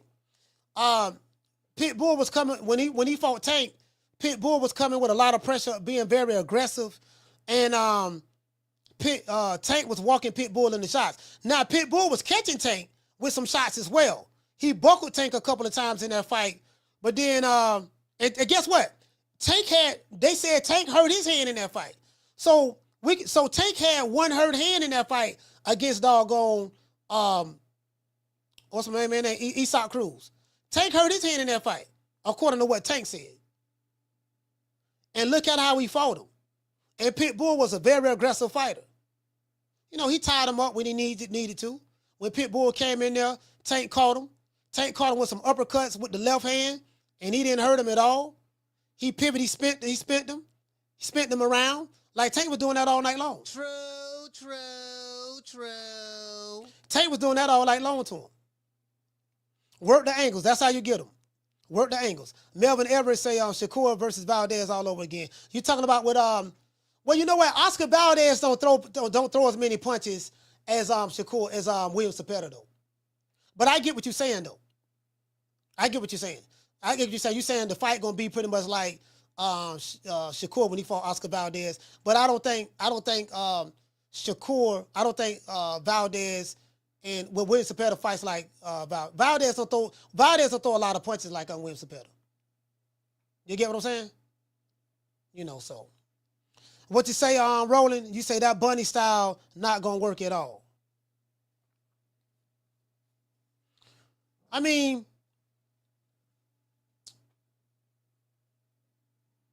William Zepeda, hold on. William Zepeda can I mean, I ain't gonna lie, dog. I really don't see nothing special about him, to be fair. You the last call. Caller, what's your name? Where you calling from? What's up? It's CM Diesel. What's good, Coach? Hey, CM Diesel, what's going on, brother? Man, chilling, man. Hey, just got your message, bro. I'm big time late. Know you got the show going on. You get off, man, holler at me. All right, for sure. I got you. Hey, bless you, man. Good show. Yes, Peace. sir. Shout out to CM Diesel, man. My man. What you say, Talib? You say Shakur hand better not get hurt against Zepeda. They looking for that. Well, see, that's the thing. So if his hand get hurt, and he fights, if his hand gets hurt, and he fights Shakur, and Shakur fights him the way he fought Edward De Los Santos, I don't see him winning that fight. What I mean by that is this: I don't see a judge giving it to him. Because I remember I was talking to Timothy Bradley. Timothy Bradley told me that as a fighter, you have to know what the judges who scored in that fight that night, what they like to see. And if you are you might have judges who like pressure fighters. And if they see you pushing the action and they see the other guy is in retreat, even though he might be landing some clean shots in retreat, that judge will probably still give that round to the person who's trying to push the fight. Because some judges, they don't like fighters, boxers. You get what I'm saying? Like Timothy Bradley said this on this show. He said, man, anytime I go into a fight, I know, okay, this judge right here, she like boxers, so I know I can box a little bit this fight. This judge over here, he like pressure fighters, so I know I got to step to this guy. This judge over here may like boxers. So Timothy Bradley say that from a stylistic standpoint, based on what the judges, how these judges like to score fights, he said that he makes his decision how he going to fight that fight. And then sometimes you just in there with a fighter. Well, you ain't got no choice but to dog it out. You just gotta go. You gotta go at him. The dude just as good. He's cutting the ring off on you. He's forcing the fight. He's pushing the tempo. Sometimes you gotta dig deep. Like when Floyd fought Miguel Cotto. Miguel Cotto went at Floyd. Miguel Cotto swole Floyd nose up and everything, and Floyd had to dig deep, and he pulled that fight out. Like if you look at that Floyd and Miguel Cotto fight, Miguel Cotto was touching Floyd the entire fight. Now Floyd was touching Miguel Cotto as well. But that fight, Floyd had to dig deep and fight him. He had to dig, because Miguel Cotto was on his ass that fight. You get what I'm saying? As a matter of fact, I was looking at that fight probably about 2 weeks ago. That was a good fight. That was a damn good fight, Floyd Mayweather and Miguel Cotto. And I think right after that, he got rid of Roger Mayweather, RIP to Roger, and his father took over the full-time training duties right after that fight. What you say, Mike? You say Floyd versus Maidana. Yeah, listen, Maidana was swarming Floyd. Maidana, hey, you know what? Hey, Mike, I forgot all about that fight. Maidana was swarming Floyd to the point to where Floyd couldn't really, you get what I'm saying? Like,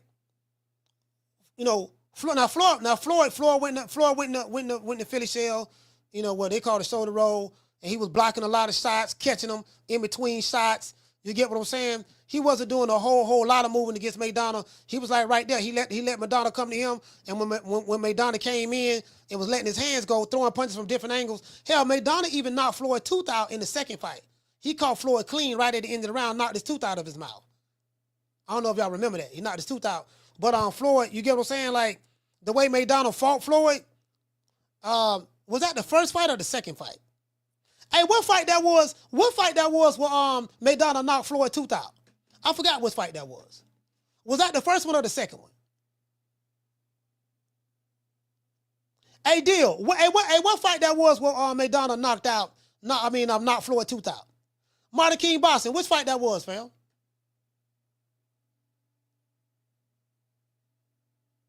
What you say, Deal? You say, I still can't believe he knocked that tooth out and wears it around his neck to this day. To this day.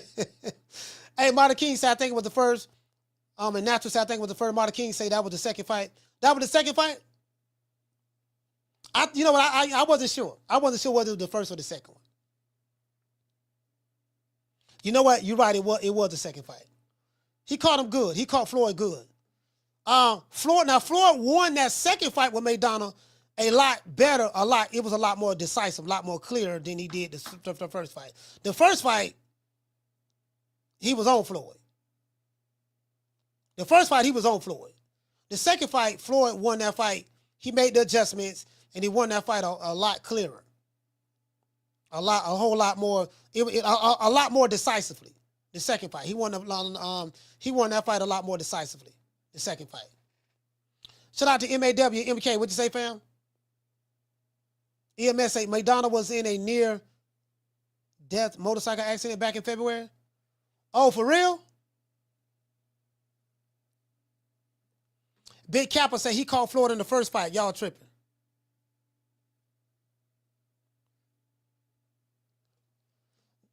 I don't know if that was the first fight he knocked his tooth out. I'm not sure. I don't remember which fight that was. I gotta look that up. But he knocked his tooth out. That's all. He knocked his tooth out. He caught Floyd with that one shot. It was at the end of the round, and Floyd staggered to the corner, and he sat down and he had to gather himself, poise himself. You know, it kind of reminded me of, I remember when Floyd fought Sugar Shane Mosley, and Sugar Shane landed that one shot against Floyd, and Floyd got hurt real bad, but Floyd recovered very, very well. Floyd had a good chin. Floyd had a good chin. Floyd got caught real good against Sugar Shane Mosley, and he held on. He did hold on for the rest of that round. Then after that, he just stepped to him. See, what I learned is when you're fighting a puncher, like when you watch Roberto Duran's, the Lifestyle Toners, Mike McCallum's, just a lot of these great guys, the Salvadors, the Ray Robinsons, the Leonards, the Haglers, when you're fighting a puncher, you got to take the fight to the puncher. Because a lot of times the puncher is the bully. He's a harder hitter fighter and people trying to get away. So what I learned from watching a lot of these greats, when they fight punchers, they pretty much, they take their power away from them. And how they, okay, if you know this dude got a good right hook or a good straight right, you take it away from him. And how you take it away, you get close to him. You get close to him. You get what I'm saying? And when you get close to him, and then you beat him with timing and speed. You beat him with timing and speed and being very elusive. You make them think they see something. Pernell Whitaker was great at that. Pernell Whitaker would be right in front of you. Perfect example. Pernell Whitaker was a pillow-fisted fighter. Now, Larry Merchant them said they didn't like his style because he couldn't punch. He was a pillow-fisted fighter, but he would mid-range your ass all day. You couldn't hit him. When he fought Oscar De La Hoya, he was right there mid-range. Oscar couldn't really hit Pernell. Ducking under him, parrying, slipping, rolling, pivoting. Now, they gave Oscar the fight. I do get that he won, but I'm just saying he was right there. He was always in range to land his shot. And Oscar was the taller fighter, had the longer arm reach. You get what I'm saying? What you say, Zepeda, what you say? You say Andre Ward versus Kovalev. Yeah, Andre Ward went right at Kovalev. He took his power away from him. A lot of these great fighters, when they fight the bigger, stronger power punchers, because those type of fighters, they can't fight off their back foot. So if you can get those guys to go back, start second guessing themselves, because they see you right there, they swing, they miss, and then you catch them on the counter, and they steady getting countered all night long. Now that fighter is hesitant. He like, man, goddamn, I'm right here, the nigga right in front of me, but when I swing, I miss, and he catch me with a counter. He roll, he parry, he slip. He take a little half step back, and then he take another half step forward. They get close to me. They get me to open up. See, that whole thing, shout out to G5. That whole thing is we want you to open up. Let your shots off, so when I slip, I'ma counter you. They're always in range to land their shots. You get what I'm saying? So yeah, I ain't gonna lie, bro. Like, man, shit. Them old niggas, I be studying them old niggas, dog, for real. True. Talib says, I thought Ward lost that first fight with Kovalev. I did too. I thought Ward lost the first fight with Kovalev, to be honest. It was a close fight, and it was a close fight. I think Ward won by split decision or something of that sort. I kind of thought he lost that first fight. The second fight, he clearly won. The second fight, he went right at Kovalev, went right to his body. The first fight, Ward did a lot of good things. I mean, that fight could have went either way. It could have been a draw. It could have been a split decision for Sergey. And it was a split decision for Andre Ward. It could have went either way, to be fair. So I wasn't mad about that fight. Shout out to Deal. He say Dre fought Kovalev, Frauch, Arthur, Abraham, Miranda, all in the front foot, and all of them were power punches. Yeah, Andre Ward. Let me tell you something. Andre Ward was a hell of a fighter, dog. When he fought in that Super 6 tournament, that dude right there, man. He was. Some people say Andre Ward was a dirty fighter too. He was a dirty fighter. He fought a lot like Bernard Hopkins. Not necessarily stylistically, but he did what it took. He did what it took. You know what I mean? Yeah, absolutely. He did what it took. So. Shout out to Melvin. He said, Coach, you think Oscar beat Pernell and Ike? Nah. I ain't gonna lie. I thought Pernell Whitaker beat Oscar De La Hoya. But Now Oscar was the aggressor in that fight, but I thought, just me personally, I thought he beat him. But you know, stylistically, the way Pernell fought that fight, being elusive in the pocket, mid range, you know, he wasn't going to beat Oscar De La Hoya in Vegas, not the Golden Boy. And Pernell Whitaker, he wasn't even in his prime anymore. I think they fought 1997. So, Silas Gray says there's someone copying your exact same stream, taking views from you. No, it's not. That's my other channel. What you say? You say Pernell is one of my favorite fighters, but him going up to 154 played a factor. Yeah, I mean, Pernell best, he was probably one of the best 135 pounders to ever in the history of boxing. One of them. Pernell Whitaker at 135 was that guy. He was that guy. G5 said Ward wasn't dirty. No, you know what though? A lot of people were saying that. You remember G5? You know, because they were saying he hit Sergey Kovalev below the belt and all of that there. At that time, hey G5, check this out, fam. At that time, I remember this like this yesterday. HBO was hyping up Sergey Kovalev. He was the crusher for Mother Russia, right? And I used to like Sergey Kovalev. And Dmitry Bivol used to fight on Sergey Kovalev's undercard. I don't know if people remember this. Dmitry Bivol fought on Sergey Kovalev's undercard. So that's how I got wind and whiff of Sergey Kovalev. I mean Dmitry Bivol. But he was that guy. You know, he was trying to fight Adonis Stevenson. You know, John David Jackson was his trainer. Sergey Kovalev was good. I think that was around the time where HBO was pushing a lot of the Eastern European fighters. They was pushing the hell out of Kovalev. They was pushing the hell out of Triple G. Then they was pushing the hell out of Lomachenko. And they was kind of like fading out the American fighters. You know, Larry Merchant. It kind of seemed like Larry Merchant and them was kind of like shitting on the black fighters like Roy, Pernell, and all that stuff there. But they as like in those 2000s, you know, they still like they were kind of shitting on them. A lot of people thought Larry Merchant was racist and this and that, and I do get that. But it seemed like that's when HBO was trying to big up a lot of the Eastern European fighters, and the American boxing fans wasn't having it. To me, I think that's what destroyed HBO. True. To be honest with you, I think that's what hurt HBO, because they kind of like turned against, you know, that's another thing. Floyd felt like he couldn't get any respect over that HBO. That's why Floyd ended up leaving HBO, going to Showtime. When the contract was up, he left and went to Showtime, and it cost him tremendously. Like Floyd Mayweather, he ended up becoming the mega star. HBO, when HBO lost Floyd to Showtime, that was it, fam. That was it. And it seemed like that the Larry Merchants and those other guys, you know, it appeared that they had something personal against Floyd. I remember when Floyd say, "You don't know shit about boxing. This and that, and Booger Ray was behind him, and Larry Merchant told Floyd, he say, if I was 50 years younger or something like that, I'd kick your ass." Y'all remember that? Hey, Miss Scotty, you remember that? He said, if I was 50 years younger, I'd kick your ass. He said he was 50 years or 40 years. I forgot which years he said. 20, what was it? Because Larry Merchant was old. But what did he say? Was it 50 years younger or 40 years younger or something like that? He said, I'll kick your ass. I was like, damn, I ain't never seen a commentator. Hey, shout out to Raymond Moore. I ain't never seen a commentator say that. I ain't never seen. Hey, what he say?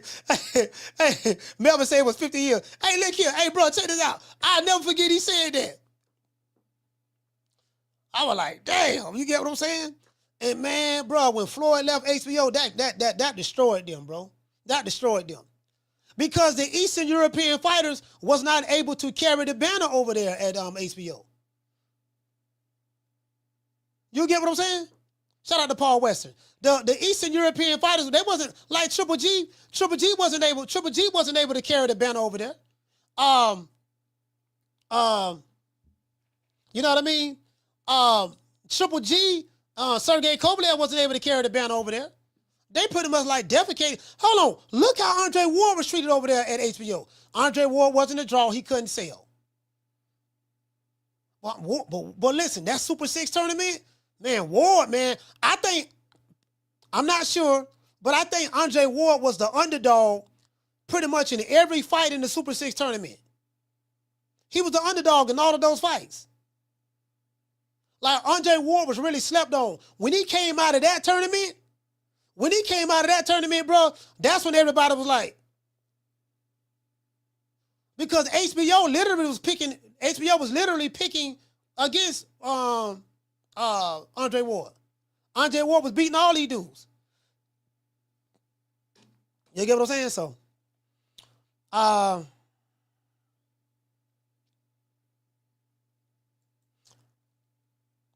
shout out to Jamie. You said, yeah, that was that was in every fight. He said that's when you discovered SOG? Yeah, I like Ward, man. I like Ward. I like Andre Ward, you know what I mean? I like Ward, man. Ward, Adonis Stevenson. You know, that was kind of sad. Hey, what you say, Cool K? You say the Super 6 was on Showtime, Coach. Showtime? Was that Showtime?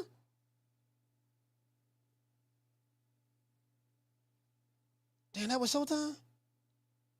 Hey, you know what? You might be right, fam. Damn, I thought that was on HBO. No, you know what? You might be right, fam. You know what? You might be right. That was on Showtime. I'm sitting there thinking, yeah, that was on Showtime. You're right. That was on Showtime. Yeah, because I think, I could be wrong on this, but I think that Adonis Stevenson was signed to HBO, right? Hold on. Let me see. What was it Adonis? You know what? I remember. I think was they having network issues? Wasn't they tripping about the networks around that time? One fighter was with Showtime and another fighter was with HBO. Hey, Marty King Boxing, wasn't they having that damn, I could have sworn they was having a network. Wasn't they having a network issue?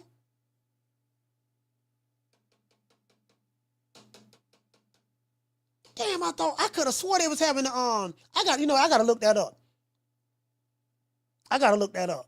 What you say, Deal? He said they picked Kessler to beat Dre. They never have a dude.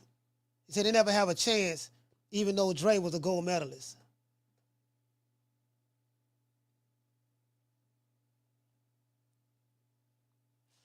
Kovalev was on HBO. Stevenson was on Showtime. All right, you know what? Hey, Cool K, good looking out on that. I was trying to figure out, because there was an issue with Adonis. I think, again, both of these guys was on different networks. I remember people was trying to, I think around that time, they were trying to say, well, look, man, one guy's with Showtime, one was with HBO. I remember it vaguely. I do kind of remember, like, there was politics as it related to the networks. What you say to Martin? You say Adonis Stevenson KO Chad Dawson on HBO. I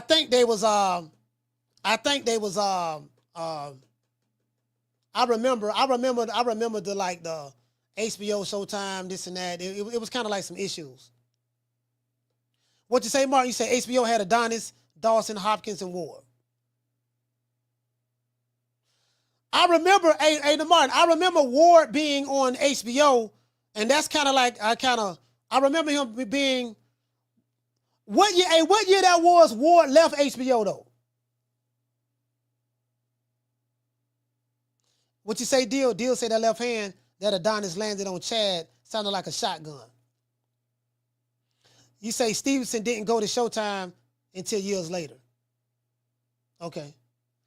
Yeah, I be forgetting about these networks. I kind of knew though they had kind of like that wrong side of the street shit going on around that time.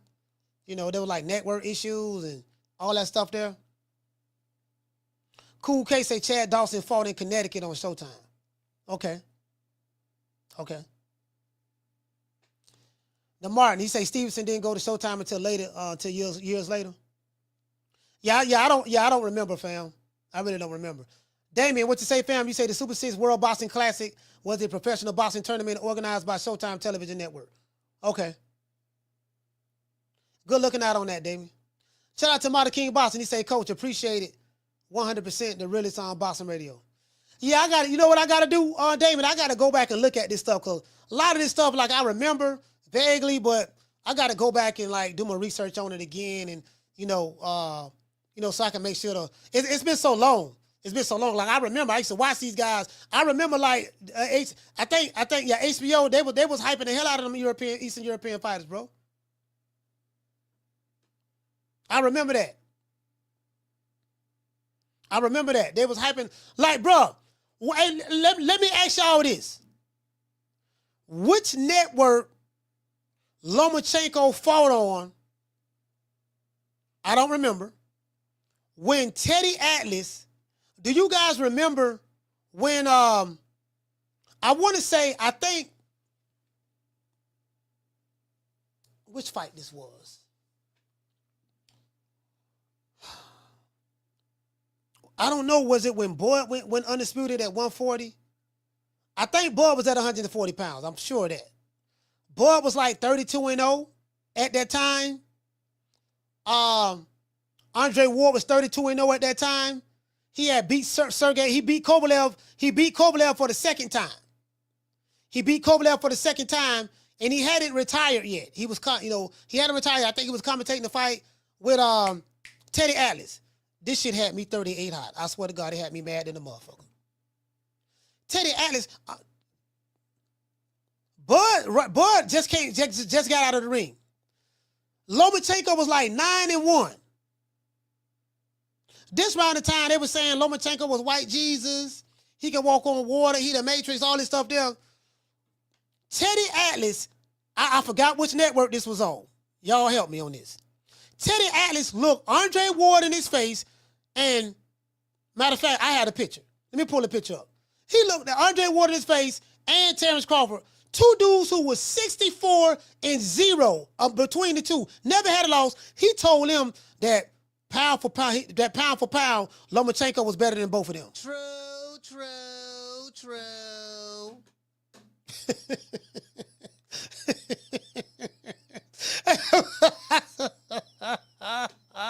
Hey, bro, hold on. Matter of fact, let me see if I find that picture. I think I got it. Hold on, y'all bear with me one moment. Boy, I know we running late. Today, but it is what it is, man. We talking this boxing shit right now. So hold on, what that picture at? Andre, let me see. Andre Ward. Boy, let me find that picture right there, bro.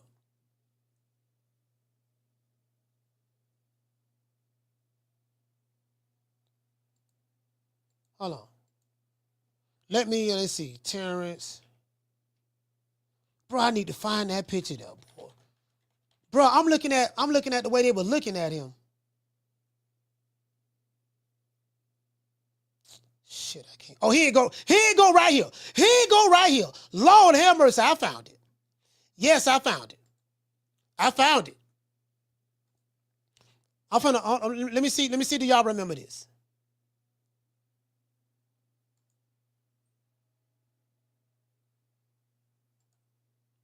Let me see, do y'all remember this?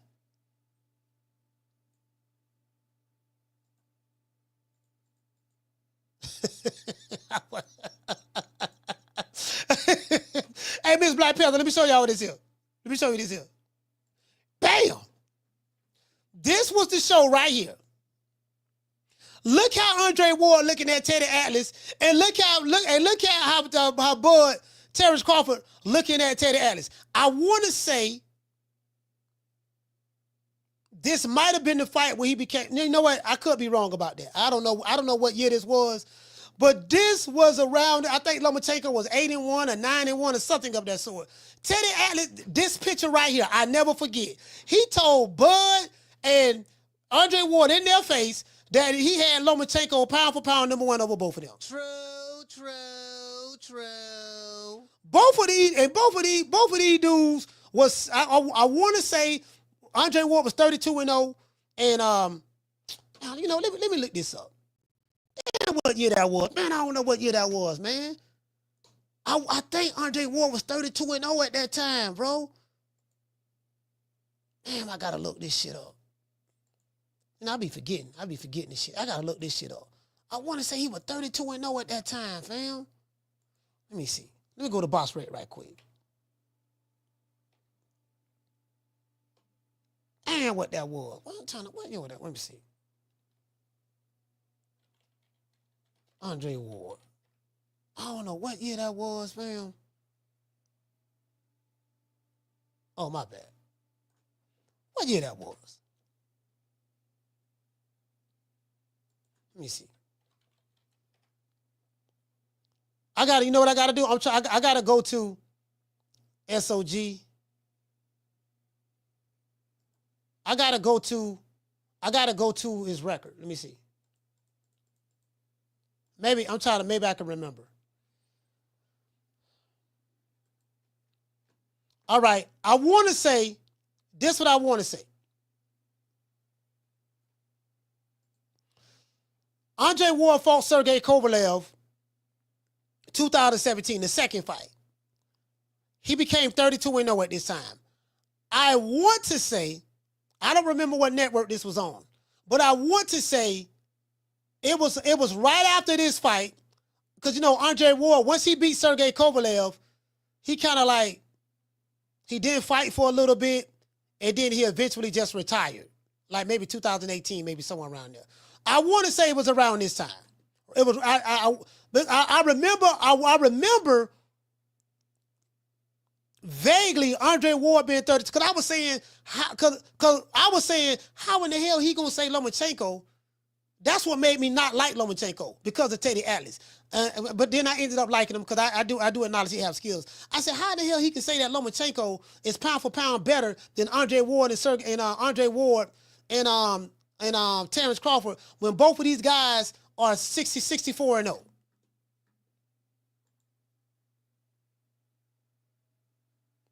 Did you get what I'm saying? Shout out to the Cardenas. He said Dre said his knees was giving him problems. Yeah, that's why Andre Ward retired. That's why he retired. Bro, I was like, nigga, please.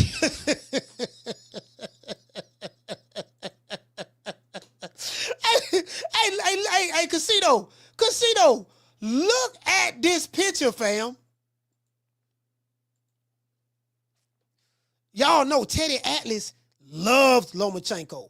Teddy Atlas and Max Kellerman, they worship the ground that Lomachenko walked on. Hey, Skulo, look how Bud looking at Teddy Atlas. Look how he looking at him. Look how Andre Ward looking at him. Bro, I remember this like I remember this part like it was yesterday. Hey, Miss Connie, check this out. Teddy Atlas, Max Kellerman, bro, they were talking like Lomachenko was the greatest fighter that they ever seen in the history of boxing. Old Keffer, what you say, fam? You say Andre Ward ain't shit to me. He ain't beat nobody. Oh, okay. All right, well, you know, that's your opinion. I don't agree with it, but that's your opinion. Hey, shout out to Nate. Hey, Nate, you see this? I mean, that's your opinion, fam. You know, I mean, you know. Yeah. But, hey, what you say? Raymond Moore say, they looking at Teddy like, hey, this how they looking at him. Nigga, please. Hey, Raymond, check this out.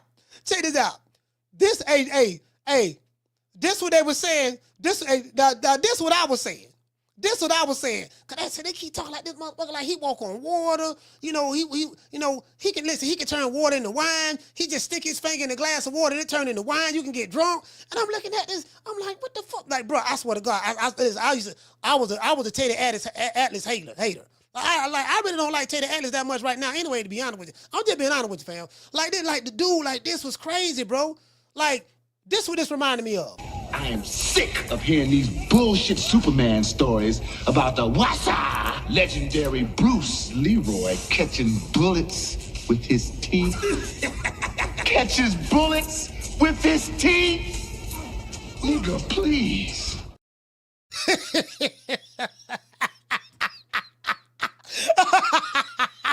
Miss Connie. Hey, shout out to Miss Black Panther. Boy looking at him. And look at Andre Ward, the boy looking at Teddy Adams. I am sick of hearing these bullshit Superman stories about the legendary, about the Wasab, legendary local Lomachenko catching bullets with his teeth. Catches bullets with his teeth. Nigga, please. Nigga, we 64-0 between the both of us, and you try to tell me a nigga that got a low, a motherfucker 10-1, a 9-1, better pound for pound better than me. That shit was funny. Hold on, hey, let's look at Lomachenko record at that time. What was Lomachenko record at that time? Let's see. Boy, this it right here, boy. Boy, this is it right here, boy. Oh my gosh, he's the Matrix. You know, that's when that's when Lomachenko was making people quit. Oh my gosh, he's making them quit. He's the Matrix. How to spell Lomachenko? All right. I ain't know how to spell his last name. Let me see. Oh my gosh, he's the Matrix. What year that was? 2017. Let's go to 2017. I remember. Yeah, I think they were around that time. They were around that time, dog. Hey, this was around the time he beat Rigondeaux. Y'all remember that? This was around the time he beat Rigondeaux. He made Rigondeaux quit. He made Rigondeaux quit. You know what I mean? And oh my gosh. You know, he made Rigondeaux quit. They called him that's when they would call him Nomachenko. They would call him Nomachenko. Y'all remember this? I think, you know what? I think this was around that time, dog. What his record was? Let's see. 1, he lost to Salido. 2, 3, 4, 5, 6, 7, 8, 9, 10. Yeah, he was 10-1 at that time. No, he was 11-1. He was 11-1 at that time. He was 11-1. Yeah, he was 11-1 at that time. Yeah, I remember that. He was 11-1 at that time. I didn't remember the network, but he was 11-1 at that time. And this how they looking at him. Look at him. Hey, nigga, please. I am sick of hearing these bullshit Superman stories about the Wasab, legendary Lomachenko catching bullets with his teeth. Catching bullets with his teeth? Nigga, please. Nigga, 60. Nigga, we say, hold on. What was Bud record at that time? Let's do this here. Terrence Crawford. What was Bud record at this time? Let's see. 2017. He beat Julian Sandongo. Was he 32-0 at this time? 1, 2, 3, 4, 5, 6, 7, 8, 9, 10, 11, 12, 13, 14, 15, 20, 24, 5, 6, 7, 8, 9, 10, 11, 12. He was 32-0 at that time. Let me count it one more time. That's 5, 10, 15, 20, 25, 30. Hold on. I think I miscounted this. I think I miscounted it. Hold on. I want to say he was 32-0. Let me see. 1, 2, 3.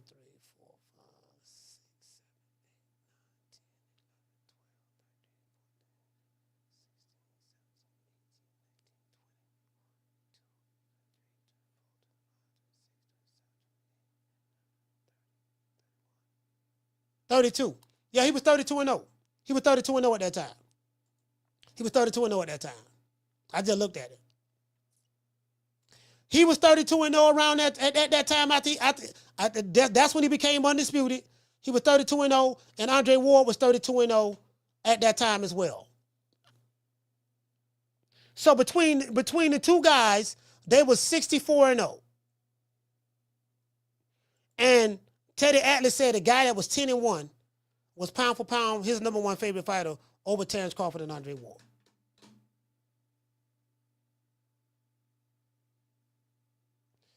Nigga, I was furious. I swear to God, I was furious. I was cursing Teddy Atlas out through the TV.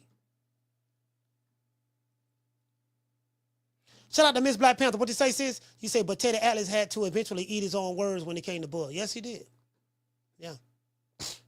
I would say Terrence Crawford was an overachiever because didn't nobody expect him to beat Victor Postal, Hank Lundy, Thomas Delorme, Beltran, Gamboa, Ricky Burns, British Prescott.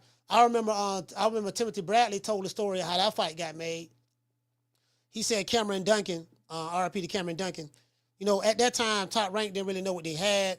Bud was with another promotional company right before that, and they ended up buying out the contract. And he took that fight on a short notice. And he said that Cameron Duncan gave him a call. I got the interview when we interviewed Timothy Bradley. He said Cameron Duncan gave him a call, and he said, "Hey man, look man, what you think about Bud and British Prescott?" And this was around the time Timothy Bradley said Bud had them beat him up in sparring.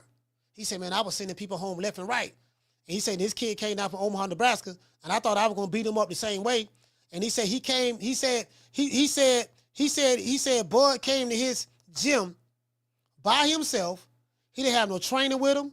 He said when we sparred, he said Bud didn't have nobody in his corner giving him instructions. He didn't have nobody giving him water or none of that. He just came down there, and he said, Timothy Bradley said, I was sending people home left and right. And he said, man, Bud beat his ass. True. He said, man, I ain't never got beat like that in sparring.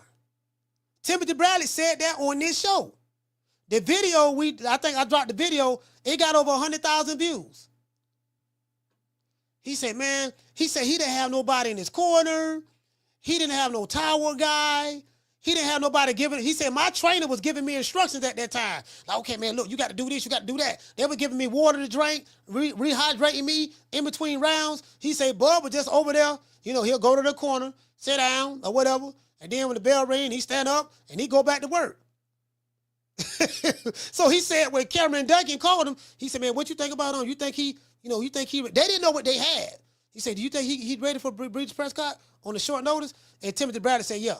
He said, yeah, he said he'll beat British Prescott. Now, British Prescott was kind of like that guy at the time. Bud was nobody. He said, no, he ready. He'll beat him. He going to beat him easy. And he said Cameron Duncan told him, are you sure? And then Timothy Bradley said that he tried to buy Terrence Crawford contract from Cameron Duncan, but Cameron Duncan said no. And Bud beat British Prescott unanimous decision. He said, man, you ain't no sparring partner. That's what Tim said over here. Tim said that over here. I didn't even know that. You know what I mean? I didn't even know that. So, you know, I mean, he was definitely an underachiever. Didn't nobody, you know, ain't nobody gave him nothing. Ain't nobody picked him to do nothing. He wasn't one of the favorite fighters. He wasn't a part of the cool kids or none of that stuff there. You know, so, you know, I personally, I probably think Top Rank was just, damn, that motherfucker keep winning.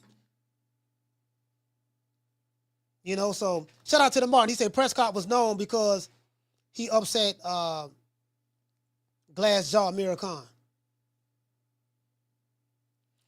Deal, what you say? He say Terrence didn't even know he was that good, and Tim already fought the who's in the division. Yeah. No. You're right about that. Yeah, he didn't know. Well, you know, he knew he could fight, but he didn't know. Around that time, I think he was making $500 a fight. He would make about $1,500 a fight. True. You know what, kid? Don't nobody know who you is. You know, we just, you know, I just, you know, we know you got a little something, but you know, we gonna put you in there with this guy. You know, like hey, all the A-side fighters. Boy wasn't never really no A-side fighter around that time. All the A-side fighters, he would beat them up. Yeah, Hammer Hank Lundy, Thomas Delorme. I think all these guys were PBC fighters too. Beltran, Young Boy, Ricky Burns overseas, British Prescott. This kid, he's from Omaha, Nebraska. He ain't nobody. Yeah, just going in there, Just do your best, kid. Do your best. Victor Postal. You get what I'm saying? They like, God, this nigga keep winning. You get what I'm saying? He would make about $500 a fight around that time. Yeah, we got $500 for you, dog. And the nigga kept winning.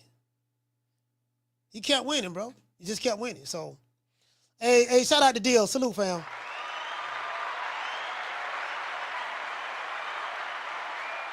Hey, NPR say Nomashchenko. Yeah. Nomashchenko. That's what they would call him, Nomashchenko. He's making them quit. Oh, I never seen nothing like that before. He's the Matrix. They were talking about Lomachenko was the Matrix. Oh my gosh, he's the Matrix. Oh my gosh, he's better than Sugar Ray Robinson and Ray Leonard all wrapped up in one. I never seen nothing like this. Look at the footwork. He's better than Pernell Whitaker and Roy Jones all combined into one. Can you believe it? Max Kellerman and Teddy Atlas. Hey, hold on. What you say, Melvin? Melvin say he's downloading the information. they were talking. Hey, Melvin, what Melvin at? Hey, well, hold on. Let me pull him up on the screen.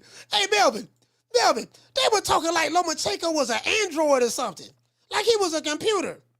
He's downloading. Hey, hold on. Timothy Bradley. We got to throw Tim. And again, I don't want to throw anybody under the bus. But I got to throw Tim under the bus, too. Timothy Bradley was saying the same thing. Oh, he's downloading the information right now. He's downloading the information. I'll never forget. When Lomachenko fought, when he fought Teofimo Lopez, y'all go back and listen to that. 1 round went by, 2 rounds went by, 3 rounds went by, 4 rounds went by. Oh, Lomachenko was downloading the information. That was Timothy Bradley. Hey, that was Timothy Bradley was saying. He was downloading the information. Oh, once Lomachenko, once he downloads the information, he's going to go to work. Next thing you know, shout out to Ahmed, salute to you, fam. Lomachenko was down 6 rounds to 0. I'm like, shit, y'all keep talking about that nigga downloading information. I don't know what he doing, but I do know he losing this fight. Yeah, I don't know what y'all talking about. Y'all talking about the Matrix. He catching bullets with his teeth. He downloading information. Yeah, all that sound good. But he losing 6 rounds to 0 right now, going into the 7th round. That's all I'm saying. The man is losing 6 rounds to 0. Y'all talking about, yeah, man, he he a goddamn computer or Android or something. True.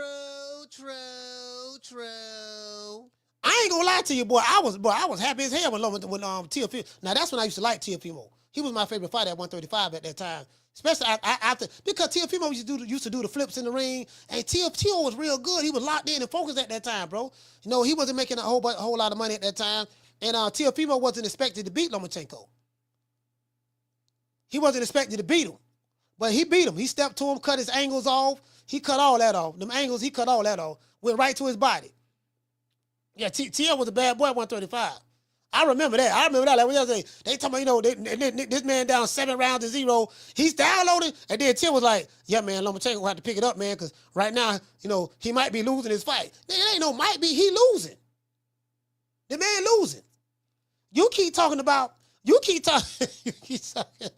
nigga. Hey, that shit, hey, boy, I that's what made me hate. I ain't like Lomachenko. I didn't like Teddy Atlas. I didn't like Max Kellerman. And the reason why I didn't like them, because they defecated on Crawford. Well, they defecated on Crawford. They defecated on Andre Ward. I don't want to say necessarily defecate, but when you saying a dude that's 11-1 or 10-1 is your pound for pound best fighter in the world over 2 fighters that have a combined record of 64-0, something is wrong with you. And the one guy just became undisputed that same night. Something wrong with you, fam? I say, here they go with this great white hope shit. Here they go. This great white hope. That's what I say. This great white hope shit. You get what I'm saying? I'm trying to tell you, man. Bruh.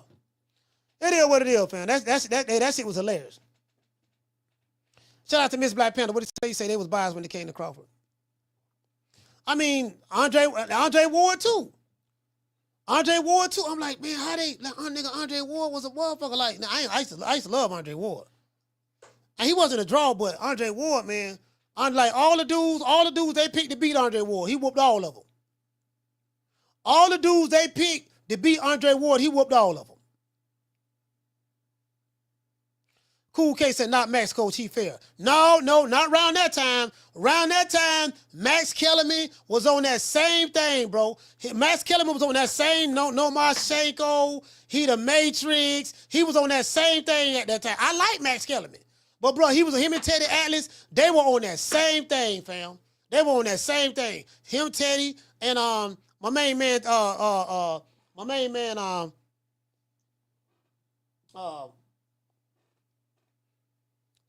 think my main man Tim Bradley. No, but from the commentator standpoint, they was on that same thing, fam. That was on that same thing. You get what I'm saying? Cool K say Sweet Pea, Max's favorite fighter. I don't know who Max's favorite fighter is, but I'm saying all I know around that time they was all talking about that shit. The Matrix, this and that, you know, like, man, I'm tired. I'm sick of hearing this shit, man. Every time I got them turn around, man, they keep talking about this motherfucker here, man. I said, man. But this bomb is taking the easy matches. I know the bomb. I was like, hey, man, I was like, man, I'm tired of this shit. Every time I want to turn around, I'm tired of this shit, man. You know what I mean? So it is what it is, man. Hey, let's give everybody a round of applause for the last time.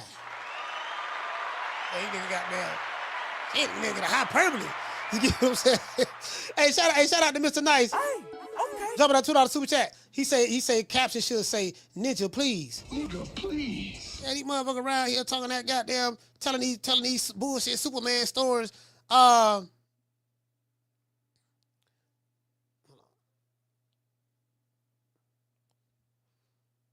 Hey man, listen, man. Shout out to Mike out of Bridgeport, Connecticut. Hey, okay. For dropping that quarter over. Bam, dub on your boy. He say Shakur ran out on the plug twice. Ran off on the plug twice. He say Shakur. I remember. I ain't gonna lie, y'all. Hey, I ain't gonna lie. That Dela Santos fight, y'all was hard on Shakur though. Y'all were talking about something. He's a runner. He's a track star. He gonna run away when it gets hard.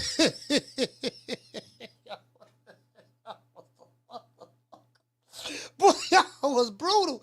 Boy, hey, with Shakur, boy, and that doggone ever done the Santos fight. Boy, y'all was killing me, boy. Y'all was saying, he's a runner, he's a track star.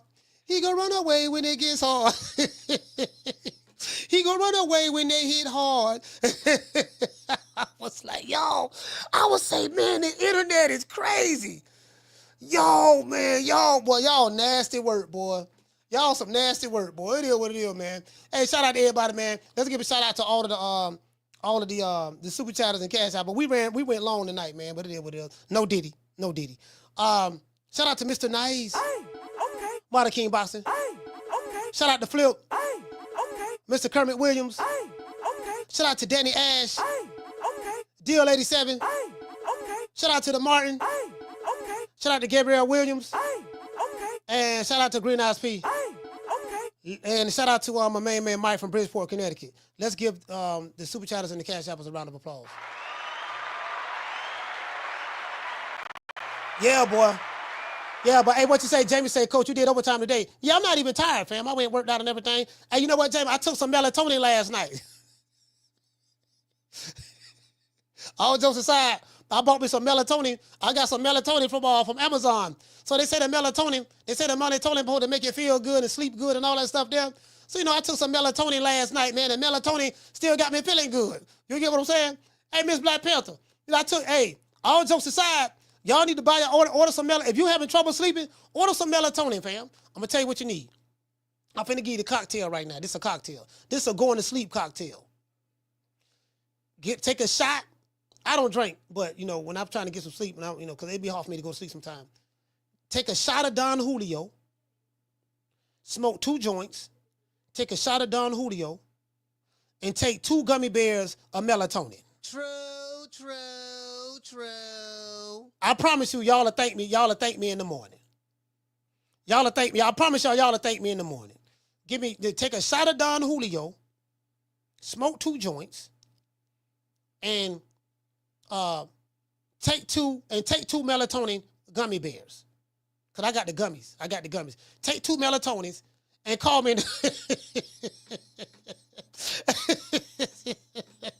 Yeah, dog, I'm having trouble sleep, dog. What you doing? I got me a good shot. At MPRC probably won't want to wake up. Yeah, dog, I got me a good shot of the Don Julio right here, dog. Okay, I'm finna go outside and burn 2 of these joints. I got the churn in the house. I want to see me smoking. I'm finna burn 2 of these joints, dog. All right, look here. This what I need to do, baby boy. Okay, now you ready? Yeah. Okay, now drink a bottle of water right after that, and then take 2 melatonin.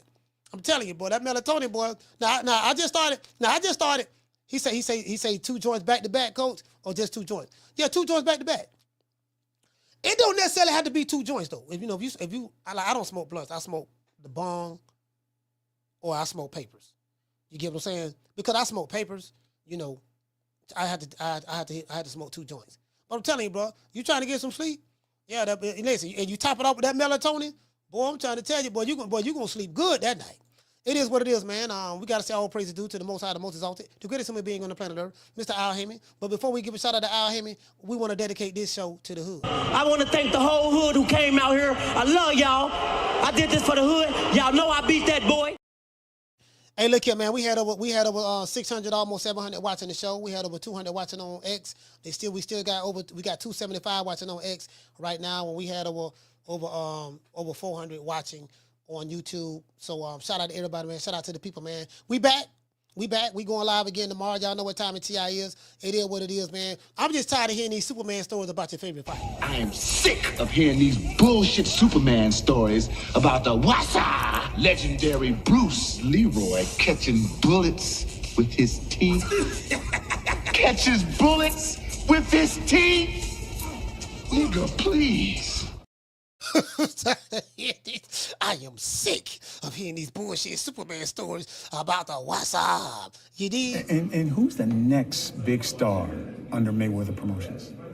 Ooh, we have quite a few young guns, as I say, and I don't want to leave any names out, but we have a great roster of young talent, and we've been very selective about what we're doing, again, because when you have, an abundance of fighters, it's hard to kind of focus on.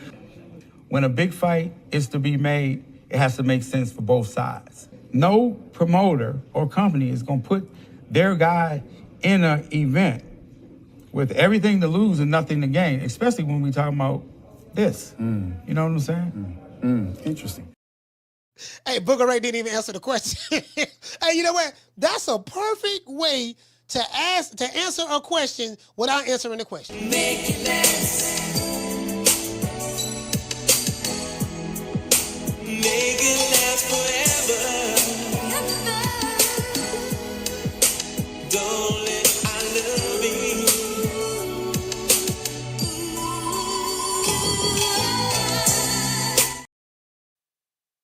Hey, I said that whole nigga She Block sending me messages 12 o'clock in the morning, 12 o'clock at night, 12:15 at night. You know what I mean? He fuck face. You can't mess with me. This nigga sending me pictures of myself. Screenshotting pictures of myself. All that stuff there. I mean, I'm like, God damn, this nigga's in love. You get what I'm saying? Hey, hold on. As a matter of fact, let's do this. I love you. You love me. We're a happy family with a great big hug and a kiss from me to you. Won't you say you love me too? D-Block, what happened with you and Coach Malachi, bro? Bruh. Oh, you already know.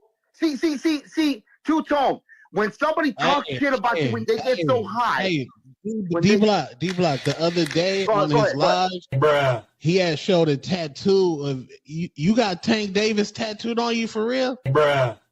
Two-Tone, That shit ain't nowhere around me no more. But we talk about another day, my brother. Wait. man. What do you mean it ain't Go nowhere? ahead, Ness. Go ahead, Ness. What you mean it ain't nowhere around you no more? You had one? Bruh. Yeah, No, he had a Tank Davis tattoo. Ness, I lost the bet. In front of everybody. I had to be a man. Wait. Who bet That was you me, that? Ness. What? That was me. Bruh. Yes, that was me, Ness. No. But Give me the guess what, Ness? details. Give me Guess the what, Ness? details. But you bet. Yeah. Who would Tank but guess- lose to? What made you do it? What was the bet? Ryan Garcia. Garcia, Ness. Wow. But guess what, Ness? Guess what, Ness? You know why I love you? Bruh. You know I respect you, Ness? Because I ain't a person like Coach Malachi that calls me out and calls me a taco and a burrito, a racist cunt that he is, and I go at him. But guess what, Ness? He'll cut me off before I go with him on the live. Because he's a bitch. Bruh. And that's what I'm going to say like that. Man, Coach Malachi, a good brother. That's a good brother right there, man. Motherfucker. He put you on, bro. You know what he does to him? Bruh. He put changed you himself. on, He Sam. changed his hair. That's wild. Changed his beard. Bruh. Trying to be a fucking young ass motherfucker. He ain't about shit, brother. But he can't fuck with me when it goes to a live.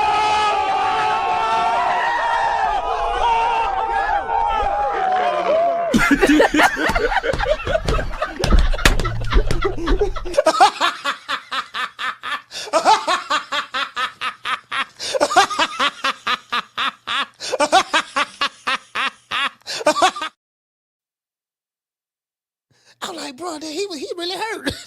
This motherfucker hurt. Bro, like listen, man, this man hurt for real, man. This man sending me, man, C Block sending me messages in my DM on X. You know what I mean? Like, God damn, like, bro, you know, sending me pictures. Yeah, goddamn it, and you think you all that? You ain't all that. And you know, with your old ass, and this and that, and such and such, and yeah, you know, and another thing, you know, you can't F with me, you know, fuck face, and I don't care now about coming back to your show. I don't need you. And I'm like, damn, bro, like, my nigga, you know, this like that. Like, tell me how you really feel. To this day. You get, bro, he got it bad, dog. Again, as I said before, you know, he got a man crush on me. You get what I'm saying? So I don't know whether to be offended or be flattered. The fuck? Fuck you all rolling up on for, cuz? He must don't know. He can't know. Huh? He can't know.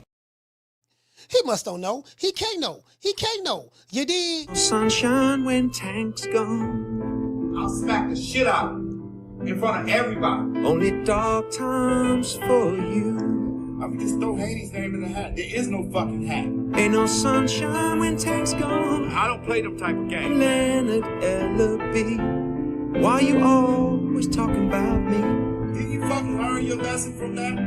With AJ? Ain't no sunshine when Tank's gone. I'll knock that motherfucker's hole out. Period. Only dark times for you.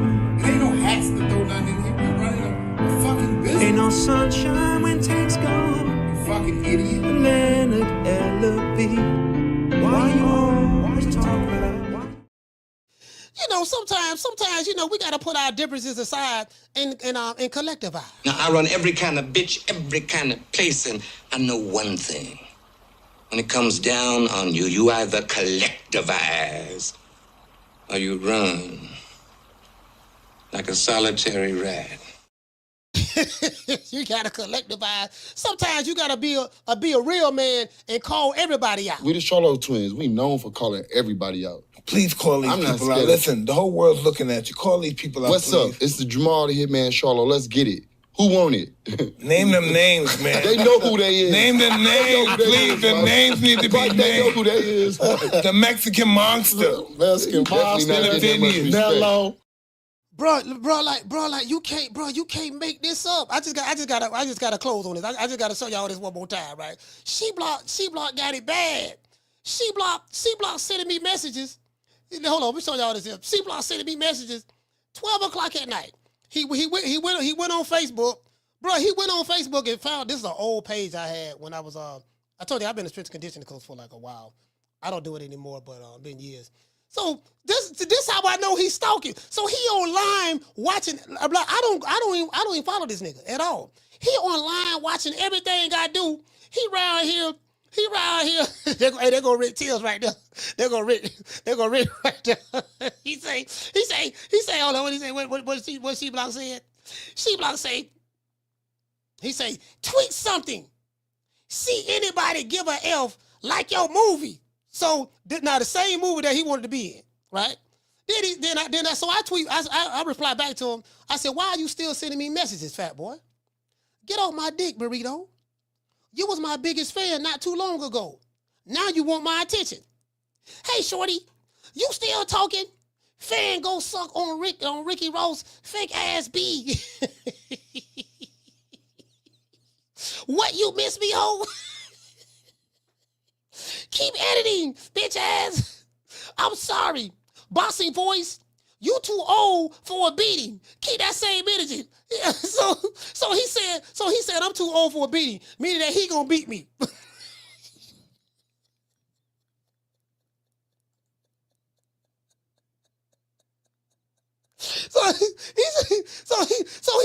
So he gonna beat me. Oh, okay, all right, She Block. All right, so he say, nobody missing you. So, oh my God. Hey, Dave, you can't make this up. Listen. Hold on. I'm gonna show y'all everything. Bear with me. Wait. Let's get this guy. What he say right here? He say, hold on. He say, nobody missing you.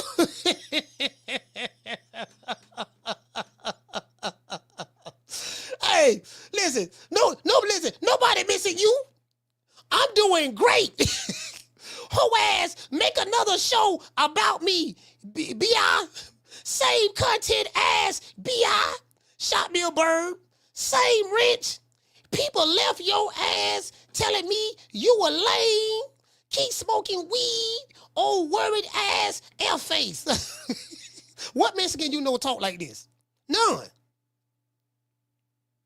And then so he went on my page. He saw it. This is what I posted on my page. I say, Rick Tim said, "What's up to She Block?" Ain't nobody worried about your shrimp ass. Don't let men get behind me like your boss. Sir, you are the same dude who confessed to wearing Canelo glow in the drawers with his face on it, and you got Tank David name tattooed on your hand, sir. He said, keep talking about me, bitch. You know, bad or good. You can't take me out to mine. He said, what did he say?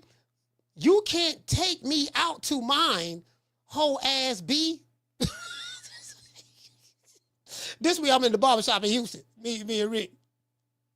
He went on Facebook, found my page from 2017, right? Then he showed me screenshots. I guess, I don't know what I guess he's supposed to be screenshots of his analytics on Twitter.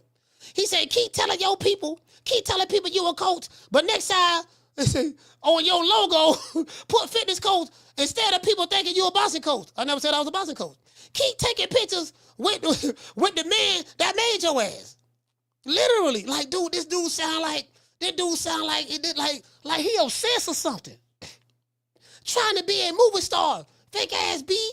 Go F yourself. Last message from me, ho. I keep making my numbers, ho. He say, ho ass, nobody needs your ass.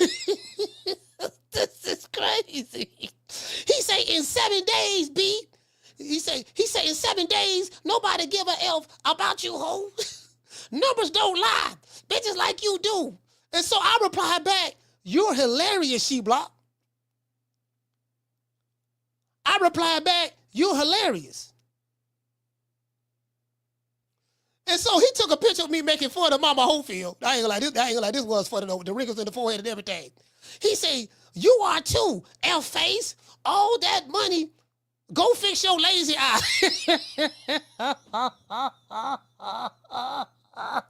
Oh my God. He say, this you, bitch. And I just replied back laughing. I say, this dude is obsessed. Bro, he sent that first tweet 12-something in the morning. Hey, the natural say, damn. He said, oh my God.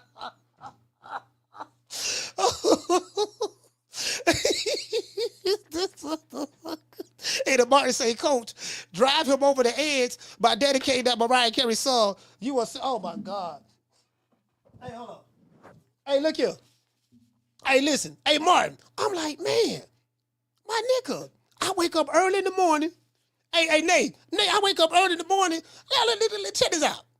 Why I can't wake up to tenderonis and honey dips sending me messages? Why I can't wake up to that? Why I gotta wake up and when I check messages, I got She-Block sending me, I don't need you. Don't nobody miss you. Hey, Miss Connie, don't nobody miss you. You know, you ain't all that. You ain't no, I say, hey, you can't make this. Hey, bro, y'all, yeah, listen, I gotta show y'all the receipts. Hey, Martin King Boston, I gotta show y'all the receipts. If I don't show you the receipts, you'll never believe me. It'll sound like, nah, man, this dude, coach is telling jokes, making it up. Bro, I'm telling you, fam, it is what it is, fam. Y'all know what time of TI is. Shout out to Jamal Thomas. We the Charlotte twins. We known for calling everybody out. Please call these people out. Listen, the whole world's looking at you. Call these people out, What's up? It's the Jamal the Hitman Charlotte. Let's get it. Who want it? Name them names, man. They know who they is. Name them names, please. The names need to be named. They know who they is. The Mexican monster. Mexican monster. Hello. To my boo She-Block, here's what we think about you. Look, fuck you. Fuck the plane you flew in on. Fuck them shoes. Fuck the socks with the bell on it. Fuck them cheap-ass cigars. Fuck your yuck mouth teeth. Fuck your hairpiece. Fuck your chocolate. Fuck Guy Ritchie. Fuck Prince William. Fuck the Queen. This is America. My president is black and my Lambo is blue, nigga. Now get the fuck out of my hotel room. And if I see you in the street, I'm slapping the shit out of you.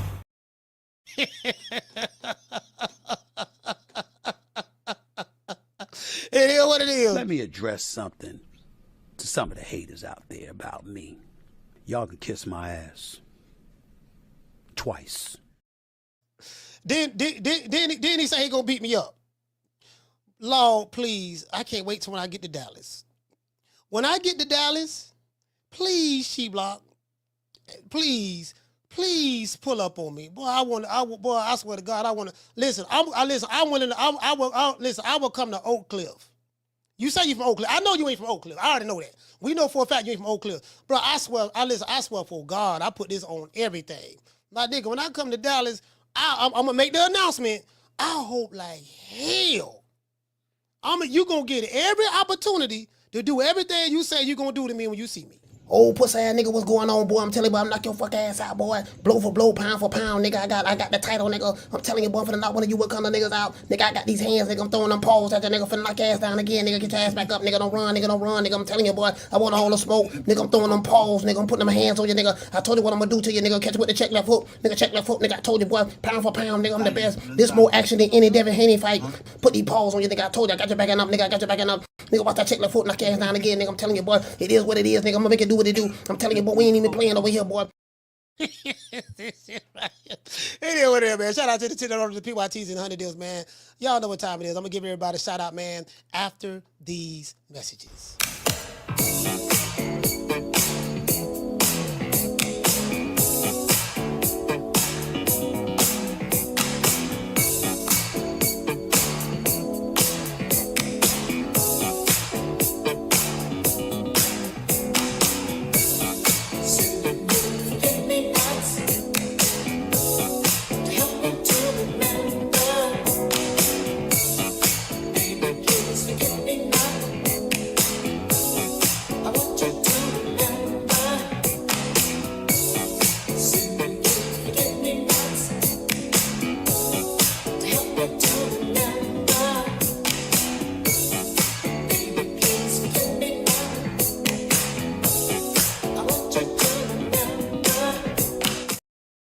Hey, look here, man. Shout out to Mr. G4L, man. Salute. Hey, you know, I ain't even saying that. I ain't even give my brother a shout out, man. Shout out to Mr. G4L. Salute to you, fam. Hey, G4L. That's what I'm going through. Hey, shout out to G4L. Hey, okay. Mr. Willie Sumlin. Hey, okay. Shout out to we went overtime. We went 5 hours a day, man. I got a lot of energy, dog. I think it's the melatonin. Hey, okay. Shout out to NPR. Hey, okay. D-Ray Live. Salute. Hey, okay. Shout out to Wee Johnson. Something in November. I ain't gonna listen. Shout out to Highlight Space. Shout out to the caller. Shout out to my brother C Diesel. High One from Chicago. Miss Black Panther. Derek from Florida. Jared from B-More. Miss Sheila from Houston. Ron Boy Fresh DC. Troy from B-More. Mr. Corey. Shout out to Corey. Coach Eddie ATL. Casino Light Prayers. Martin from Oakland. Jamie from New York. Shout out to Javier Valencia. Shout out to Mika Lovem. Dog Man. Who else we have? Shout out to Mr. Ruben Allen. The Great Gambino. Stephen Polanco. NPR. Shout out to Skip Salis.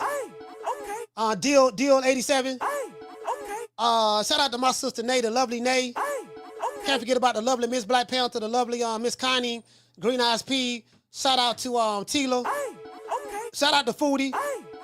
Yeah, man. Listen, hey, Marty King Bossy. I might be scared. I might be too scared to open my computer. Okay, all right, goddamn, dog. All right, Marty King, I want to check my messages, dog. But I got a scary message last time.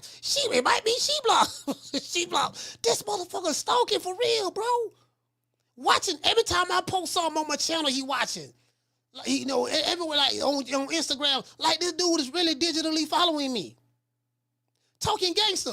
Dude, you ain't about that. You too fat and out of shape, fam. Like you overweight. You overweight to be 5'8", brother. You too overweight. You about 300 pounds. You look like you got pork chops all around your neck, fam. Come on, fam. Like, you know, you like literally this is unprovoked. You just at this point, you just trolling at this point. Shout out to Ahmed. Legacy remains. The Martin. JC. Miss Black Panther. Tagger to GG. Jamie from New York. Shout out to John. John, salute, brother. Marty King. Mr. Raymond Moore, salute. Who else we have? School on X-Men. The Martin, Oaktown, stand up. Deep East Oakland, to be exact. Legacy remains. Who else we got? J Kid in the building. Trey Son, salute, brother. The lovely Miss Connie. Anybody else I forgot, I do apologize. Man, I just don't know. Hey, shout out to Navi. Shout out to Navi, your talk show. Your talk studio. Salute to you, fam. Hey, bro, look here, man. Hey, look, bro. I got to take one for the team. You get what I'm saying? It is what it is, man. Yeah, man. Listen, I can't wait to get to Dallas. I swear to God, dog. When I get to Dallas, listen, I want to see that whole ass nigga there. Yeah, she blocked, you know, what you said you were going to do? Okay, dog, I'm here. I'm in Dallas. I'm going to be here about 4 days. What's up? What you want to do? You get what I'm saying? Okay, you ducked the smoke. You ducked the smoke with Rick Timms. I had to call Rick when you was calling me, begging me. You was calling me, begging me to keep the nigga off you. So you're going to get an opportunity to do all that shit you saying in my chat. What you say you're going to do, you say you're going to beat me up, you're going to get an opportunity to do that when I come to Dallas. I swear for God, if I don't go anywhere else on the planet Earth, nigga, I'm coming to Dallas. I want you to keep that same energy when you see me. True. Anyways, I'll let y'all, man. You know my motto. Don't beat me there, beat me there. Peace. Man, I'm out of here, bro. Let's go.